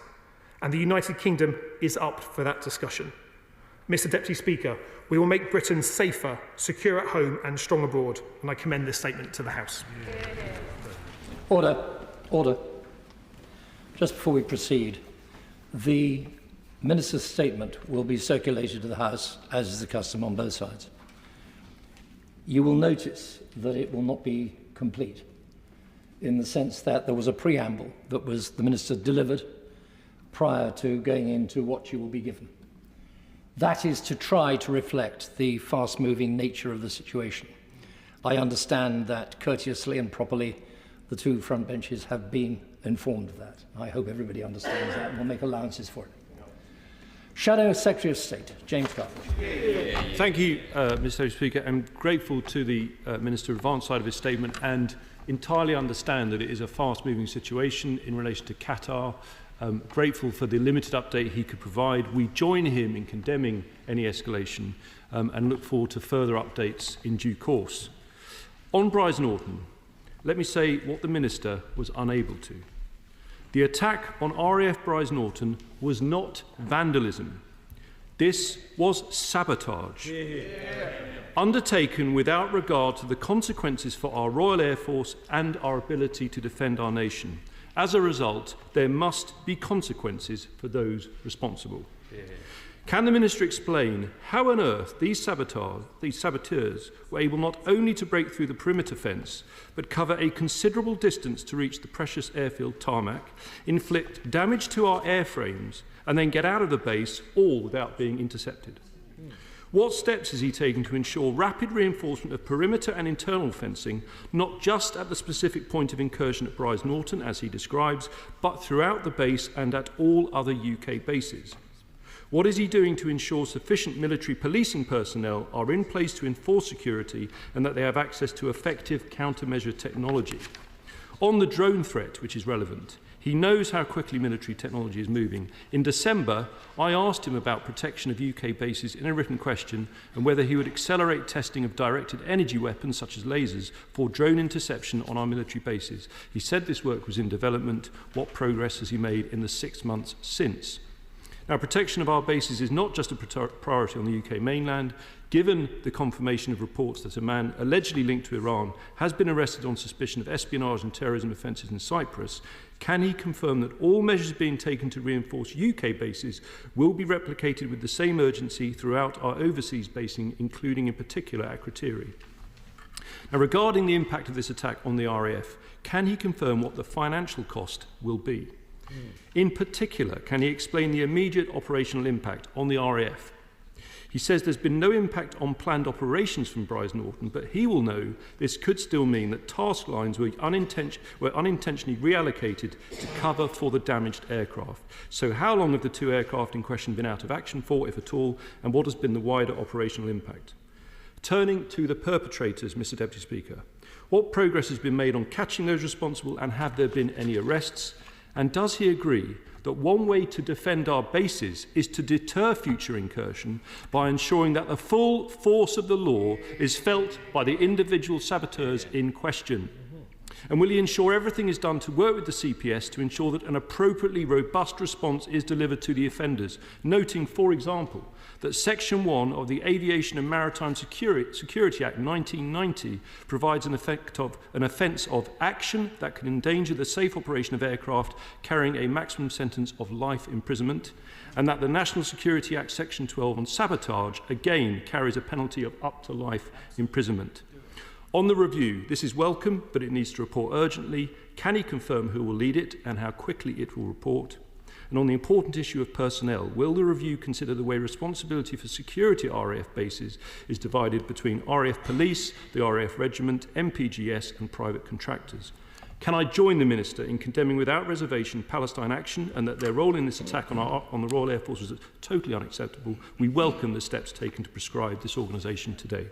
I also welcome the Minister's commitment to strengthening force protection more widely in the Middle East, including through the deployment of RAF Typhoons, and particularly in light of the breaking news in Qatar. To conclude, Mr. Deputy Speaker, the Minister is entirely right at this time that the MOD's priority must be the protection of our people and bases in the region. But in his opening remarks about the airstrikes against 3 Iranian nuclear facilities, and indeed throughout his multiple questioning on today's media round, it was totally unclear whether the government supports or opposes those US airstrikes. The Minister was asked 7 times on LBC whether the government supports or opposes US military action. He failed to answer once. He is now in front of Parliament. These are matters of the utmost importance to the security of our nation. He is the Minister for the Armed Forces being asked about the action of the armed forces of our closest military ally. So I conclude with a straight question. Does he support the US bombing of Iranian nuclear facilities? Yes or no? Minister of State, Luke Pollard. Thank you, Mr. Deputy Speaker. And can I thank the honourable gentleman opposite for the tone in which he has asked his questions and for his support for Armed Forces personnel. I think it is really important at this time that this House sends a united message that we will protect our people wherever they are in the world, but especially those people serving to keep us safe and keep our allies safe in the Middle East. In relation to his questions, I agree with him. I expect strong consequences for those responsible for the damage to our RAF Voyager aircraft at Bryce Norton. The investigation is proceeding. There's a number of investigations underway. The one commissioned by the Defence Secretary to look into what happened at Bryce Norton, to learn the lessons. I can already report that improvements at the point of entry have been made at Bryce Norton, but also to look at what lessons can be applied across UK military estates in the UK and overseas. I know that he, like I, have a strong interest in drones, and he is right to pursue the questions around how we have counter UAS activities. He will also know that since he asked that question to me a number of months ago, we published the Strategic Defence Review. In the Strategic Defence Review, we outline how we are looking to expand and roll out faster the deployment of the Dragonfire directed energy weapon system. So it will now feature in a funded programme on 4 of the Royal Navy destroyers. That will be a test bed for this technology that we believe has wider application, including against drones elsewhere across the defence estate. I can confirm that in relation to the RAF Voyagers, that the activities of the RAF were not affected because we were able to move assets to backfill those roles. That's one of the key parts of having an agile Air Force, that we're able to do that. The investigation into those aircraft on the damage that was conducted by the people who penetrated the security is ongoing, and I will report when that is further firmed up. In relation to counter-terrorism policing, it is right that we give the counter-terrorism police the space to conduct their investigation into the incident at Bryce Norton, and he will appreciate why I won't be able to provide a running commentary on that. And certainly when it comes to the deployment of RAF Typhoons to the region, we currently have around 14 Typhoons at RAF Akrotiri, and the Prime Minister has made it very clear that should further resources be required, that we will not hesitate in rolling further resources forward. And in relation to the position on the US strikes, the UK did not participate in them, and the UK and the US have a shared ambition that there should not be a nuclear bomb held by the Iranian regime. Stella Creasy. Thank you, Mr. Deputy Speaker. I think we all recognise that events are moving very quickly, but can I ask the Minister just to confirm 2 issues for many of us? Number one, we know that the Qataris were notified and were able to notify the Americans of the planned attack on their base. Can he tell us, or is he in a position to tell us at the moment, whether any notification was given to this country about the escalation in attacks? And secondly, can he say a bit more then about his plans for the NATO summit and our cooperation with our European counterparts? The events of this week show very clearly that we need in Europe to be able to act strategically to defend our interests and to work together and to step up that work. Can you say a bit more about what he's planning to do as well, please? Okay. Honourable friend for her question. In relation to the events in the Middle East, she will appreciate that I will need to be briefed further before I can provide an accurate update to the House. But when it comes to the NATO summit, she will be pleased to see that thanks to the EU reset deal that was secured by the Prime Minister, we have the opportunity now to participate further in EU defence programmes, to join up. The Strategic Defence Review makes it very clear that our priority is the Euro-Atlantic area for our security, and the largest threat facing us at the moment is Russia. But of course, Russia works in collaboration with a number of countries around the world, and collectively they pose a threat to the rules-based order. We will continue to work with our European allies and indeed our American friends to ensure that we have peace and security across the continent. Liberal Democrat spokesman Callum Miller. Thank you, Mr. Deputy Speaker. I also thank the Minister for the advanced side of his statement and, of course, understand the update that we've just received on developments in Qatar. In this Armed Forces Week, I want to begin by expressing my thanks to all those brave and committed personnel who serve in the defence of our nation. They deserve not only our thanks and praise, but the knowledge that just as they keep us safe, so too the government has invested to keep them safe through adequate force protection. I wish to address briefly the statement on developments in Gaza and the breaking news that Bahrain has also sounded alerts pending a potential attack there. Of course, I welcome the commitment to the protection of our forces and assets. It is the first duty of government. However, this development reflects our fears following the US action on Saturday that this may be turning into a protracted full-scale conflict. So I'd ask the Minister, what risk does he now assess there is against US allies in the region? Will the Minister confirm that UK jets will only be used to protect UK assets and personnel? And can he tell the House what steps are being taken to signal to Iran that the UK's operations are limited to this protective operation, so it is clear that we are not being drawn into the offensive operations launched by Israel and the US? The Minister also said in his update that Akatiri had not been breached, but can he confirm to the House that none of the other bases in Cyprus were breached in instance over the weekend?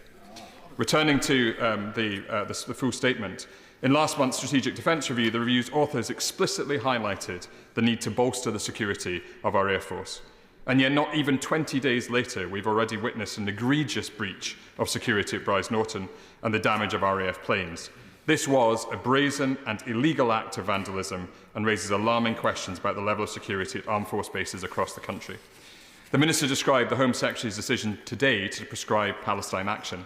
Can he provide the House with a clear understanding of the evidence used to judge that it has crossed the threshold set out in the Terrorism Act? And returning to force protection, I'd welcome the Minister's response to these questions. What initial assessment can the Government provide on how this breach was able to occur at Brize Norton? When does the Government believe the damaged planes will be able to return to service?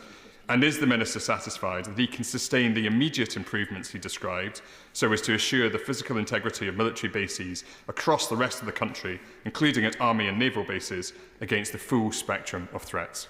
Minister. Can I thank him for his support and his words in support of our personnel? Armed Forces Week is an opportunity for us to thank all those men and women who serve in our armed forces, to celebrate their service and to make the case that a strong armed forces is not only good to secure our security, it is good as an engine for growth and something that we can all take pride in. And I look forward to attending the Armed Forces Day event in Plymouth, as I'm sure members across the House will be doing so in their constituencies. In response to his questions, the Foreign Secretary was very clear in his 7 hours of negotiations with the Iranian Foreign Minister in Geneva this weekend about the purpose of UK military assets in the region and also about the importance of de-escalation and the importance of Iran returning to the negotiating table, to getting serious, negotiating in good faith and reaching a diplomatic conclusion to this crisis. There is not a military retaliation option that delivers a solution to this crisis. We've made that very clear to Iran, as have our European E3 allies and our Gulf partners, and we will continue to do so. In relation to the questions on prescription, can I encourage him or direct him towards the statutory, to the written ministerial statement tabled by the Home Secretary today that answers a number of those concerns that he has. From the Home Secretary's point of view, it is now past a threshold in which action was necessary, and that is why she intends to take that decision to prescribe Palestine action in the way that she has announced today. And in relation to the breach at Brize Norton, he asked about the Strategic Defence Review. Indeed, on page 115 of the Strategic Defence Review, it notes RAF Brize Norton should be a high priority for investment and improvement, a statement that we adopted in full when we adopted the Strategic Defence Review and its recommendations. And when the investigation concludes in full, we'll be able to give further details to the House of improvements that we wish to make, not just at Brize, but elsewhere around the defence estate as well. Kim Johnson. Thank you, Mr Deputy Speaker. I'm concerned by the government's knee-jerk reaction to prescribe Palestine Action as a terrorist organisation. This country has a long history of protest. As I mentioned in this chamber last week, some on British military sites and none have been branded as terrorists. Last Friday, Palestine Action spray painted 2 aircraft at Brize Norton, the first time the group had taken action on British military land. Yes, guilty of criminal damage, but not as a terrorist. Even the former Justice Secretary Lord Falconer has stated his action would not justify prescription. So the evidence show it. So can the Minister set out what steps his department will take to ensure peaceful protest activity is not wrongly categorised as a national security threat? Minister. Can I say to the honourable member that as there is an ongoing counter-terrorism inquiry into the activities of Palestine Action, who conducted a direct attack against UK military assets at a time of heightened tensions, that it would be inappropriate for me to go into the full details, but may I say to her that the prescription of Palestine Action has been something that has been considered over a long period of time by my colleagues in the Home Office. It is a decision that they have taken after considering the facts, those in the public domain and those perhaps held privately, and we are certain that this is the right course of action to keep our country safe in these difficult times. Dr. Andrew Murison. Thank you, Deputy Speaker. My constituents in military establishments around Salisbury Plain won't see this as an act of vandalism. They'll see it as criminal damage. They'll see it as a sabotage. They'll see it as terrorism. And the Minister, who I respect, does himself no good by trying to downplay the seriousness of this. There are 2,900 Ministry of Defence policemen in this country. They have in recent years largely been employed in investigating relatively low-level fraud within the Ministry of Defence and in military establishments across this country with a relatively low conviction rate. Does the Minister agree with me that they would be much better employed looking after our critical national infrastructure and military bases, including in my constituency, right up and down the land? And will he consider ensuring that warranted officers are able to do a job of work for the MOD that cannot be done by regional forces? And I am very confident that they would welcome the challenge. Minister. Well, can I thank the right honourable member, who I also have a lot of time for. At no point have I sought to downplay the activities of Palestine Action. Indeed, today the government has taken the strong step of prescribing Palestine Action precisely because their activities are a threat to our national security. It is for that reason that the Home Secretary has taken the decision that she has. In relation to the military bases in near his constituency, Salisbury Plain, indeed the military bases in the constituency I represent in Plymouth, the review of our security arrangements covers all military bases. And certainly from the Defence Secretary to the Chief of Defence Staff and others within the Ministry of Defence, we are looking carefully at what lessons can be learned, what improvements can be put in place, and noting the conclusions of the Strategic Defence Review that we need to invest more in this area. How can we implement the findings of the SDR as quickly as we can? In relation to the points about policing, I'll be very happy to discuss them further with him because I know he's an expert in this area. Samantha Niblett. Deputy Speaker, as I'm partaking in the Armed Forces Parliamentary Scheme this year with the RAF, I have had the greatest pleasure and incredible privilege of visiting many RAF bases across this last year, and I am in absolute awe of those that put their lives on the line to defend us. And the events of last week were not only a breach of our defences, they were a massive, massive demonstration of disrespect for these serving personnel who will have been delivering aid to people in Gaza. So does the Minister agree with me that we should be thanking them for their service and it was the right thing to do to prescribe that group? Minister. Well, can I thank my more friend for her question? She is exactly right. The disrespect shown to our forces and their personnel, the threat to our national security posed by breaching the security of a military base and approaching military assets is something that we take incredibly seriously. Certainly the British public want to know that the full force of the law is being used to locate and to bring those responsible for justice, and I can confirm that the investigation is ongoing, and the steps the Home Secretary has taken today to prescribe Palestine Action, I think, are entirely consistent with the severity and the seriousness of their activities. Graham Ledbetter. Thank you, Mr Deputy Speaker. The actions of Palestine Action at Brize Norton were utterly reprehensible last week and will of course fear an alarm for military personnel and their families the length of the country, including in my own constituency where I have 3 substantial military bases.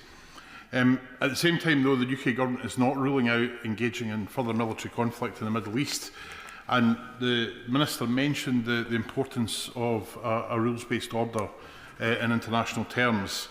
How can the UK Government seriously be considering engaging in further military intervention abroad in those circumstances when we have years of underinvestment that has diminished security bases right here and which causes concern for our armed forces personnel and their families?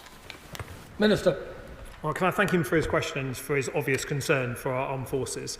The statement that I made today, and indeed the statements made by the Prime Minister, the Foreign Secretary and the Defence Secretary over the past few days, underline clearly that the use of UK military force, the deployment of UK military force in the Middle East is there to defend our people and our bases. It is worth reminding ourselves why we have a UK military presence in the Middle East. That is to support regional stability. It is to undertake counter-Daesh operations in Iraq and Syria.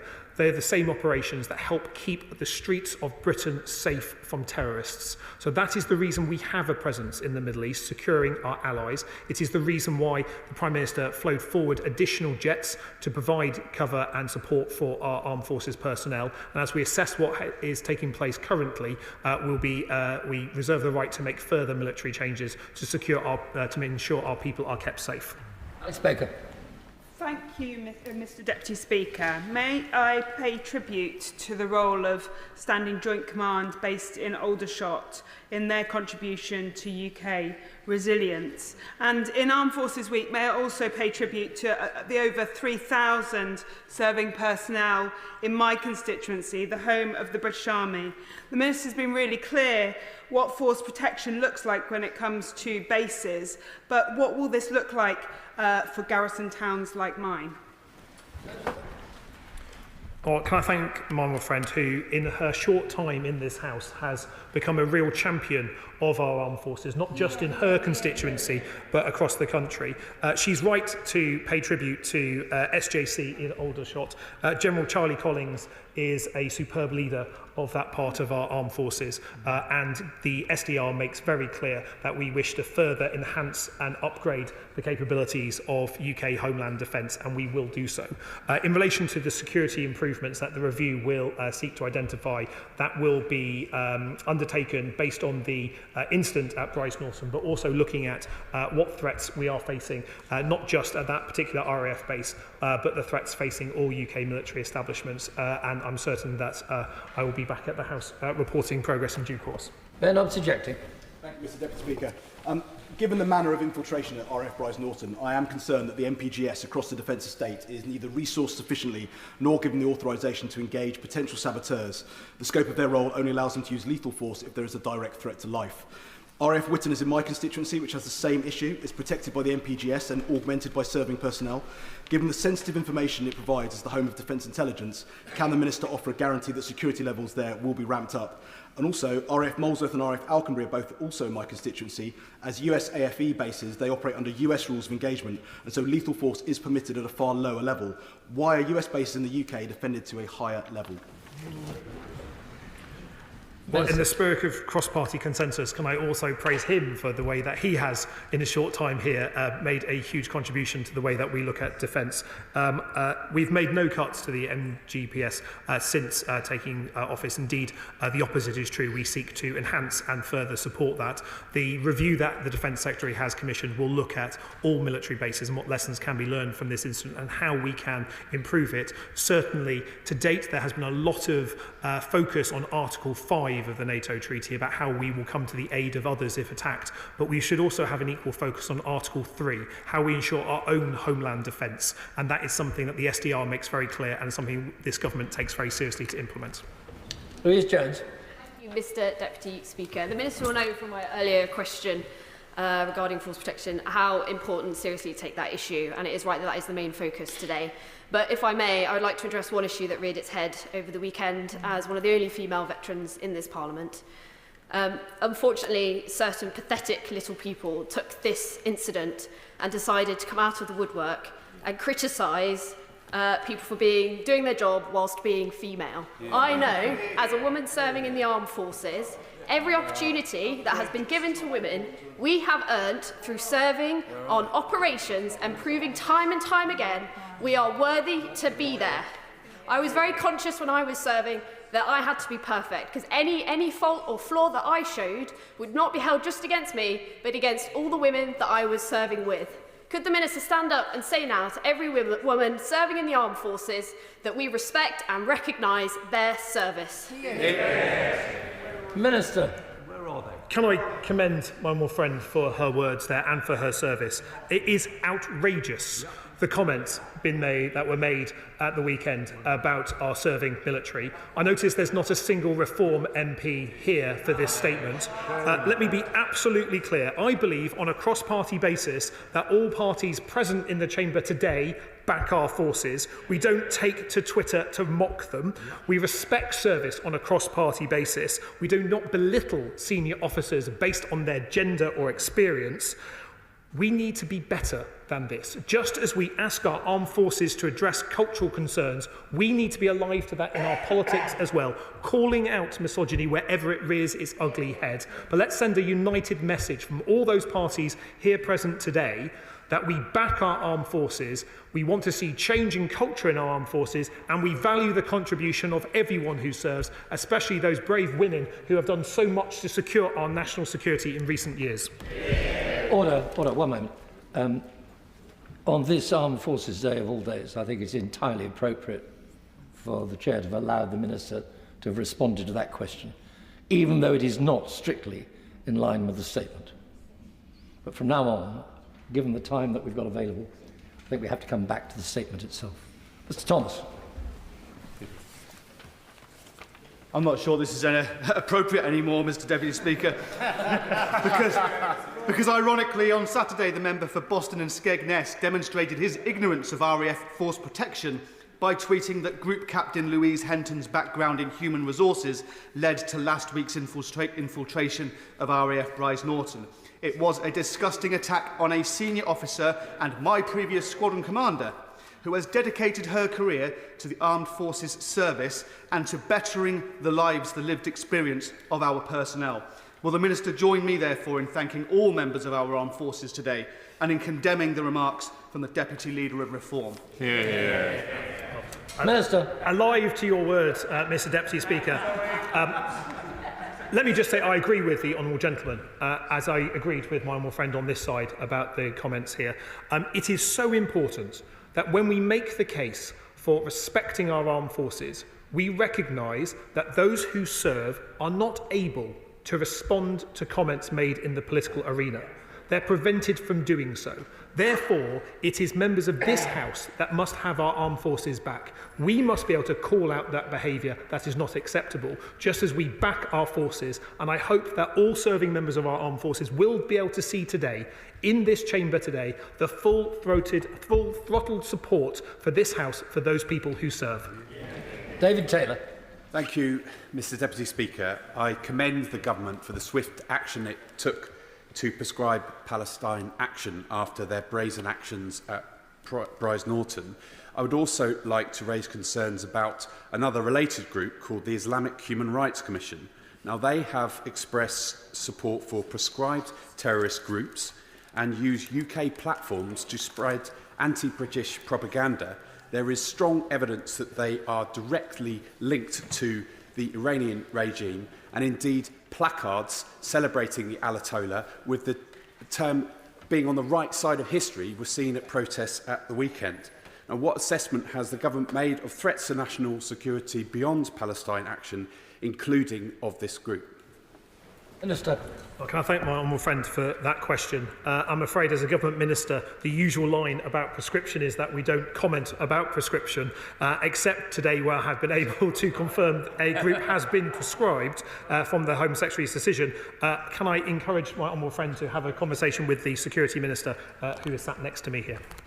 Sir Julian Lewis. Yeah. I must say I'm very surprised that the Home Secretary chose to put out a written statement rather than making an oral statement when we could have put some of these points to her about what exactly qualifies a group to be prescribed as a terrorist organisation. I entirely agree with the sentiment in the House that Palestine Action sabotaged these planes, caused criminal damage, could be liable to a charge of criminal conspiracy, and the people who did the damage should be pursued for remuneration to the point of bankruptcy. But it would do the country and the government no favours if they were to lose in court a challenge to the process of prescription.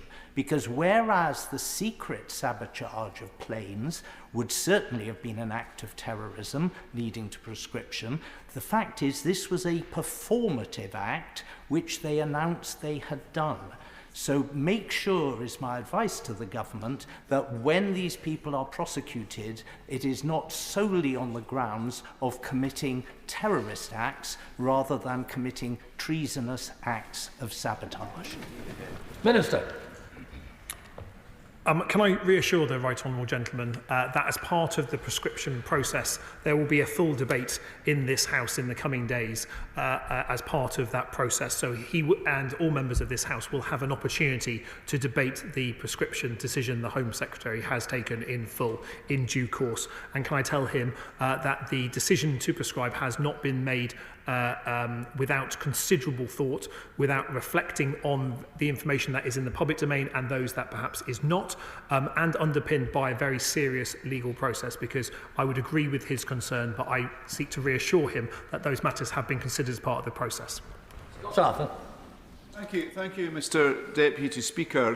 I have a substantial military footprint in my constituency, not least Redford and Drycorn Barracks, so I absolutely welcome the statement. So 2 questions. First is on the situation overseas. So I really welcome the comments about force protection, but it'd be good to hear if the families back home are being kept up to date, because I'm sure they're worried about their relatives, about our service personnel, their relatives overseas. And the situation in Bryce Norton, of course, the attack was ill-informed, ill-advised, by a group that frankly revels in lawbreaking. You can see that on their website. The irony is that all of us here oppose what Netanyahu is doing in Gaza in terms of the humanitarian situation. All of us, we're united in that. And all of us as well, we're here to protect and respect people's right to protest. But that can't extend to leaving our armed forces personnel feeling threatened or equipment being put out of use, even temporarily. So I welcome the base review, and I don't doubt that will include the bases in my constituency. But it'd be good to hear about what's happening off base in terms of the families. We're getting fresh advice to families, and when it comes to upgrading those military homes, we'll be looking at security to make sure they're kept safe. Minister. Can I thank him for his question and for the support that he provides to armed forces in his constituency. The force protection measures that we have introduced as a government are there to keep our people safe. We're at the highest level of force protection for deployed forces in the Middle East, and as part of that, we have sought to draw down those non-essential personnel to make sure that the footprint is as appropriate as possible. That includes where there would be families, but they'll be very limited given the theatre that we are talking about here. And certainly when it comes to investment in military housing that he mentioned, this is a priority for this government because frankly what we inherited, the state of those homes was not good enough, and that's why we're investing £1.5 billion extra in this Parliament to give homes really fit for heroes. Liz Savile-Roberts.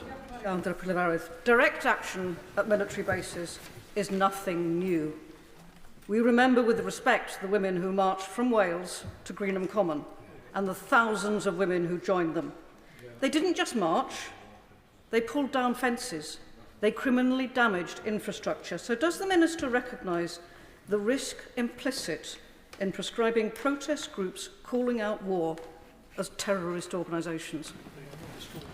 Minister. Can I say to the honourable member that they're not a protest group. They are people that have undertaken severe criminal damage to military assets. They're people who are increasingly using violence as part of their modus operandi.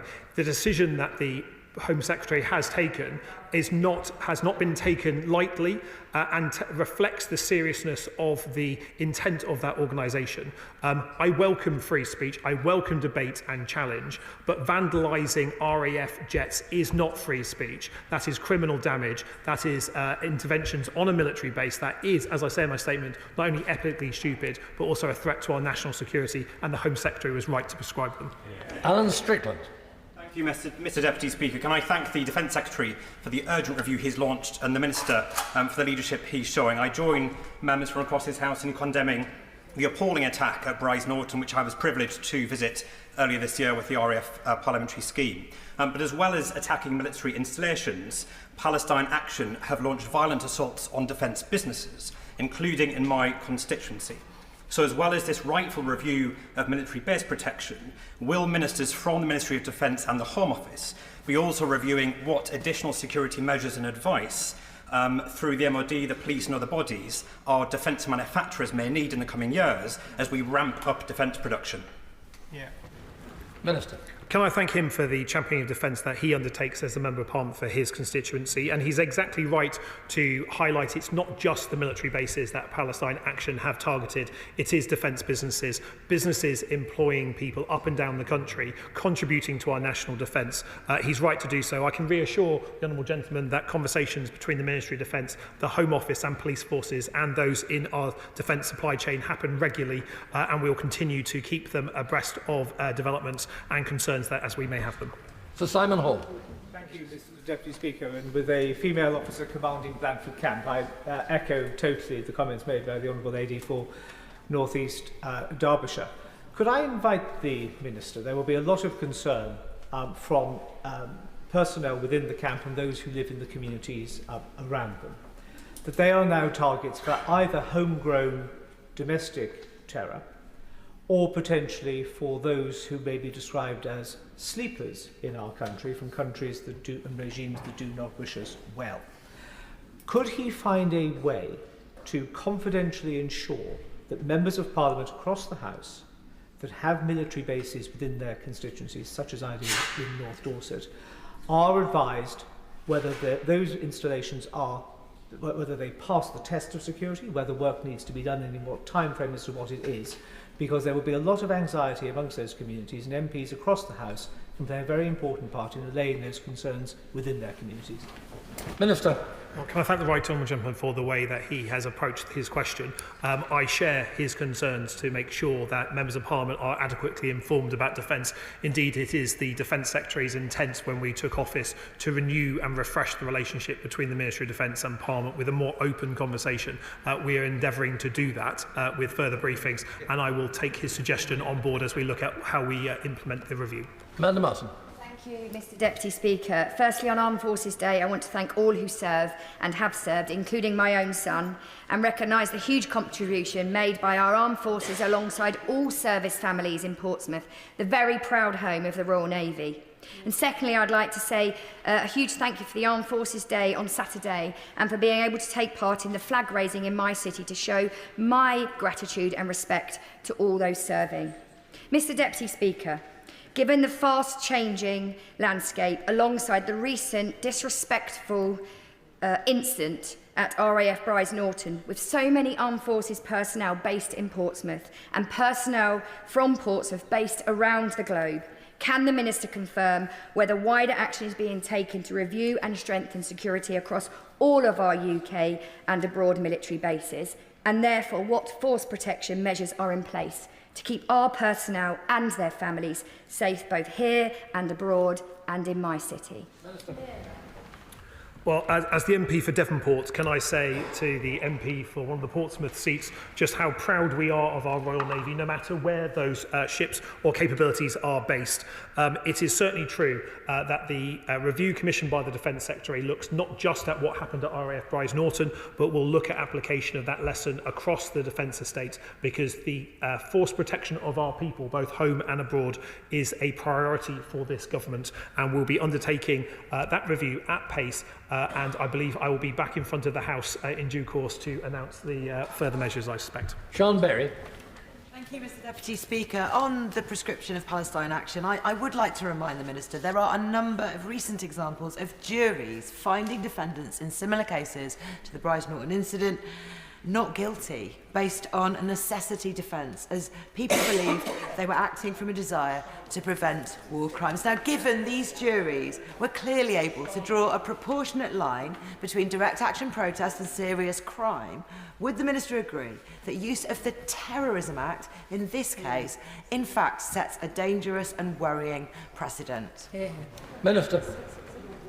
Well, can I say to the honourable member, the dangerous and worrying precedent was set by Palestine Action when they breached an RAF base, when they vandalised Royal Air Force planes. I entirely respect those that wish to protest, that wish to raise arguments, that wish to use freedom of speech. Let me be entirely clear, vandalising and attacking RAF planes is not the way to do that. Indeed, it poses a direct threat to our national security. That, and for many other reasons that you'll appreciate that Mr Deputy Speaker, that I may not be able to go into in this House, is the reason why the Home Secretary has taken that decision. And when the debate comes forward on prescription, as it will in the coming days, I hope that she'll be able to contribute to that debate and further understand why that decision was taken by the Home Secretary. Luke Meyer.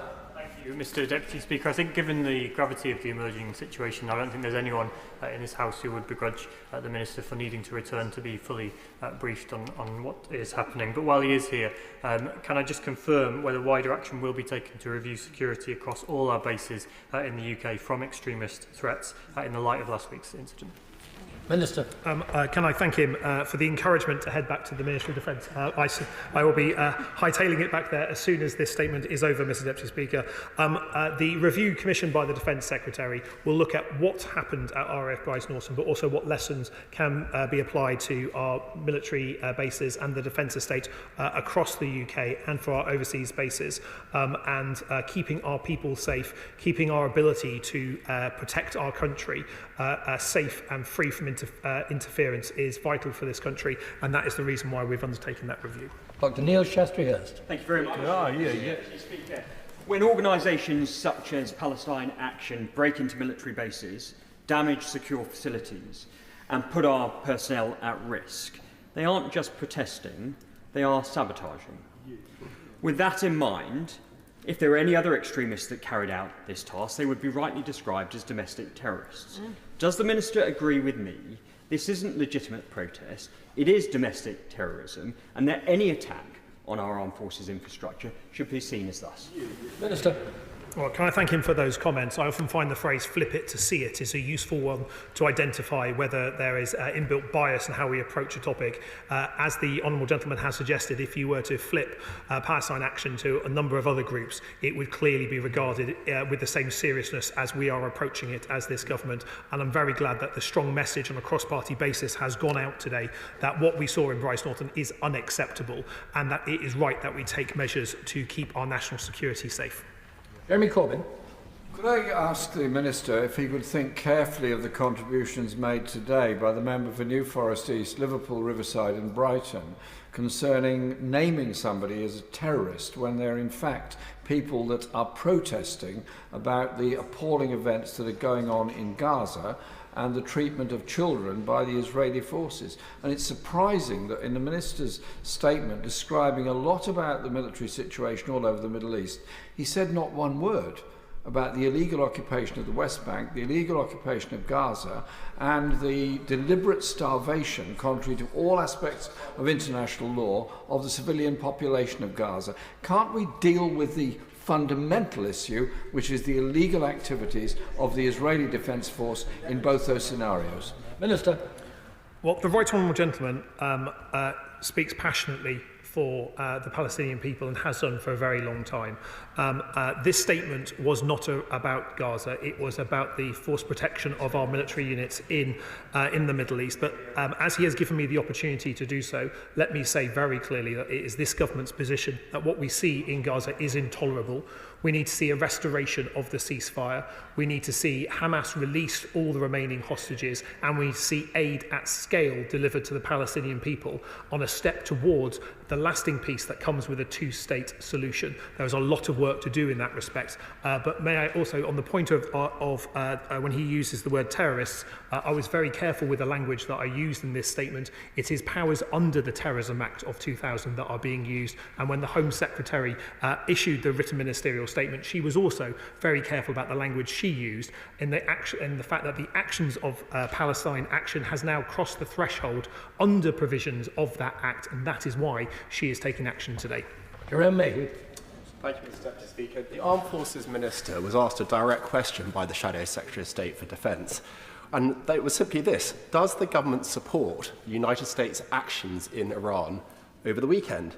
And the answer that he gave was that he agreed that Iran should not have a nuclear weapon.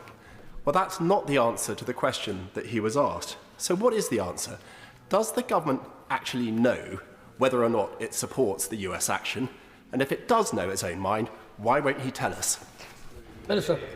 I think the Foreign Secretary was very clear when he was at the dispatch box for his statement earlier today that the UK and the US share the same long-term ambition to ensure that Iran does not have a nuclear weapon. Tom Gordon. Deputy Speaker, let me share, associate myself with remarks made about Armed Forces Week from members across this House and the condemnation of the escalation of the situation in the Middle East. I wondered if the Minister might be able to explain to me if there will be any additional security measures at the Army Foundation College in Harrogate, given the unique nature of what is happening there.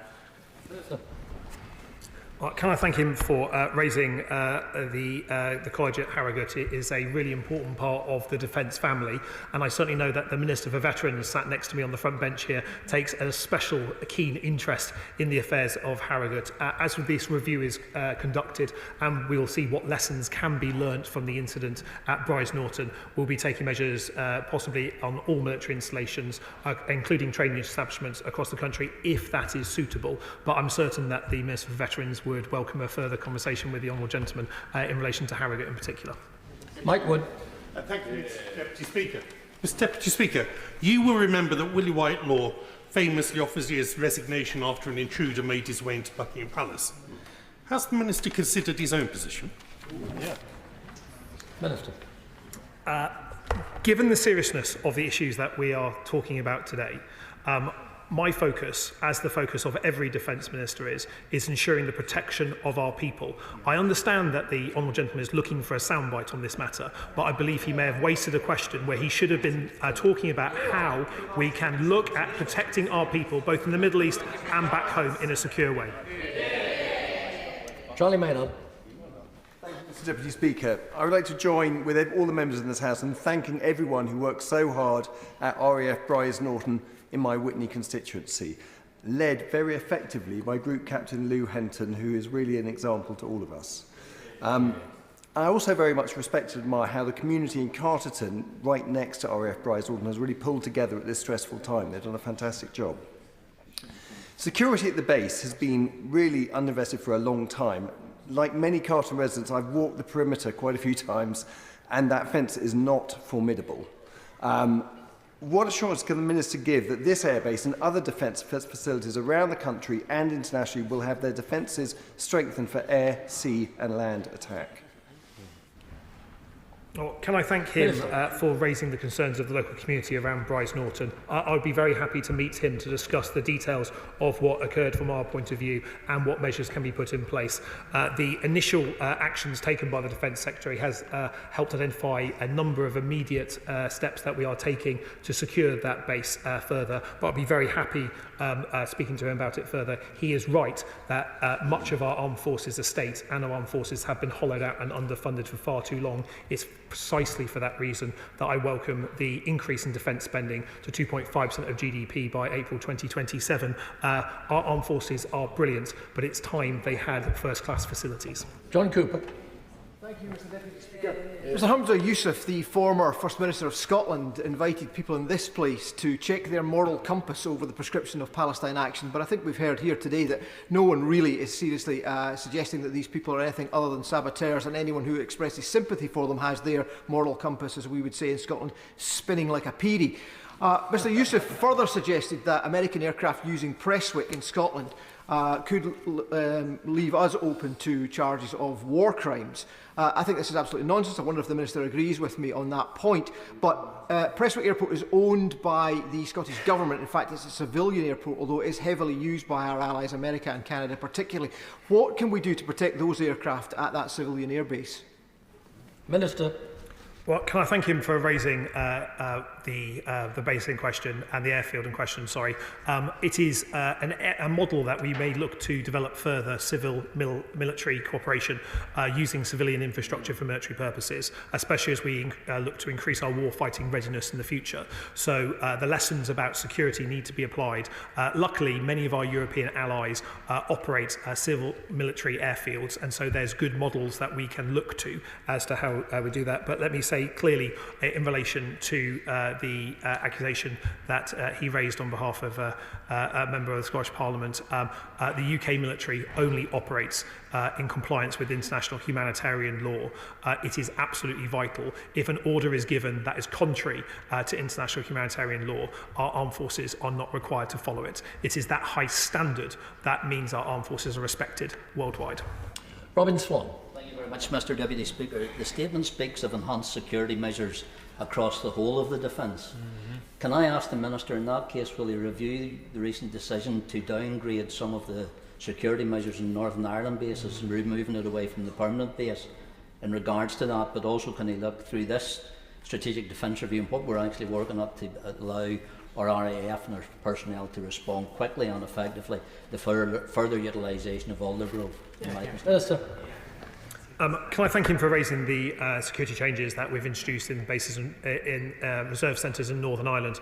It's certainly true that we had reservists guarding largely empty buildings, and that was something that we have addressed with increase in physical security measures to ensure that they are safe. As part of the review the Defence Secretary has commissioned, we're looking across the defence estate, but I'll be very happy to have a further conversation with him about Northern Ireland should he want to.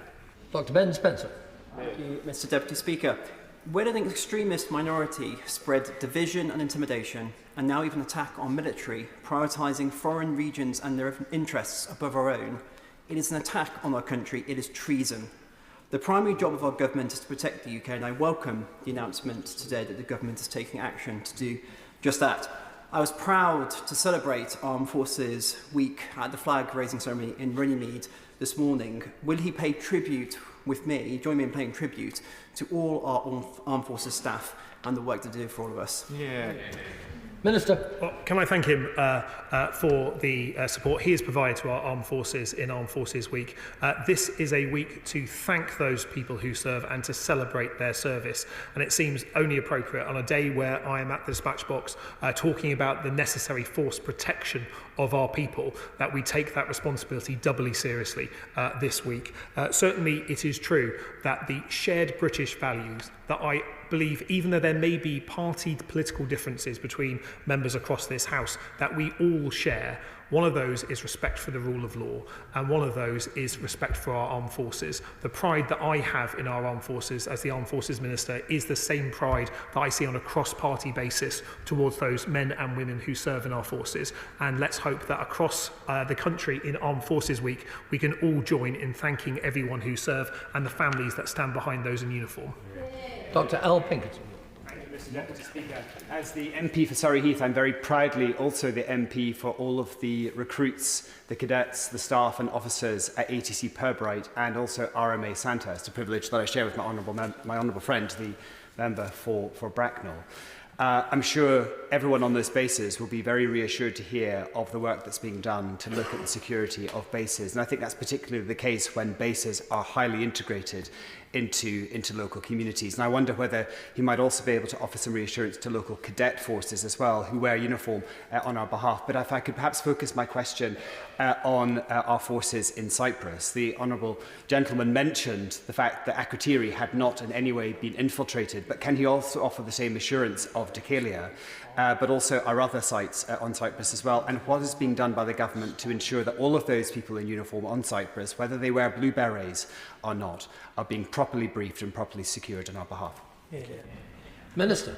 In the spirit of cross-party support, can I thank him for the support that he offers those at the training establishments in his constituency. We have some truly remarkable people in our armed forces, and it is good to see cross-party support for their work. In relation to the sovereign base areas that we have in Cyprus, it is essential that we not only look at how we can protect them, but also how we can protect them from the risk from Iranian retaliation. And that is the reason why we've enhanced the force protection measures in our bases in Cyprus, why the Prime Minister has ordered the further deployment of Typhoons that are at our base at RAF Akrotiri, and why we are investing in ground-based air defence there. There's further measures that we will be looking at in the coming months ahead as we seek to implement the Strategic Defence Review, but I can give them the reassurance that the work to look at security will affect not just UK bases, but those for our overseas personnel as well. Last but by no means least, the ever-patient Jim Shannon. Mr Deputy Speaker, can I thank the Minister very much for his statement today and for his commitment, which we can all see very clearly. Just to describe what Armed Forces Day in Newton Ards in my constituency of Strangford on Saturday, 60,000 people came to mark and respect those who serve in uniform, whether it be in the Army, the Air Force or the Royal Navy. They are part of our community, and they showed that in solidarity and sorry with them when it came to their courage, their bravery and their dedication. So very clearly, and the Honourable Lady, by the way, is right to say, I met the lady who will take over at Thiepval Barracks in Lisburn at the end of this year. Again, an indication of the commitment of those women and ladies who can do the job equally as well as anybody else. I make that comment, but I ask this question. The actions of those criminals at Bryce Norton may cost up to perhaps maybe £30 million in damage and also security measures that will have to take place. However, the true cost of this is not just measured in money, but it is the anger that right-thinking people have towards those pro-Palestine activists who would attack our military to make their political point. They are a threat to those of us who live in this United Kingdom of Great Britain and Northern Ireland, and this terrorism cannot be accepted. It reminds so many of us, especially from Northern Ireland, of the dark days gone by. So how will the Minister acknowledge the righteous anger of the good people of the United Kingdom of Great Britain and Northern Ireland, and what steps will the Minister take to ensure there's not a repeat in Aldergrove or indeed any other military base with British personnel here and abroad, some of whom are my Strangford constituents, and some of them who are stationed in military bases, not just in the United Kingdom, but indeed across the whole world. Sorry, Mr Deputy Speaker. Well, can I thank the honourable gentleman for giving an update on Armed Forces Day in his constituency. Across the entirety of the United Kingdom, there is real pride in the men and women who serve in our armed forces. And although this may be a difficult week for international affairs, though we may be looking at more debates about force protection than perhaps we might ordinarily do, let us all take a moment out to make sure that we are thanking those people who serve, thanking their families for the support that they offer, thanking those people who work in the defence industries that equip our people with the cutting-edge gear that they need, and thanking the society that stands behind them, because our armed forces are only as strong as the industry that stands behind them, as the nation that stands behind them. And I hope everyone watching this debate will have been able to see the strong cross-party support for our armed forces and the strong sense of support as we seek to improve the security measures to make sure that we are protecting our people, whether at home or abroad. Thank you, and I'm sure that the whole House on both sides will concur with the final remarks from the Minister of State. I thank the Minister of State and the opposition front bench for their attendance. That concludes the statement. Point of order, Mr Deputy Speaker. Point of order, Mr. Secretary of State. Thank you, Mr. Deputy Speaker. On a point of order, the grave situation in the Middle East is developing with further reports from Qatar, and I will return from this chamber to be briefed further, but my wider accountability to this House is important. And on the 12th of June, the Shadow Defence Secretary tabled a written question about the Defence Command Paper 2023, pursuing the exchange we'd had on a point of order before the Strategic Defence Review statement that I made to the House on the 2nd of June.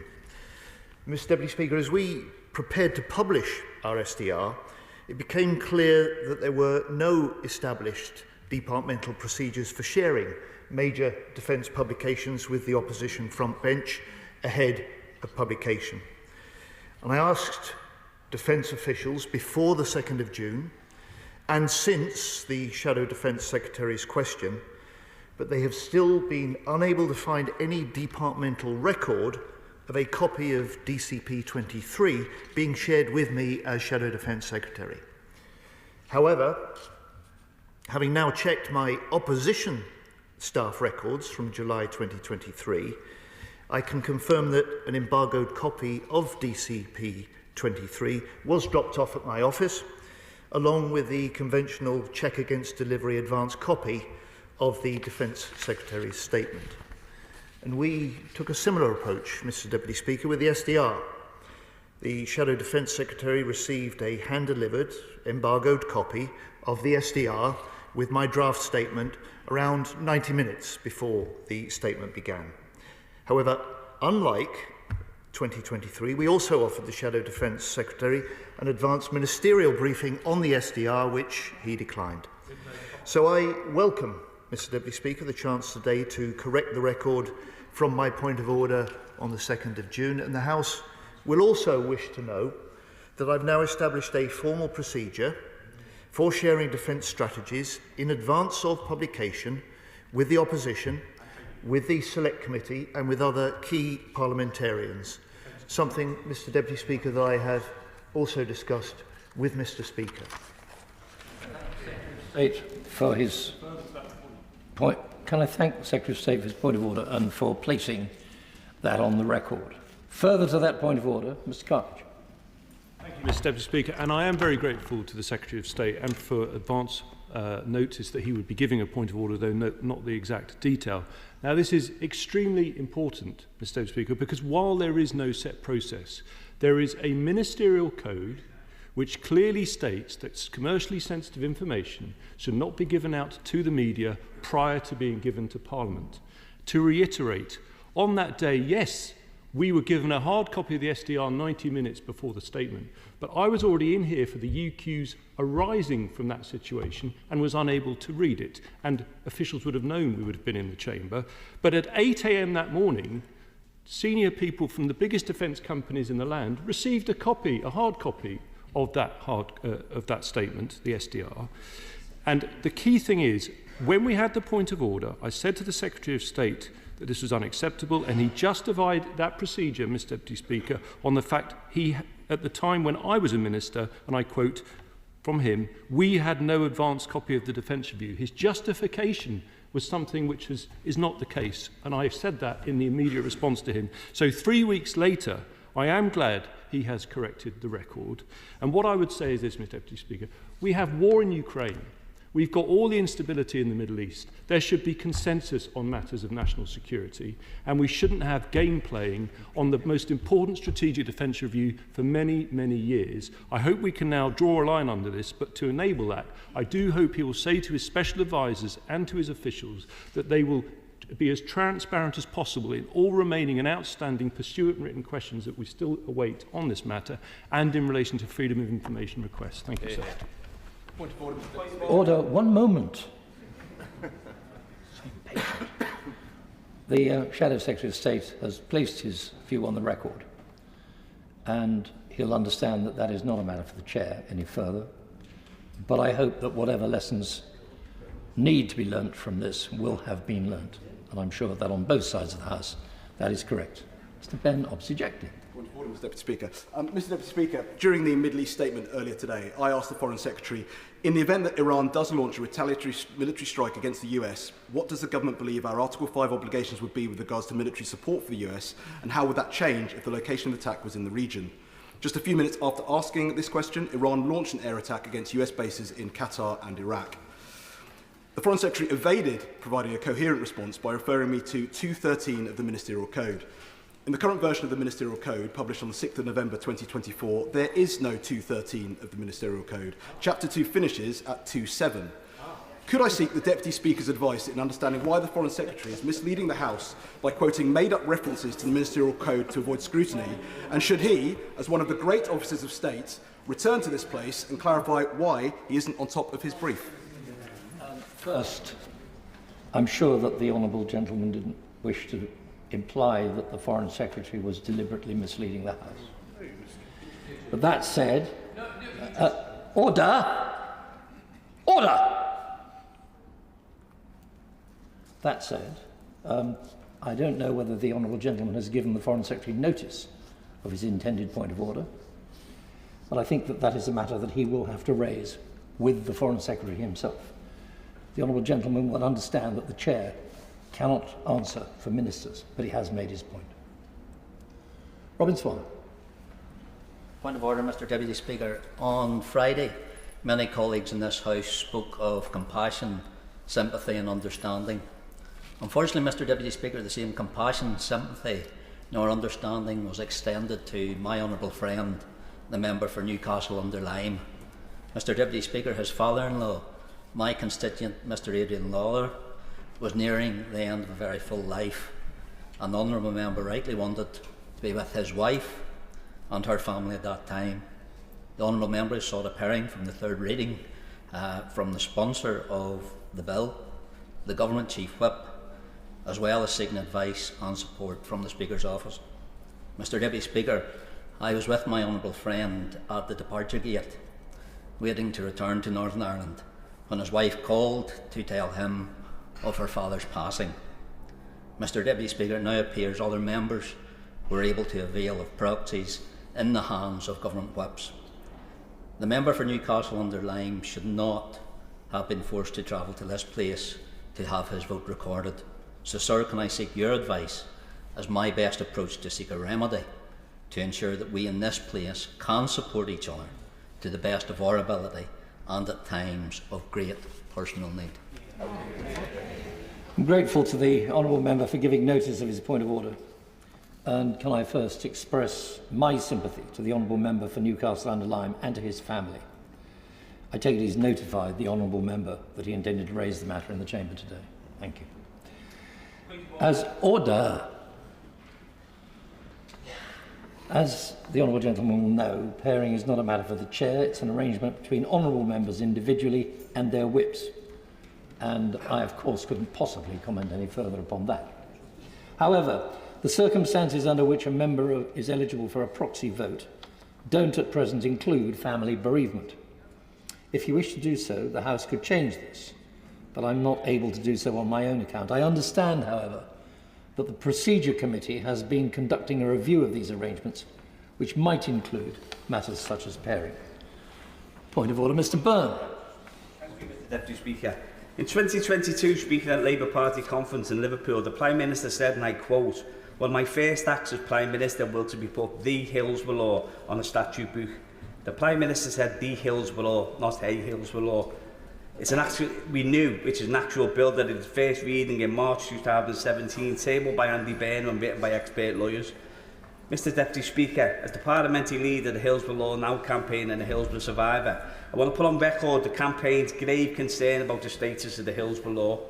The Prime Minister missed his April the 15th deadline after the replacement bill was shown to lawyers involved in the campaign, who made it clear that it contained none of the key provisions of the Hillsborough Law, did not deserve the name and was rejected out of hand. But it is rumoured the government could be about to table another replacement bill, still without any of the key provisions of the Hillsborough Law and without allowing Hillsborough lawyers, families or survivors to see it.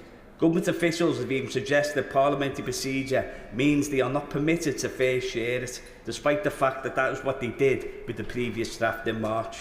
So, Mr Deputy Speaker, I ask for your guidance on whether or not the draft can be fair shared, as it was before, giving us a chance to raise concerns before there is another betrayal of Hillsborough families, survivors and all victims of state cover-ups.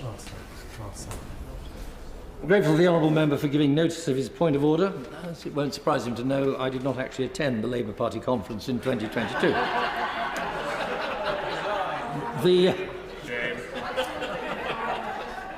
The King's speech announced that the government would deliver its manifesto commitment to implement a Hillsborough law by introducing legislation to introduce a duty of candour for public servants. It is, as the honourable gentleman will understand, up to the government to decide how they go about preparing legislation and also including whom they consult and when. But I'm sure that the honourable gentleman will play a major part in scrutiny of the legislation when it is presented to Parliament. We now come to the general debate on Pride Month. Let's just allow the front benches to clear first. Thank you.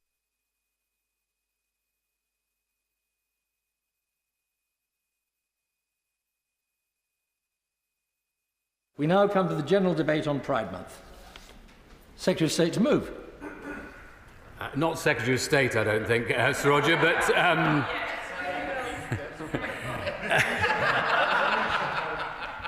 Calm down, everybody. I don't know something that the honourable gentleman doesn't know. Minister. And the things that you don't know, Mr. Sir Roger. Anyway, I should start by declaring an interest in this Pride debate. The Daily Mail once referred to me as an ex-gay vicar. I'm an ex-vicar, but the other stuff is coming along quite nicely, thank you very much. In fact, I'm a practising homosexual. One day I'll be quite good at it. Sir Roger, people ask me, why on earth do you need a Pride Month? Do you really need LGBT History Month? What's the point of Pride marches and Pride flags? Hasn't the world changed? Haven't you already got same-sex marriage and adoption, gays in the police and the military, and laws that protect people from discrimination on the grounds of their sexual orientation or gender reassignment? What more do you want? That's what I hear all the time, even from really well-meaning liberal souls. But we've always needed pride. We needed it when people lazily assumed that a short haircut meant you were a lesbian, or a lisp meant you were gay. We needed it when people laughed at Larry Grayson and John Inman, but forced them to hide their sexuality. We needed it when people said we should be harassed, arrested, and locked up for loving who we wanted. We needed it when the police wore rubber gloves to arrest us, just in case we gave them AIDS. We needed it when we were called queer and faggot and arse bandit at school.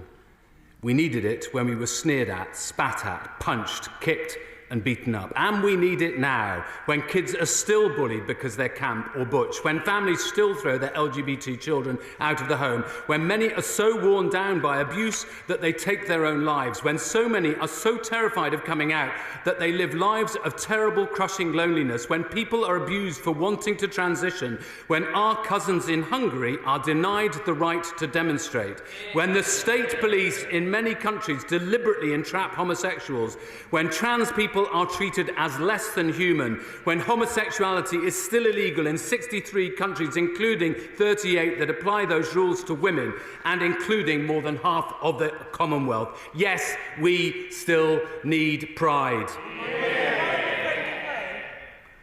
Oh. All right then. I'm sorry to interrupt such a magnificent speech from from my honourable friend.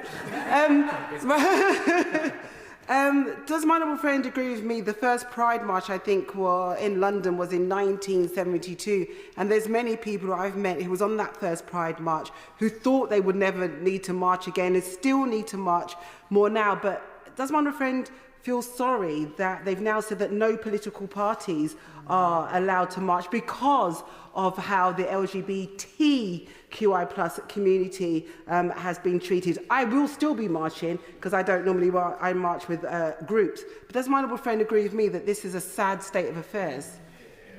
I think we should be absolutely proud of the fact that politics has changed the law in this country, and political parties were absolutely essential to that. Of course, I pay tribute to everybody in my political party who for many, many generations fought for equality, but it's true in the Conservative Party as well, where people in many cases had to be even braver than they did in the Labour movement, and of course in many other political parties as well. So yes, I think it's an entirely retrograde step to ban people from political parties from taking part in pride marches. Right. Thank you. Mr Deputy Speaker, in contrast to the Minister, I fully support these decisions being made by the major pride organisations telling us as political parties we are not welcome this year on their parades or marches. Is the Minister not as sad as I am at the absolute state of political policy and discourse around trans rights, which has directly led to this action? Yes. Well, I'll come on to some of the problems that I think we have in a few moments, but honestly, when I was first elected as a Member of Parliament here, there were still many laws in this country that dramatically and drastically affected the rights of LGBTQ people in this country. And it's because of political parties that we changed the law in this country. And we shouldn't discard the democratic process. It's absolutely essential to being able to secure our rights. Mr. Saroja, we need to remember that we in this country used to hang men for having sex together, that we used to imprison men just for meeting or sending each other a love note. This is a serious business, Sir Roger, but we also need to celebrate. I remember one of the pride marches I went on, and we shouted all the way, we're here, we're queer, and we've not gone shopping. And we chanted it all the way down Oxford Street, which is ironic in itself. But we have to celebrate, because not every LGBT story is a tragedy, and I wish the film and television industry would learn this. We are extraordinarily normal. Terrible word really, but we are actually phenomenally normal. We bleed when you cut us, we laugh when you tickle us, and we can defy every stereotype going. I hate to break it to you, Sir Roger, but not all gay men like musicals. I don't understand this, but I've met a few. And frankly, apparently not all lesbians enjoy tennis or smoke cigars. And yes, we can laugh at ourselves. I don't know what's going on behind me.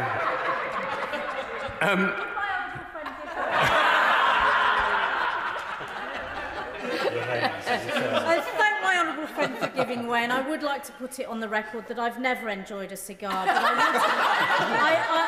I would dispute the fact that most lesbians don't enjoy tennis. Well, I'm not sure whether it's tennis or tennis players. A bit like rugby and rugby players, Sir Roger. Indeed, of course we can laugh at ourselves, and it's a really important part of this that we're able to do so. A member of the House of Lords recently told a colleague the other day that I was too macho. That wasn't meant to be funny, actually, but I replied, what? As in that song, Macho, Macho Man, which is perhaps the campest song ever written. So, Roger, people still ask me also why we need to come out. Can't you just keep it to yourselves, people say. So let me just explain. The rest of the world will always assume that most of us are straight, are heterosexual. So it is a complex process when we learn that we're not like others. And unless you're very famous, you have to come out time and time again, every time somebody presumes that you're heterosexual. And of course we need to celebrate what LGBT people have given us. Alan Turing, Ivan Novello, George Michael, John Gielgud, Alec Guinness, Wilfred Owen, Oscar Wilde, Edward Carpenter, Anne Lister, Maureen Colquhoun, Radcliffe Hall, Virginia Woolf, Claire Balding, Jess Glynn and Alex Scott, Jane Hill, Skin, Nicola Adams, Sandy Toksvig. And I would also add, from the Rhondda, Daniel Evans, H from Steps, and Callum Scott Howells, who go to prove that I'm not the only gay in the village. Coming out, Sir Roger, I don't know why I keep on addressing this to you, as if you should suddenly leap forward, but coming out matters for our... I think the Minister has been here long enough to understand that actually he's entirely correct and that matters have to be directed through the chair. Minister. Yes, I thought there was a reason. Sir Roger, coming out matters for our personal pride and our collective pride, so that every boy and girl growing up doesn't internalise hatred, scorn and shame, as used to be the case, but learns cheerful happiness and opportunity, so that every family can take pride in their LGBT child or sister or cousin or aunt. From the first bricks thrown at Stonewall to this month's marches, Pride is a movement rooted in resistance, in the refusal to be silenced, sidelined or shamed. It is about visibility in the face of erasure. And talking of erasure, it's about a little respect. Sir Roger, there is one final reason that we need to celebrate Pride. The safest place in the 20th century for gay men was Germany in 1930. Men danced together and loved one another with impunity. But within a decade, the Nazis were carting them off to Dachau and demanding they inform on others. And when the war was over, perhaps equally shockingly, nobody wanted to memorialise them. We were erased and erased from history. Our hard-won freedoms are never won in perpetuity. We need to secure them again and again in every generation. Progress is never inevitable. It must be defended, deepened and delivered to every generation. And today, we speak against a backdrop of heightened tension. In the last decade, we have seen the consensus around LGBT plus rights begin to fray. We've seen public debate grow increasingly toxic, and we've seen trans people in particular subjected to fear, misinformation and ridicule. Pastors in the United States today are calling for the death penalty for homosexuals. Jonathan Shelley in Arlington said we should hate Pride, not celebrate it. And Donny Romero, also a pastor in Arlington, said on the shooting of LGBT people in the Pulse nightclub in 2016, they were all perverts, those who were killed, and they are the scum of the earth, and the earth is a little better now. That's what we're facing still today. And that's why, Sir Roger, this government will not tolerate a rollback of rights, nor a politics of division that pits one group against another. That's why we are delivering a full trans-inclusive ban on conversion practices. These so-called therapies are nothing less than abuse. They do not work, they cause deep, lasting harm, and their continued existence is a stain on any society that claims to be inclusive. Draft legislation will be published in this parliamentary session, informed by wide-ranging engagement and guided by the need to protect, not punish, to prevent harm, not criminalise care. We're also working with the Home Office to equalise all hate crime strands, and I should pay tribute to my honourable friend for Warwickshire North and Bedworth who raised this matter last week, because no one should face abuse, violence or discrimination because of who they are or who they love. And yet across this country, LGBT people, especially trans people, are being targeted with growing intensity. In too many cases, the law does not yet offer equal protection. That isn't justice, and this government will act. We're also improving access to fertility services for lesbian and bisexual women. As of November, same-sex couples are no longer subject to unnecessary additional screening costs for IVF, and NICE is currently reviewing its fertility guidelines, which will help ensure more equitable access to NHS-funded treatment regardless of sexuality or relationship status. This government recognises that building a family is a human aspiration, not anyone's privilege. We're also strengthening healthcare services for trans people. We're launching a review of gender identity services to ensure they meet modern standards of equality, safety and accessibility. That includes reducing waiting times, expanding service capacity and improving mental health support throughout the transition journey. We're investing in housing solutions for young LGBT+ people at risk of homelessness too, Far too many are pushed out of their homes or fall through the cracks in mainstream services. We will soon establish an interministerial task force on this, chaired by the Deputy Prime Minister, to coordinate efforts across all departments. Mr. Saroja, our commitment to dignity and equality does not end at our own borders. Right now, 63 countries criminalise same-sex activity. In 13 of these countries, the death penalty can be applied. At least 49 countries actively target trans and gender-diverse people with discriminatory laws.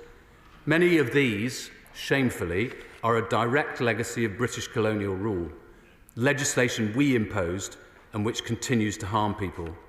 We can't undo the past, but we can and must take responsibility for the future, which is why the UK is a proud member of the Equal Rights Coalition, why we have invested over £40 million to support global LGBT rights, and why our diplomatic missions work every day behind the scenes to support local advocates, challenge repressive laws, and offer hope to those facing persecution.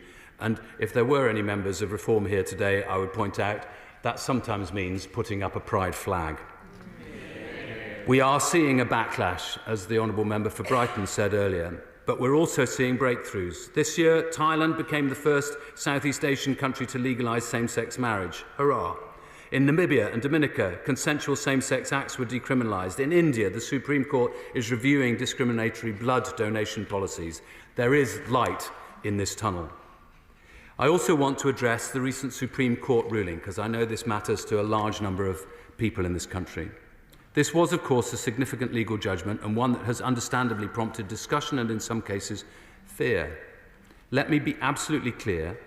The rights and protections for trans people under the Equality Act remain very firmly in place. The protected characteristic of gender reassignment still applies. Discrimination, harassment or victimisation of trans people is unlawful and will remain so under this government. The ruling has offered important clarity for service providers, particularly those offering single-sex spaces, and we respect the court's decision. We reject any attempt to weaponise this ruling to roll back the hard-won dignity and inclusion of trans people. This is not and must never become a zero-sum debate. We can protect single-sex spaces based on clear lawful criteria, whilst also protecting the fundamental rights and dignity of trans people, who, let us not forget, are amongst the most marginalised and misunderstood in our society. Yes, of course. I thank him for giving way and really welcome the tone in which he approaches that really important point. I do want to ask him to touch a little on the proposed guidance from the EHRC, which he'll know is going under consultation at the moment. I think one section which is really concerning trans constituents is around disclosures and requiring trans people to disclose their identity. To me, I have to be honest, this seems nothing short than outing of trans people. So will he provide any reassurance that we will not see a situation in this country where trans people may end up being compelled to out themselves? I think it's very important, and indeed the Gender Recognition Act lays down very clearly the privacy responsibilities of other government departments. I think he makes a very good point. And in fact, when we were doing the data bill, one of my anxieties was we seem to be getting into a place where people were going to have to present their passport or some kind of document to prove whether they were able to have access to a single-sex space. I honestly think that the rights of both these groups can be respected fully. We surely must be the kind of society that is able to achieve that. Yes, of course. He's rightly pointing out where progress has been made nationally and internationally. But when he was cantering through those points of light nationally, he did miss out one group, and that is men and women serving in our armed forces. And I'm particularly mindful of that, given that on Saturday it's Armed Forces Day, and sadly, because one of the chief advocates for LGBT people in the armed forces, Lord Etherton, Terence Etherton, sadly died in May. Would he pay tribute to Terence Etherton and also comment on his 2023 report into the shameful way in which gay people were treated in the armed forces between 1967 and 2000? I'm really grateful that he raised this point because it's good that this is a point across the whole House. There was a time when probably large numbers of people in this House would have thought that having gay men or lesbians or trans people in the armed forces was anathema. I'm so glad that we have changed because you know what? If you look up at the shields on the wall there, which are to members of Parliament who were killed in the Second World War, at least 5, if not 6 of them, were gay men who gave their lives in defence of this country. So bravery is available to people regardless of their sexuality or their identity. He's absolutely right to refer to Terence. His report was an essential part of changing the landscape in this country and making sure that compensation was available to the individuals who were affected.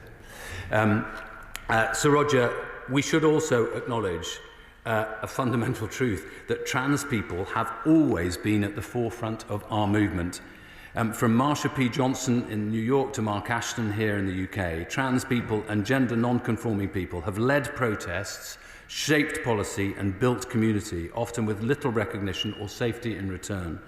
At Stonewall, at Section 28 protests, in the founding of support services and HIV charities, in the heart of every movement that pushed us forward, trans people were there and they led, and we owe them a debt of gratitude. So to treat them as a threat to the very movement they helped build is wrong.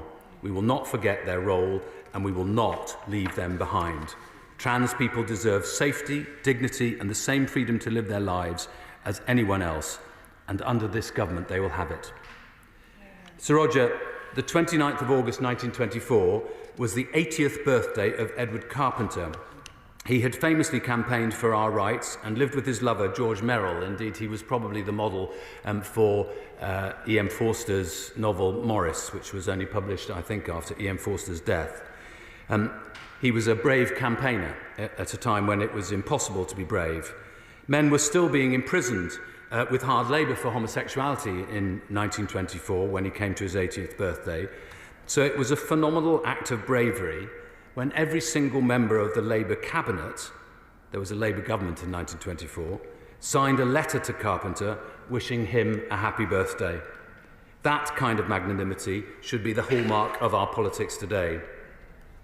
We are not yet the country that we could be, but in all we do, in our hospitals and our schools, in our laws and our language, in our foreign policy and our public services, this government will uphold one principle: a little respect for all. Let that be the legacy of this House. I've finished. I'm sure the Honourable Lady will have the opportunity to intervene later on. The question is that this House has considered Pride Month. Opposition from bench. Stuart Andrew. Thank you very much, Sir Roger, and it's a real pleasure to follow the honourable gentleman and to speak in this important debate. And I'd like to take this opportunity to wish everyone in this House, across my Daventry constituency, and everyone across the country a very happy Pride Month. And I would also want to say that I think the honourable gentleman, the Minister, is absolutely right to say that Pride is still needed. I have certainly seen significant changes over my lifetime, things that I never thought would be possible when I was growing up as a young gay man in Anglesey. But he is right to say that these are important issues that we should continue to discuss, because whilst on the whole I have to say I've been privileged to have a life where I've been accepted pretty much everywhere I've lived, I have had those difficult occasions that I've spoken about before, not least being badly beaten up and my father coming to my rescue and being beaten up too, trying to protect his son. Those are the things that we need to remember. We also need to remember people like the young man that I heard about in Manchester a few years ago, who had been kicked out of his home because his parents couldn't accept his sexuality. His life took a nosedive, and sadly he ended up selling himself for sex to survive and was eventually murdered by someone who was supposedly he was trying to get some money off. These are the disgusting consequences that may happen if we don't remind ourselves of the journey that we have been on as a country. I have to say things are pretty good for me. I have to say most of the time most people don't care that I'm a gay man. They're more interested in the fact... yeah, because I'm butch like you.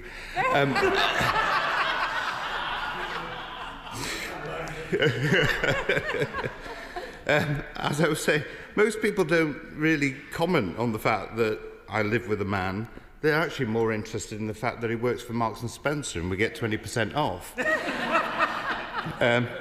But that's for him. But it is important that we have those because there are people around the world. There are still people in communities in this country who cannot come out.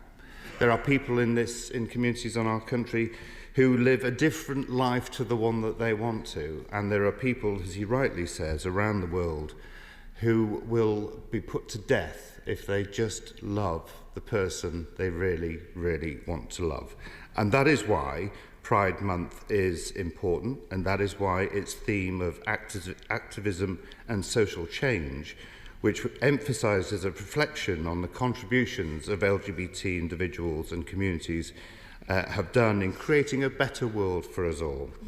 And we are lucky in this country that we have a host of people in our history who have been at the forefront of fighting for equality. Yes, there are those famous people, as the Honourable